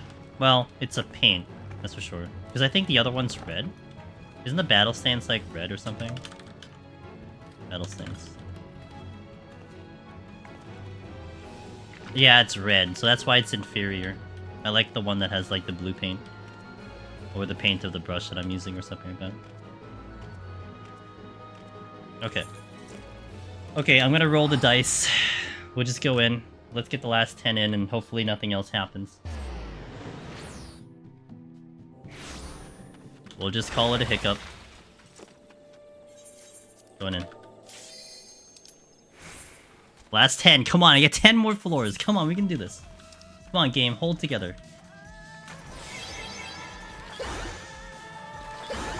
Great start. Guess there is a new leveling method for... gives you... Yep.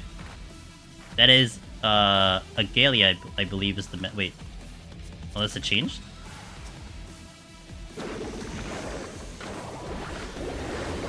Asmus Ring, Battle Squadron...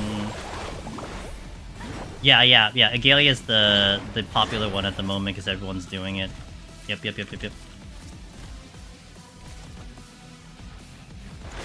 I'm good. I'm happy with my PvP roulette and my you know, my thingy, but I don't even know if I could even survive running an alliance raid that many times for that XP.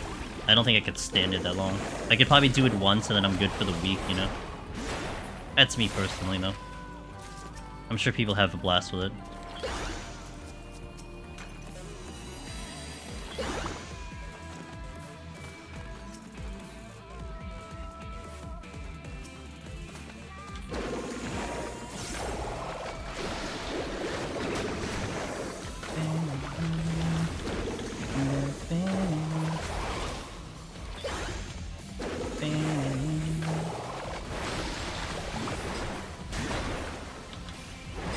Super for grinding, DT fates to level, you make so much money off of it. Yeah, I mean, for me, it's I just do trials and PvP roulette. I mean, if I wanted to level, which I'm good right now, I don't really level that much.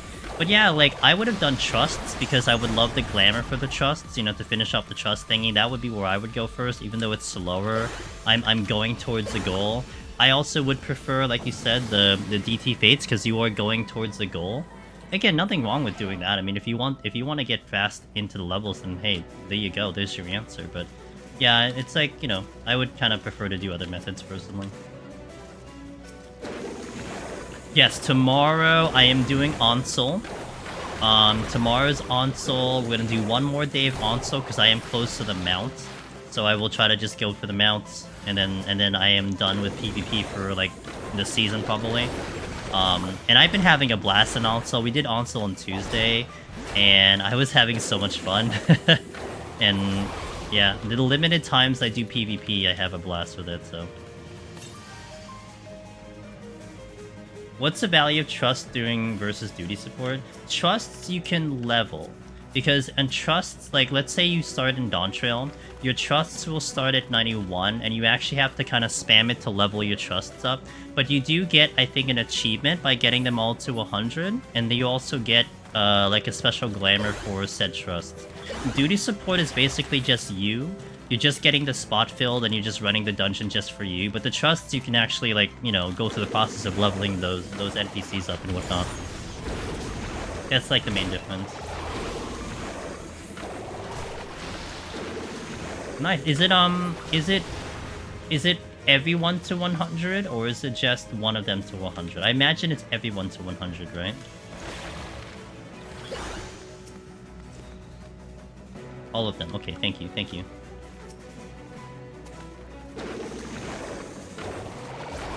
You also get all the loot yourself with trust, which is a ton of GC seals. Yeah, I guess if you're still going for GC seals. Oh shit, hold on. My HP! I don't know where that toad came from, man. That toad is like freaking renegade toad.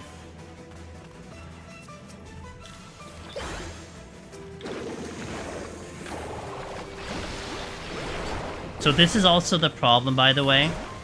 When you don't have sustaining potions, auto heal disable is a problem.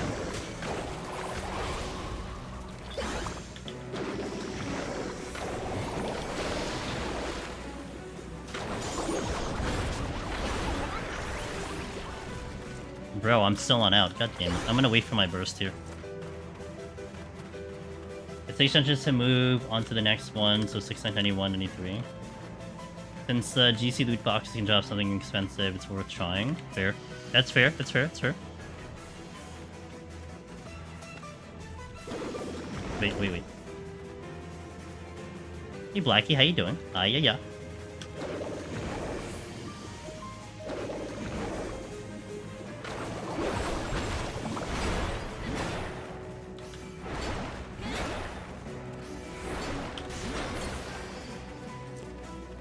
Just woke up. Good morning.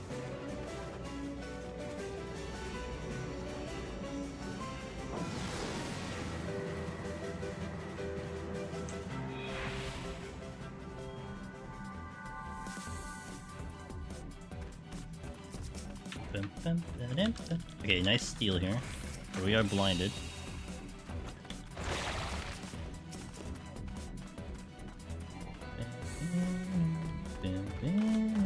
Always adequate for trust. It's lower, but your overall benefit for each run too good to pass up.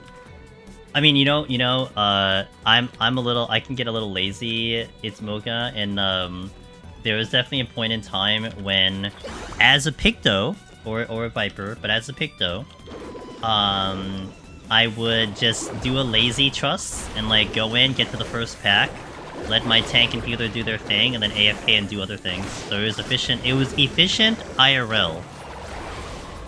You know, maybe mega slow for the overall XP, but efficient IRL. So it's something that could be used to your benefit. You know, if you're a DPS anyway. Unfortunately, for a tank and a healer, you kind of have to pay attention, but.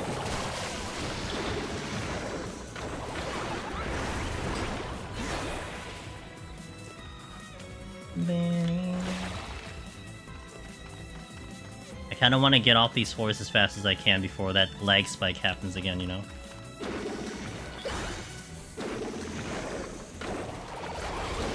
If you're really determined, you can even AFK as a tank. Really? No way, can they actually make it through? I guess if you do, like, really the packs and stuff, huh? Okay. I'll take your word for it. I never really tried. I just assumed it would be just like it would just pass. Maybe like I guess you kill one and then they die and then you just do it slowly or something. Man, those poor trusts, dude, they're trying their best. Your buddy's just leaving them out to dry, you know? It's also very good for players that may struggle with the mechanics. Yeah, I personally prefer the trusts when I was going up the MSQ, even back in like ever since they introduced it. First and foremost, I didn't have to deal with people, which is always a plus. Like personally, man, I'm very introverted, so if I don't have to deal with any humans, like that's like a good day in the office for me. But yeah, like, you know, the trust they have ACT on, you know, it's great. ACT is not very well received with like Yoshi P, but the trusts have them, so they know where to go already. So just follow them; they'll teach you the mechanics, easy peasy. But I do actually like how it definitely seems like they've started injecting a little bit with the AI, where sometimes the trusts fail the mechanics, and I think that's amazing. I think that's so good that some of them actually like fail the mechanics. Whether it's because they're greeting or they're just in the wrong spot. And like, it's funny because this expansion, I actually really tried to resolve the mechanic without looking at the trust, because even like the slightest bit that the trusts were actually being like a little not perfect was enough for me to be like, I can't really trust the thing. Dude, you know what pissed me off though? In a funny way. But as a Pictomancer going through some of the dungeons, and I'm not being specific, I want to still avoid spoilers a little bit, but one of the dungeons I went to, there was very little room to like move around to find the opening, and as a caster, basically my team kept running directly on top of me to drop AoEs. It was so funny and tilting. I'm like, really? Like, you couldn't find another spot to go to, you just go right on top of me, and I just get one shot because of it. But it's part of the fun of it, in my opinion. Alpha, no? Yeah. Also, Alize is the same thing too. She'll just sometimes just not do mechanics. Get the revenge on you, AF King. You know what? That's true. That's true. Alright, I'll take it. Alize is so greedy. Yeah, yeah, and look, I mean, if the rules were still good, I still remember when they were talking about this for Endwalker. How, like, I think it was Y'shtola who had like the best chance of surviving. Like, if you needed to follow someone, you would follow Y'shtola.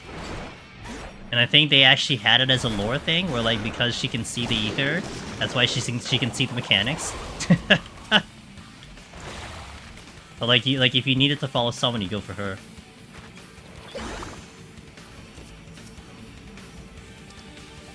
Yeah, she's. Pretty sure trusts scale their DPS based on how hard you maintain the same average clear time, but I wonder if duty support has less rewards or take longer. Otherwise, I don't understand why they can't just add leveling to duty support. Leveling, you mean like leveling roulette or like leveling general? I mean, you could level in duty support, you know? It's just that the thing with duty support is, I mean, it's like it's almost just like doing it for the MSQ. So you're getting into there with whatever the lore has it for that specific duty or something. I mean, you can use it to level if you want to. It's just, you get more of an achievement and the benefit of doing it in the trust system. It's just that you have to build it from the base value, picking it up. Justinian and Alize are so hungry for the LB, it's funny to have them together.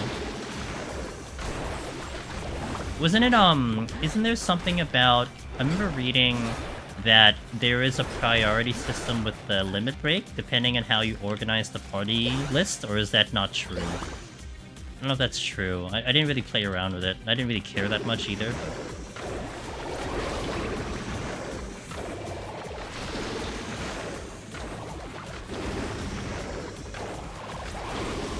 You just had the tinfoil pan. Okay, that's fair.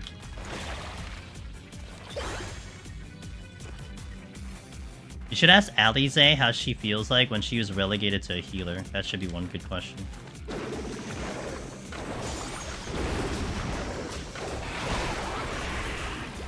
Now let's say I'm out of here. Peace.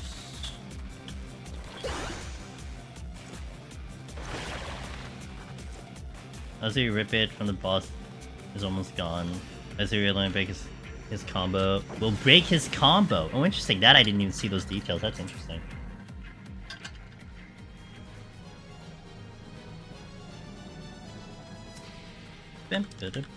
Okay, steal again, that's fine.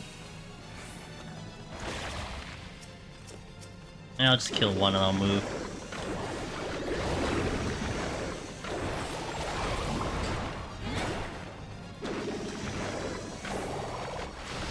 Put them together, will make Insidian LB almost immediately in some cases. Interesting, okay. That's indeed interesting. I should burn this hammer. And it'll be fun.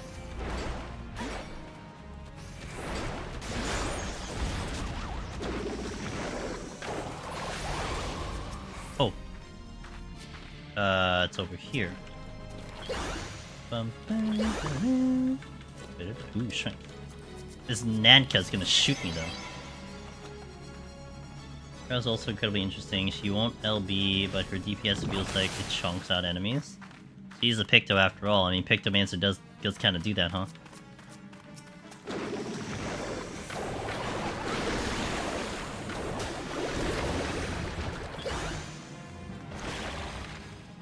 Got another treasure room. Got a lot of treasure rooms today. And a respawn. Nice.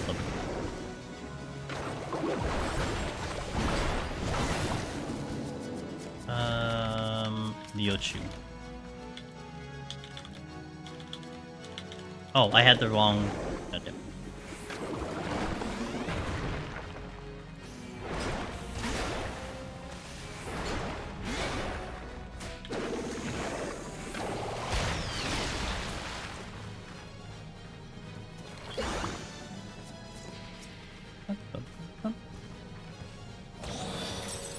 You force a wall pull and they get roughed down pretty fast.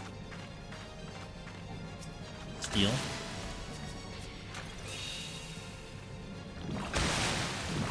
The good thing all of these are sound, I can just sneak on through here. It looks intimidating, but when you know how these aggro... Point of raising? Okay, that makes me... I can play even like super risky now. Let's go. Not a problem. Alright, almost there, team. I'm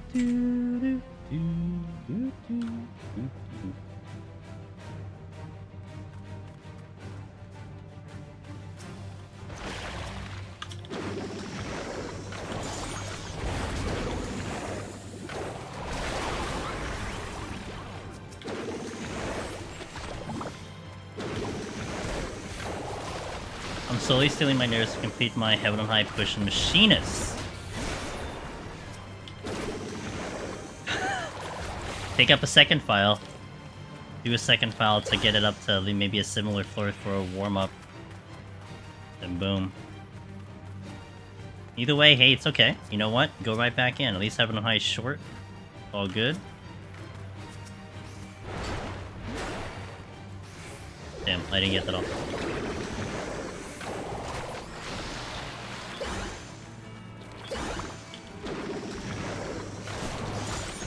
So, in specifically Heaven on High, it's still great. The burst is very good, but you definitely feel the squishiness of Pictomancer. I gotta tell you though, it was the very first job I took when I got into early access, and I feel like I could have played it better, but I was still learning its kind of pros and cons. And so I definitely actually want to go back to Picto, but if you kind of really focus in on the burst of Pictomancer as much as you can for your burst, I think you will get a lot of success on it. Like, I was just kind of pulling willy-nilly, and then the times when I was like, I was missing my burst, it really put me in a vulnerable state. And I wouldn't recast the motifs, because I wasn't still sure about that either, but yeah, I mean, it could do some serious damage. It's a really strong job. Just gotta watch about survival.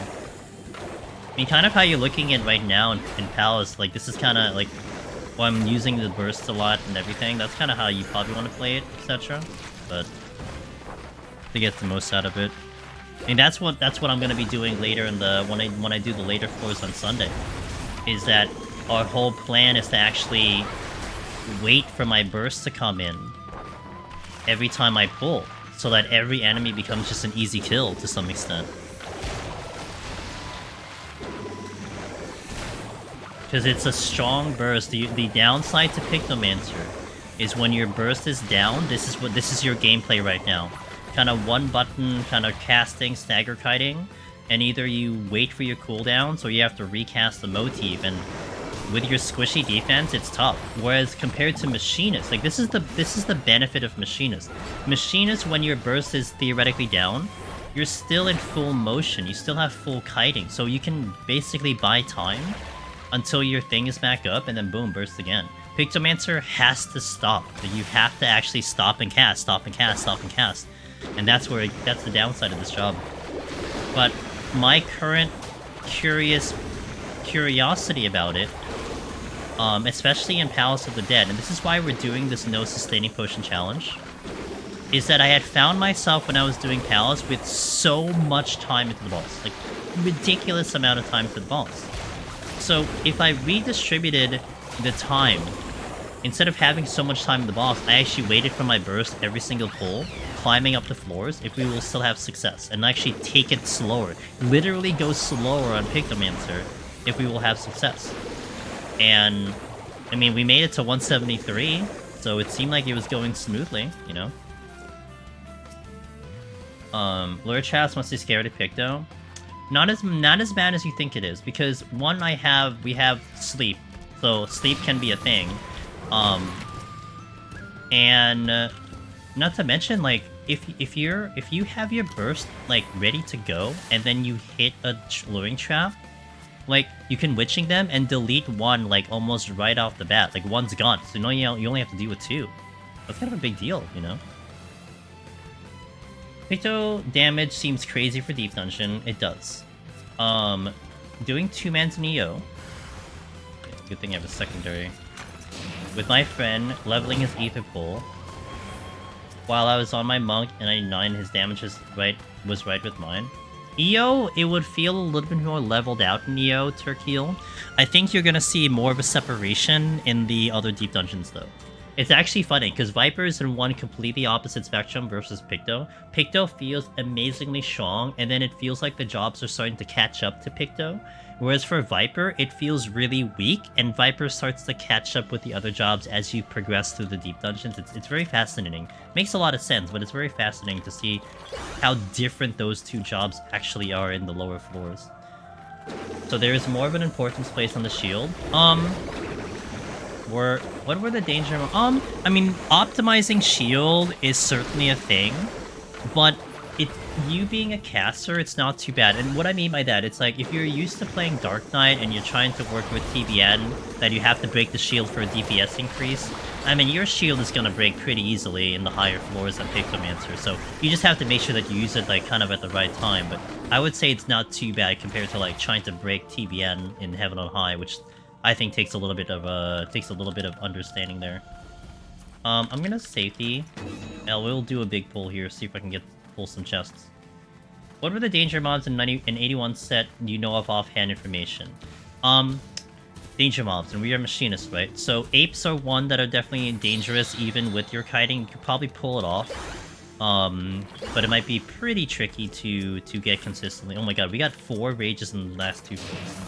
Garulas, the Merid patrols, the big mammoth dudes, those are definitely very spooky if you don't handle them correctly, because they gap close, and then they auto attack you, so that could really, like, that could delete you in one GCD if you just get crit somewhere. Mentegas are going to be one of your best enemies to fight, but they also do a gap closer on the pull. So as machinists, you just want to run away from them. So as you pull them, just run away from them. They only get the gap closer in. Chimeras are usually the easier pulls, but you still got to be careful with them. Later on, moving into it, 84 to 86, you have Shinzei, which are pretty tricky to fight if you don't have steel on. You can blow them up, but they are pretty beefy in terms of what they can pull off damage-wise. And then you have Ryujin and Enko, the two kind of sea serpent walking muscle dudes, those are very painful. Those guys hurt a lot, and you would ideally not want to pull them if you can help yourself. Elephants are really good to pull. Cyclopses and Kokis are really good to pull. Kokis are the football dudes. Elephants are exactly what they are. Elephants. Cyclops are what they are as well. Cyclopses. Later in, you have Manticore patrols 87 to 89, which are going to be tricky on the pull because they will do they will also do a gap closer but get an attack bonus, and sometimes that can be very spicy on the pull. You have Gubu, which if you can line of sight the Gubu, that's great to avoid the poison, but that could be tricky if you're not used to line of sighting. What else is there? Is that everything? I think that pretty much covers most of everything that's up there. I think I got everything. Nowhere content. What's the easiest class to do PoTD this expansion? I really like running Reaper. So, always bear in mind that nothing's gonna be easy. I mean, you could argue certain jobs will objectively have more clears, but even then, that doesn't really indicate easy. And not to mention, easy is still gonna be a subjective answer for you, right? I mean, I can tell you Warrior is really good, but then you're like, I hate tanks, so then, well, that's no longer an option. And that's also a factual statement, by the way. Warrior is pretty good. But, Reaper was a popular one. I really like the Reaper run. It's very strong. If you're liking Reaper, honestly, I would stick with Reaper. It's a great pick. I mean, Machinist and Warrior are still going to be your popular jobs out there. Actually, I'm going to be doing the next live tutorial coming up next week, and we're going to be focusing that on what do you call it? On Machinist. Which is one of my tutorials that I have for Palace of the Dead Machinist, because it was a very popular job to take in. So, yeah, let's remove.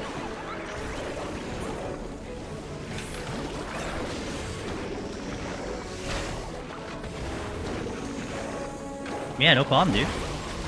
You know, and we got all the videos too. It's Mocha on my YouTube, so if you need any visual aids, certainly pick away at them. I was actually just mentioning, I just uploaded, I mean, aside from me having my Picto and my Viper runs for Heaven on High that we did this expansion, I actually did a Warrior run very recently where I did not pick up a single Magicite, and we still cleared. That was a tough run. That was a very interesting run. So that might help in terms of, like, information, so on and so forth. Something to definitely consider. I think I'm gonna kill these bees, because I think my damage is just missing out a little bit. Watch out for this one. We should be okay, though. Okay. I had the raising on, but we were okay. Yeah, and actually that run was funny because the original intention of that run was to do a no landmine on a tank, because there was a very common question. I had a number of people ask me, hey, do you have to do landmines on tank for Heaven on High? And it's a fair question. Some people are just not going to be comfy with the landmine. And a lot of my information involved, like, okay, do a landmine because it's a big time save, but man, if you're not comfortable with it, we wanted to just demonstrate, like, okay, well, this is a run without a landmine. Like, you know, you have options. You don't have to do it. It would be really nice to do it, but you could still get through. And then it unintentionally turned into a no Magicite because I didn't pick up a freaking Magicite. From 21 to 100, we never saw Magicite. And I was trying so hard. And I actually thought I was going to get a Magicite on floor 1 on like 99, just because it was going to be funny, but I still never saw one. Warrior is very straightforward. For some people, I think for me, the thing that I can see about Warrior Yosemite, especially when you're talking about 60 content, it's boring. That's what I could see some people say. Now, for me, I'm used to it. I got very comfortable with Warrior. I don't really care. Like, I don't consider it boring just because you can do a lot of things with it. But I can see people saying that the job's boring. And then, of course, again, you have options. You can do another job if you want to. Do Machinist, do Reaper, do Picto. Picto, we're showcasing Picto. I think Picto has a very strong possibility of being a very popular job. But I'm still trying to analyze the job myself to see what its potential could be. Sage is also popular too as a potential option, but there are a lot of jobs that you could decide to get Necromancer on, and honestly, like, in my opinion, you do have like a top 5, if you will, but not like a definitive top 1. I think that's where that can be definitely debated on. Because you now have to look into player game styles, player preferences, so on and so forth, and that factors into a solo run, especially for this long. I mean, I will thoroughly believe that if you're told to do a job and you're hating your entire experience doing it, you could have just done another job and actually felt better about it, and actually probably had a better success rate. That I do thoroughly believe that's a thing. So, kind of struggling the boss 170, even with strength and sustain, he hits hard. He does. Yeah, 170 is a truck, and you have to like. It's an interesting kind of like challenge of rotating your heals and bloodbath to get it the most efficient, because those double attacks, if they crit, it really sucks a lot. But it's also like popping the shield when you get those tank busters. Again, like using bloodbath to its fullest extent, probably popping like hyper potions or max potions as much as you can, and kind of rotating between them. But yeah, it's like it feels hard, but everything kind of balances okay, you know. So like I know a lot of people. I remember like before when I was doing runs like this, you would see like my HP dip low, and people would start getting freaked out. It's like, oh my god, your HP is so low. And then to me, it's interesting because certain parts, like let's say Godfather. Godfather is a really good example, where Godfather will do the tank buster auto and dip your HP to like 20% in one hit. But I think to the viewer who may not understand the fight, would be like on the edge of their seats, like, oh my god, you're about to die. But like to the people who know how that fight goes, I mean, you're just a Godfather is that you just have to survive that tank buster, and you got this large window of time to actually make all that HP back. So it is like a roller coaster in some sense, but it is part of the rotation of the fight. And that's kind of how 170 to some extent is. It's that you have portions where you're taking big damage, and then you have portions where you're not taking damage, and you're getting your HP back during those points, as long as you're not getting hit with like the AoE, or you know your position is bad, or you didn't like utilize bloodbath, so on and so forth. So and once you kind of see that flow, you know, I think it makes a little bit more sense. But yeah, no, it will hit hard. Honestly, I still think 160 hits harder than 170. The double attacks are pretty insane on 160, but guys, thank you for watching. Thank you for being here. I hope you had a wonderful time in these 5 hours that we had together. Our goal was to get to 120 on Pictomancer, and we are here. This file will continue on Sunday night, 9 p.m. Eastern. Hopefully we can actually complete the file, or I die. One of those. I would rather have that than losing power. That would definitely be ideal. I am streaming the next 3 days in a row. Usually I have Saturday off. However, Monday we have some family obligations, so I'm moving the Monday stream, the Monday EU stream, to a Saturday night. So what we got coming up here tomorrow, we're gonna be in PvP Onsel, because it is Onsel tomorrow, and I'm pretty close with PvP. I've been having a lot of fun. I was doing PvP roulette to level like my Picto and Viper, and I just got the itch to come back. So we're kind of close to the mount, so I'm at least gonna get the mount, and I'll be happy with that. So we got one more day of frontlines tomorrow, which is Onsel. Saturday night we'll be looking to do Heaven on High Monk. Haven't touched Monk this expansion yet, so this will be my first time on Monk for Dawntrail.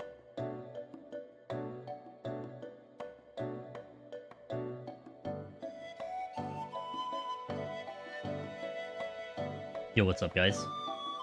Happy Sunday. The last day of the Twitch drops today. Hold on, let me just get my water in. Luna, ahoy! Hugo, thank you for that Prime Gaming. Appreciate it, dude. Congratulations again, by the way. Bobinity, you do win today. Congratulations as well. Gabriel, thank you for that reminder. I am actually recording today. Today's going to be a good day to record. So we are in fact recording. Let me just stop the music and then let me get YouTube going. Al, hello, how you doing? Let's just say hello to YouTube. And then let's swap over. Hey, I appreciate that. Means a lot, dude. I'm just sitting back having a good time here, so it really means a lot that people just have a good time as well, you know? What I ask for. Oh my goodness, it's Miss Alchemy. Oh. That's the way to start. What's up, Miss Alchemy? And the perfect time too. I'm actually just we just started, so I can actually wait and like chat a bit till you have to go deal with your attention-seeking cat. Guys, check out Miss Alchemy. She is one of my dear friends. Also, if you guys are gonna be minding the world race, she's gonna be throwing down her very, very in-depth knowledge of the raids on the commentary couch with the world race. So, very proud of you, by the way. I'm very excited because I will be I will be a viewer. I'll be in the bleachers because I have no business with Savage, so I'll just be watching in the sidelines. So it'll be really fun to listen to your expertise in the topic. I saw you would say, yeah. Oh, I appreciate that. What's up, Zamoka? What's up, BZ? Hello, guys. How y'all doing? I hope you are having a wonderful day. I'm Angelus. If you haven't been here before, we are going to actually just start a Pictomancer Palace of the Dead 121 plus. We've added in a challenge where we're not using any sustaining potions on the floors. We are using it on the bosses. I have like a little asterisk there because we will not get through if I don't use any potions on the bosses. So we will use it on the bosses, but we will not use it on the floors. It's kind of a bit of a limit test on this job to see what this job is actually able to do, because I think it's very strong. But to really kind of have this view and this understanding of how strong the job is, we need to put it to the paces. And this is going to be the first kind of little thing that we'll do with this job to see what it can do. So, I even found a normal little challenge. Imagine Savage. Good. I'm actually excited to see and to see if teams are gonna get stuck and frustrated and rage quit and stuff. It'll be good. Yeah, but I mean, it is like, to me, it has actually been an ever-growing, fun spectator sport to watch. Yo, what up, Extra Goodness? How you doing? Again, as someone who has no business dealing with that content, I have no interest in it, but I do like watching it. I've seen, Mog Talk's coverage kind of grow in time, and it's become more and more of the spectacle that it is, and it's a really cool thing to at least have some type of knowledge about, just to be like, you play the same game to see what other gamers are pulling off in that sector of the game. It's a lot of fun. So totally sus. Pretty sus. Yeah, very sus. But it'll be a good run. So I did this last weekend, and we got to 173, and then I lost connection because my modem reset. So I still have a lot of confidence in this run. There are definitely some weaknesses that are going to be associated with this, but it'll still be fun to see if this job can do it. My keyboard is not on. Hold on 1 second. Hey, Blaggy. You hear sus. It is super sus right now. Let me get my keyboard going so you guys can see the button presses.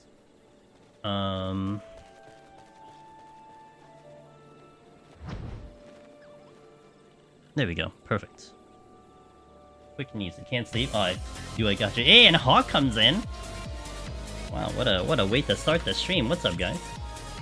Shoutouts to Hawk, a friend of ours. Does a lot of 14. Hawk, you doing some Savage on your end too? It's almost like I would almost assume like when people come in here, they're probably doing Savage. It's more rare when you're not doing Savage, so I'm just gonna make that assumption. But then if you're not, it's all cool. You'll be joining me, in the non-Savage experience. Hey, sweet. What's your goals? What's your goals for Savage? Like week 2? Are you like in a casual group? Week 1? I know our buddy Hurricane Sheila is they're hoping to clear in a few days. So definitely week 1, but in a couple days. Not really world racing, but week 1 is their goal.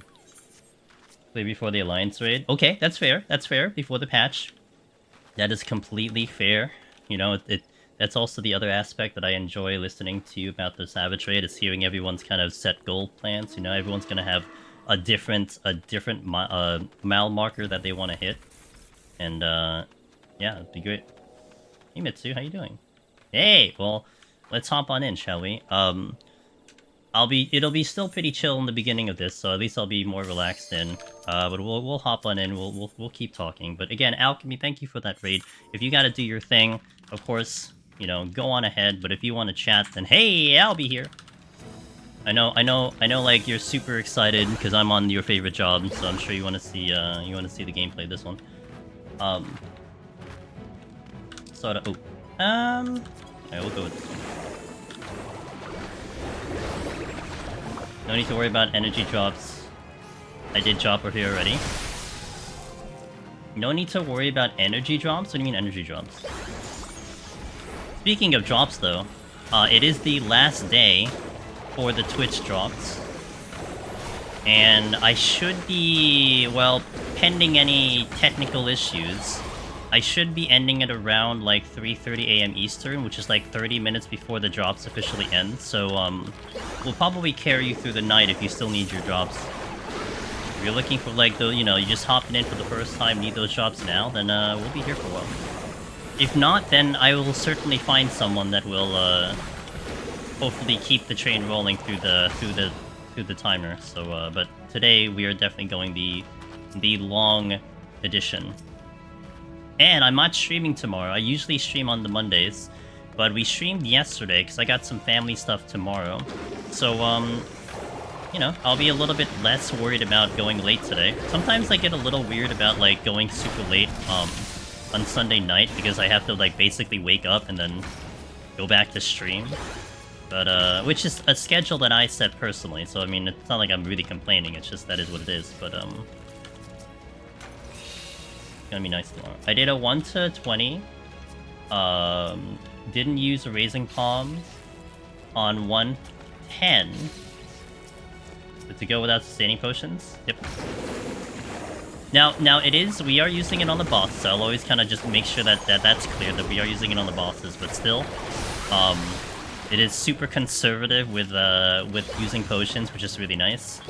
And if anything, we are going potion positive. Even if like for some reason I lose the file again due to like some connection issue, then hey, at least I went up on potions again, you know. This music on this floor makes it feel epic. It's an epic song, you know. So checks out. I'll let you live today. Yeah, this has been an interesting experience, as I try to get more and more understanding of what this job is capable of. Hey Gavindale, hope your net stops. Well, we survived yesterday. We got through 1 to 100 monk yesterday, and I didn't have any issues, so I'd like to think the curse is finished. There was just a 1 week little messy situation, but hopefully we'll be clear today. But again, I was kind of just saying, like, even if this file were to bork due to technical issues and I have to run this again, I don't think I'll feel so bad. This has been a fun run. This has been a fun job overall, so can't really complain about it.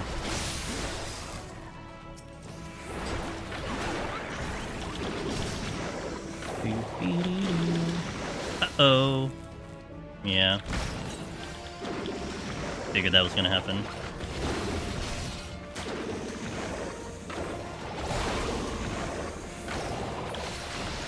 Wow, a high kill. I'll take the Bison. I have the Paralyzed Diminishing Return anyway. I hope you guys all had a wonderful weekend, and if anyone from Alchemy stream, I hope you guys had a wonderful weekend. I had a pretty good one here. No complaints, kind of normal, but I certainly cannot complain about it. I know, like, maybe a lot of you are kind of mentally preparing for Tuesday. Maybe getting your last bits in, your last tomes in. Actually, speaking of, I have to remember, I need to spend my tomes. I need to actually leave this after this one and like just dump tomes somewhere because I forgot. And my Picto is 100, so I am getting the other tomes. So I need to actually remember that. Hopefully I do. Otherwise, I'm just wasting them away as usual. There's something behind me. I have 6 days worth of food. Nice. I'm assuming you mean IRL food. Not, you know, X amount of stacks of in-game food. It's funny, in Endwalker, I had this entire plan of like, oh, I'm gonna stream like crazy, both for Eureka Orthos and also Early Access in Endwalker.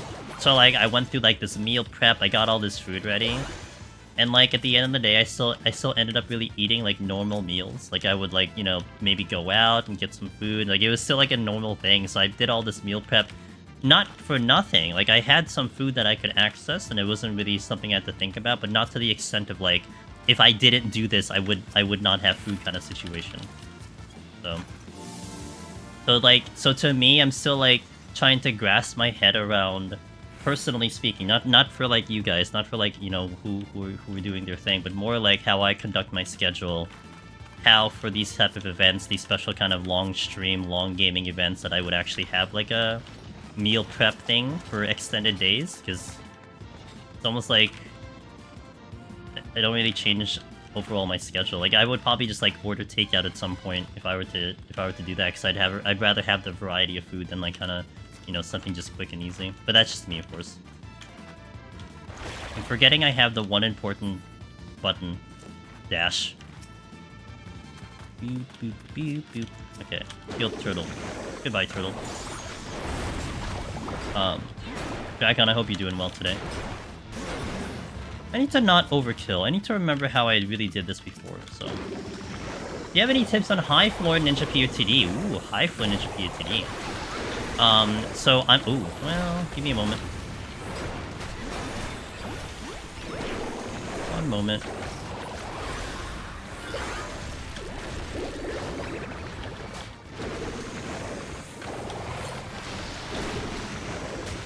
I'm assuming you mean, like, let's say 151 plus? One of the big benefits of Ninja is two things. Well, one major thing. It's that you have Hide. Hide will carry you through a lot of things. I mean, it carries you through aggro. It carries you through having an opening burst. You know, basically always having you Mudra. And now that you have the Huton change, at least my experience from Heaven on High, you don't have to go through like a lot of setup for like your buffs and stuff, because your Huton essentially is permanent now. So almost every time you hide, you have your 2 Mudras. So if you're not doing that already, which I would like to think you're already doing, but let's just put it out there. If you're not doing that already, make sure that before every single battle, you do hide to make sure you have full Mudra, so you have a full burst, or nearly a full burst every time you encounter something. I would definitely consider getting your ninjutsu out as a form of kiting. You really have to think about the idea of kiting on ninja, because there are going to be some engagements that, you know, if you're just going mono-y-mono, you may lose just because they're doing a little bit more damage than you can actually keep up with. And that's where the Mudras are going to be so useful, because you will have mobile damage. I mean, granted, you're not doing GCDs, but, you know, you're doing mobile damage. That's really good. One big thing that helped me a lot in Palace, more so than really Heaven on High, but I learned it in Heaven on High and it carried into Palace, is understanding the enemies that are going to be a little bit tougher to deal with, and understanding which enemies are going to be a little bit easier to deal with. So, like, you would open up... Okay, let's take, for example, 161 plus, where you have all the dinosaurs, even on the very first floor. The crocodiles, the crocs, that only do, like, auto attacks and double attacks and stuff, you would pull those with Bloodbath, because the Bloodbath will help you survive a little bit better with the extra healing. And you would fight that with Bloodbath. It should be pretty good, you know, Dream Within a Dream, all your bursts, blah blah blah, and this is without Strength and Steel, mind you. You fight that first enemy, and then as your Bloodbath is coming off cooldown, go fight the raptor, go fight the alligator, because those are going to have telegraphs, and they're going to be a lot easier to manage. They give you a little bit more time to recover. So you're alternating between harder enemies and easier enemies to allow your Bloodbath to come off cooldown. And you get into that pattern, especially on the high floors. And we're talking this works in, like, you know, even like 181, especially 191, you know. But of course that ends up becoming an understanding of like what is hard and what is easy. So a little bit of knowledge will help there. But that is a big help, that you want to almost maximize your Bloodbath efficiency, where you're not waiting for it to come off cooldown, but rather as it's on cooldown, you're fighting something else that's a lot more easy, that's a lot easier to handle. And then lastly, I would say just make sure that you always have in your brain that you can kite. Because I think melee, that's probably one thing that's still very different from maybe someone coming in for the first time, hopping into a melee. It's that you know, you don't typically think about having to run away from combat because, okay, well, what kind of damage am I going to do if I'm running away from combat? But you're thinking about survival. You're thinking about letting your cooldowns come back in. And so what that does is that it buys you some time to heal back. Maybe you wait for an opportunity to let them do a telegraph, or wait for an opportunity that your HP is just back into better order. And then boom, you come back in and do some damage, you know? So definitely think about that if things are getting spicy. Just be like, okay, I think it's time to run right now. And let yourself get in. And that's where Sakuchi comes into play. Huge ability just to teleport out and, you know, buy yourself some distance. Very, very useful. So yeah, I would say a lot of those, hopefully that would help you out. That's usually like what I think on melee as well, in terms of that thing kind of thinking.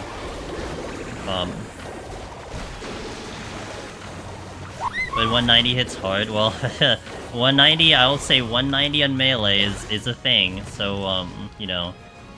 But, hey, look, give it a shot, see how you go. Maybe it does become better. I would recommend watching a video for 190 for melee. I mean, I have all 5 melee now, all 6 melee available. So if you need some type of visual, I definitely recommend at least checking it out if you haven't already. But, yeah, I wish you luck. Also, Kitty White Maids, thank you for the gifting a tier 1 to Carrion. Yo, cheers. Thank you for that. Thank you for that support. And gifting a member of the chat and the community a gift sub. Appreciate that. Okay, good. Yeah, okay. Yeah, it's one of those things where it's like, I could describe it to you, but it's probably better just to see it for yourself kind of thing. And just hopefully get down, like, the pattern and everything. Aww. Hey, Mr. Oh my god, 49 months. Let's go, dude. Tier 3, 49. Where does the time go? Angelus Germaninate. Where does the time go, my friend? Thank you for that continued support. Oh. Well, I didn't mean to hit you, but since you're here already...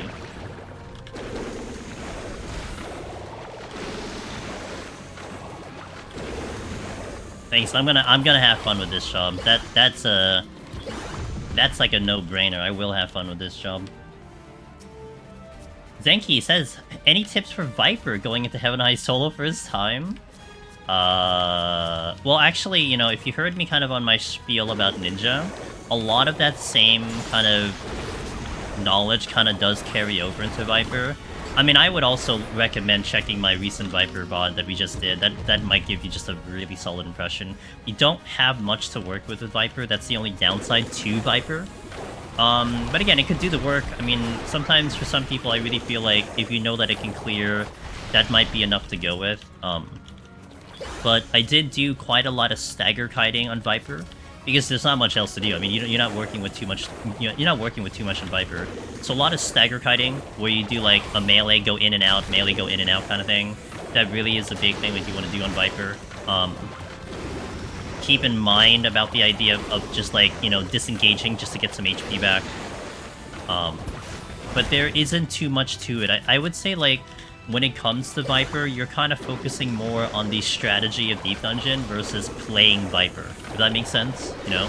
Like Ninja, you have to know that you can utilize Sakuchi, that you can utilize Bind. You have a Bind, you know? These are like a lot of little things that you may want to keep in mind. Viper, there isn't a lot of little things to keep in mind. I mean, you don't have any like niche situational abilities and buttons that you can hit for like certain situations. It's just do damage and stay alive. So, but yeah, I mean, a little bit of kiting, management of your bloodbath, kind of the best way to really describe the experience. You don't have any buttons, period. Heal me, please. Hey, thanks for the follow. Welcome in. I mean, you have buttons. Just, you know, they just do damage, nothing more. They don't do defenses, they don't do healing, they don't do movement. But, yeah.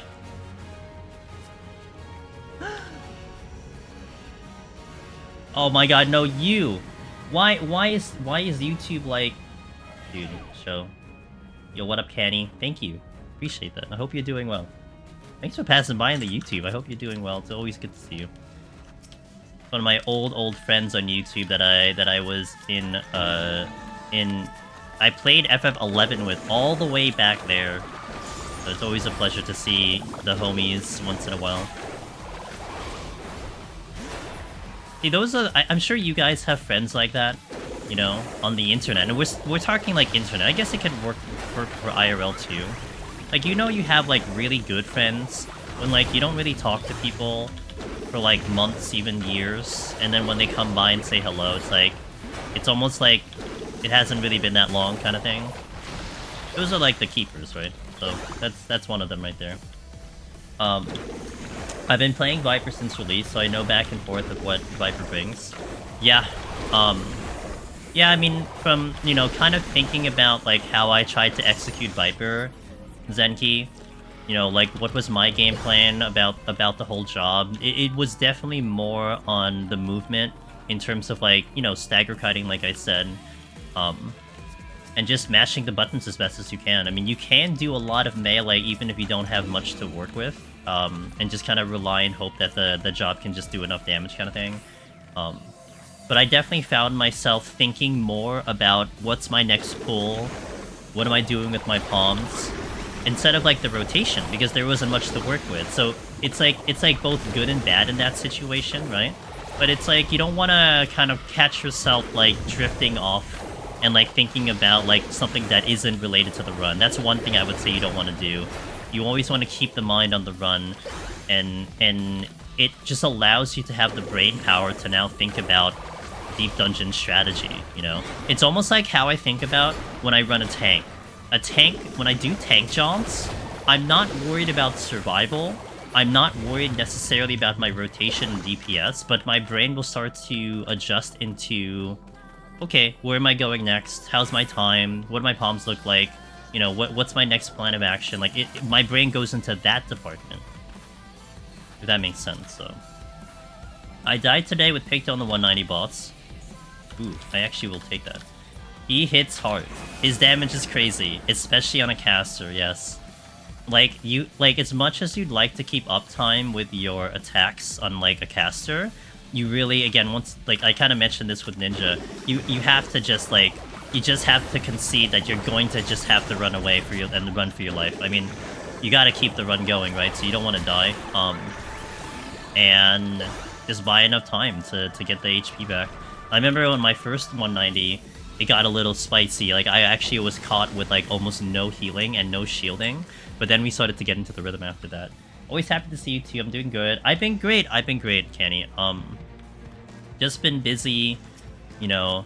Life's been good in general. So I hope that at least we can relate on. I hope life on your end is going pretty good. But yeah, busy with content creation, busy with just IRL things, and really can't complain about, you know, things and stuff. So been good. Haven't tried the new expansion yet. Well, right now you're here watching one of the new jobs, and of course my perspective is going to be very, you know, not the general look at the job because I'm doing solo content, but at least from what I've been able to understand of the new jobs and stuff, I mean, generally they've been good. I really like the Pictomancer. I've always liked the casting better. Picto has just been a lot of fun. I did take in Pictomancer for the MSQ because I liked it so much, and I think I'm going to stick with the job for the expansion. That's kind of how much I do like this job. Yeah, but the job's been great. I think a lot of people have been generally happy with the content in the expansion. I mean, they even boasted that they've had the most concurrent users on the game since, like, the release of, like, ARR, this expansion. I mean, the server was very good when the game released, which is one of the biggest things that you always want to have, is that, you know, you get a new expansion release and people can play the game, and barely any issues at all, so everyone is pretty happy in that department. Yeah, it's been a really good expansion overall. I'm pretty excited to see all the content that they're going to bring to the table. And you have the new one coming in with Savage on Tuesday, in 2 days. I'm not doing Savage, but it definitely is going to give a nice look to see if people will be satisfied with what they'll bring, because it is definitely their premier content. And I think if that hits a home run, then there's really going to be a lot of positivity with what people will think of this expansion moving forward. And worth noting, Canny, in the next patch 7.1, which will be in like a couple months, it'll be a while, they're going to add in the new Alliance raid, and the Alliance raid is focused in on FF11.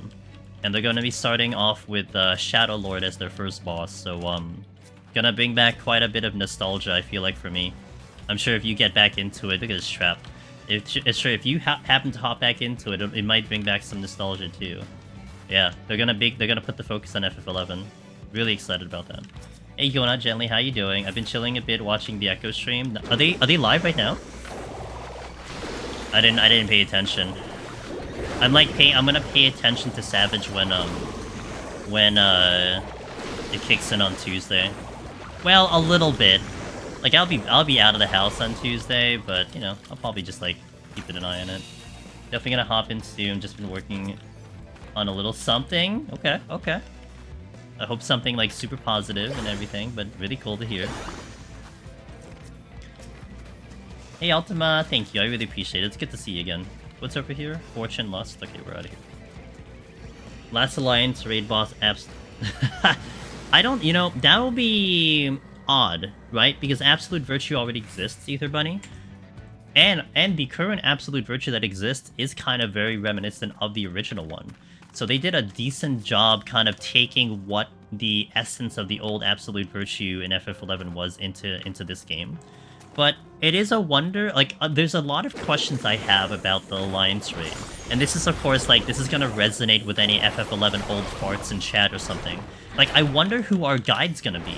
Who's the person that's going to, you know, shovel us through the whole story, you know? There's so many great characters in FF11, and I do wonder who they're picking for it.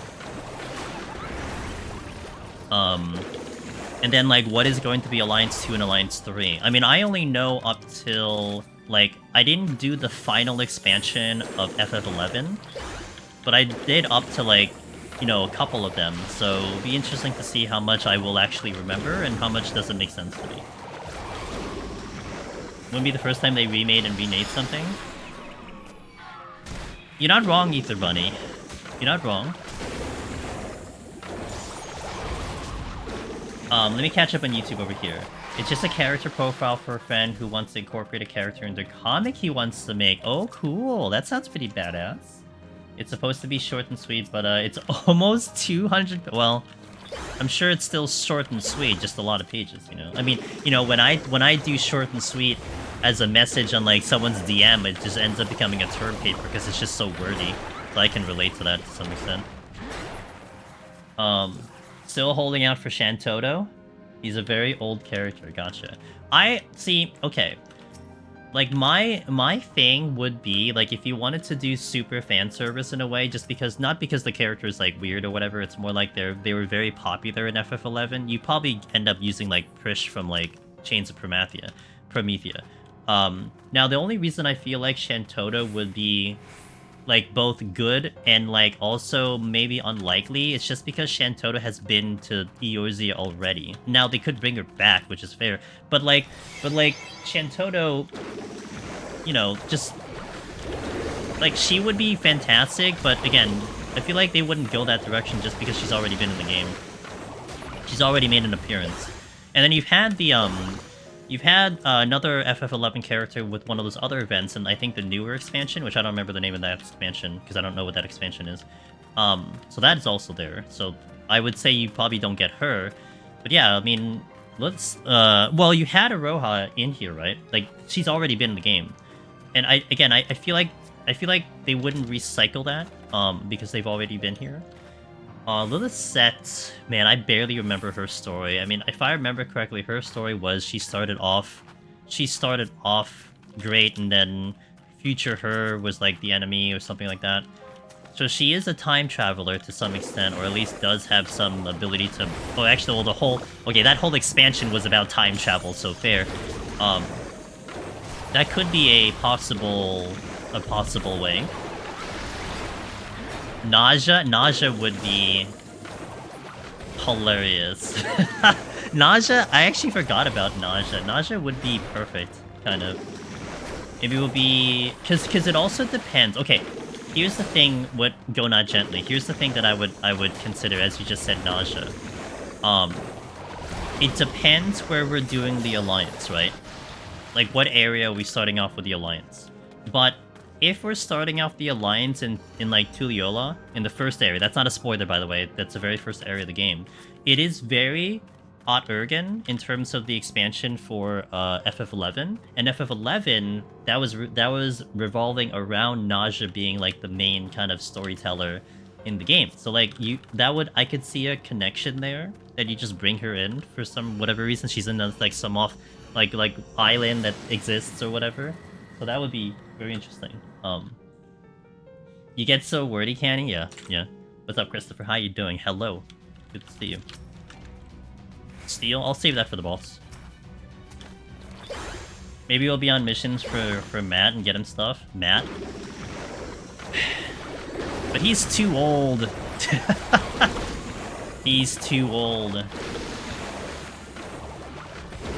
I mean, that would be interesting, too. Wouldn't it be hilarious if, like, you have to actually go through Matt just through the content? Oh, so you're really good at your job, you think, huh? With more solo duties that people are going to complain about that they're too hard. That'd be hilarious.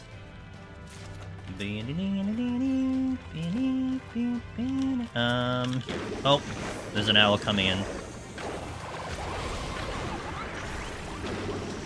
Yo, what up, Pappet? How you doing? Oh, I'm good. Thank you for asking. I hope you're doing well.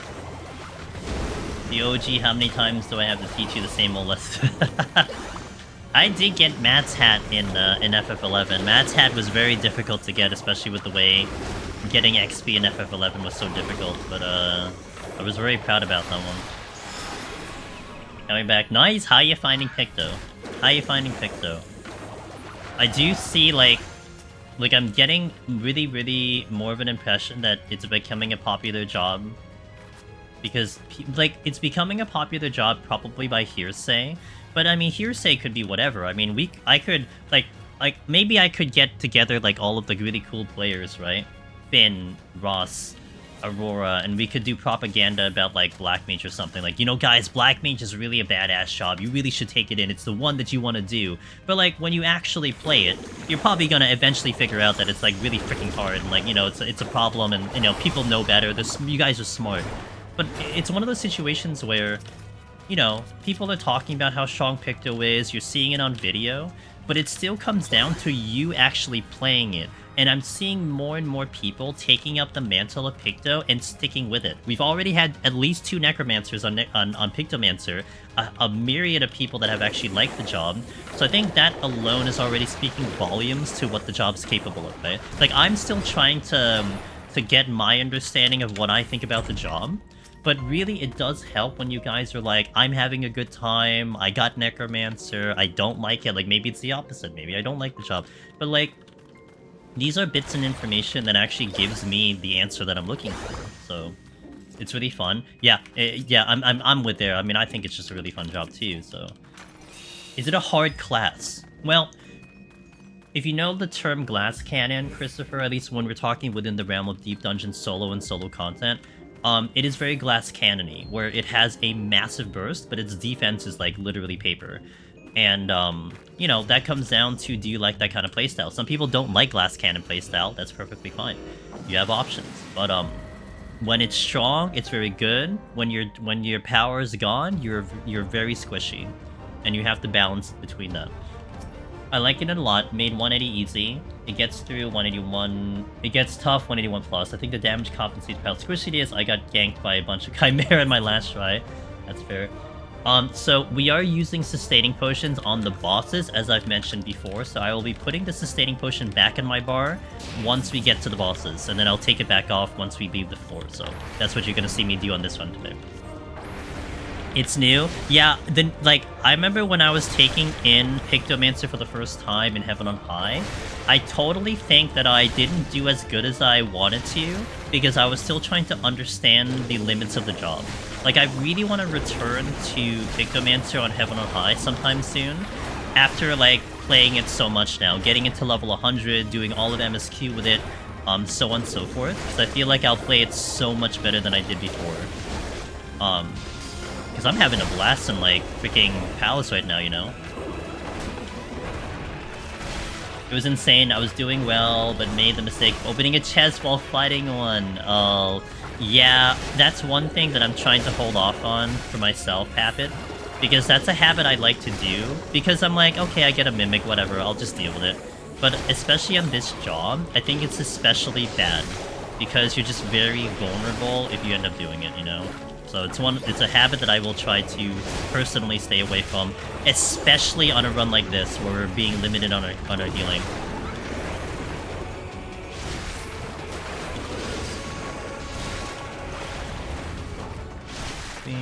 I'm here before you, sir. Friend used the main Black Mage and Savage. Mad respect for her. It's not easy to optimize. Used to main. Wait, are they still doing it? Oh, I see what you mean, because we were talking about Black... Okay, yeah.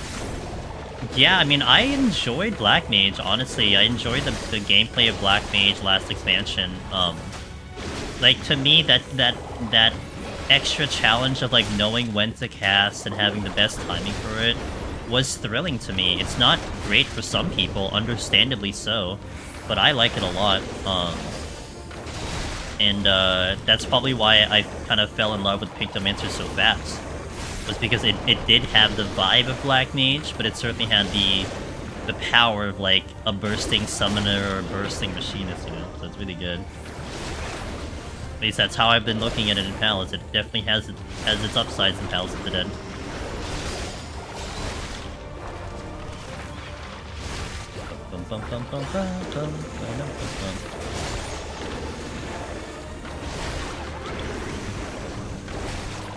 And that's a dead Hydra. Okay, made it through the floor.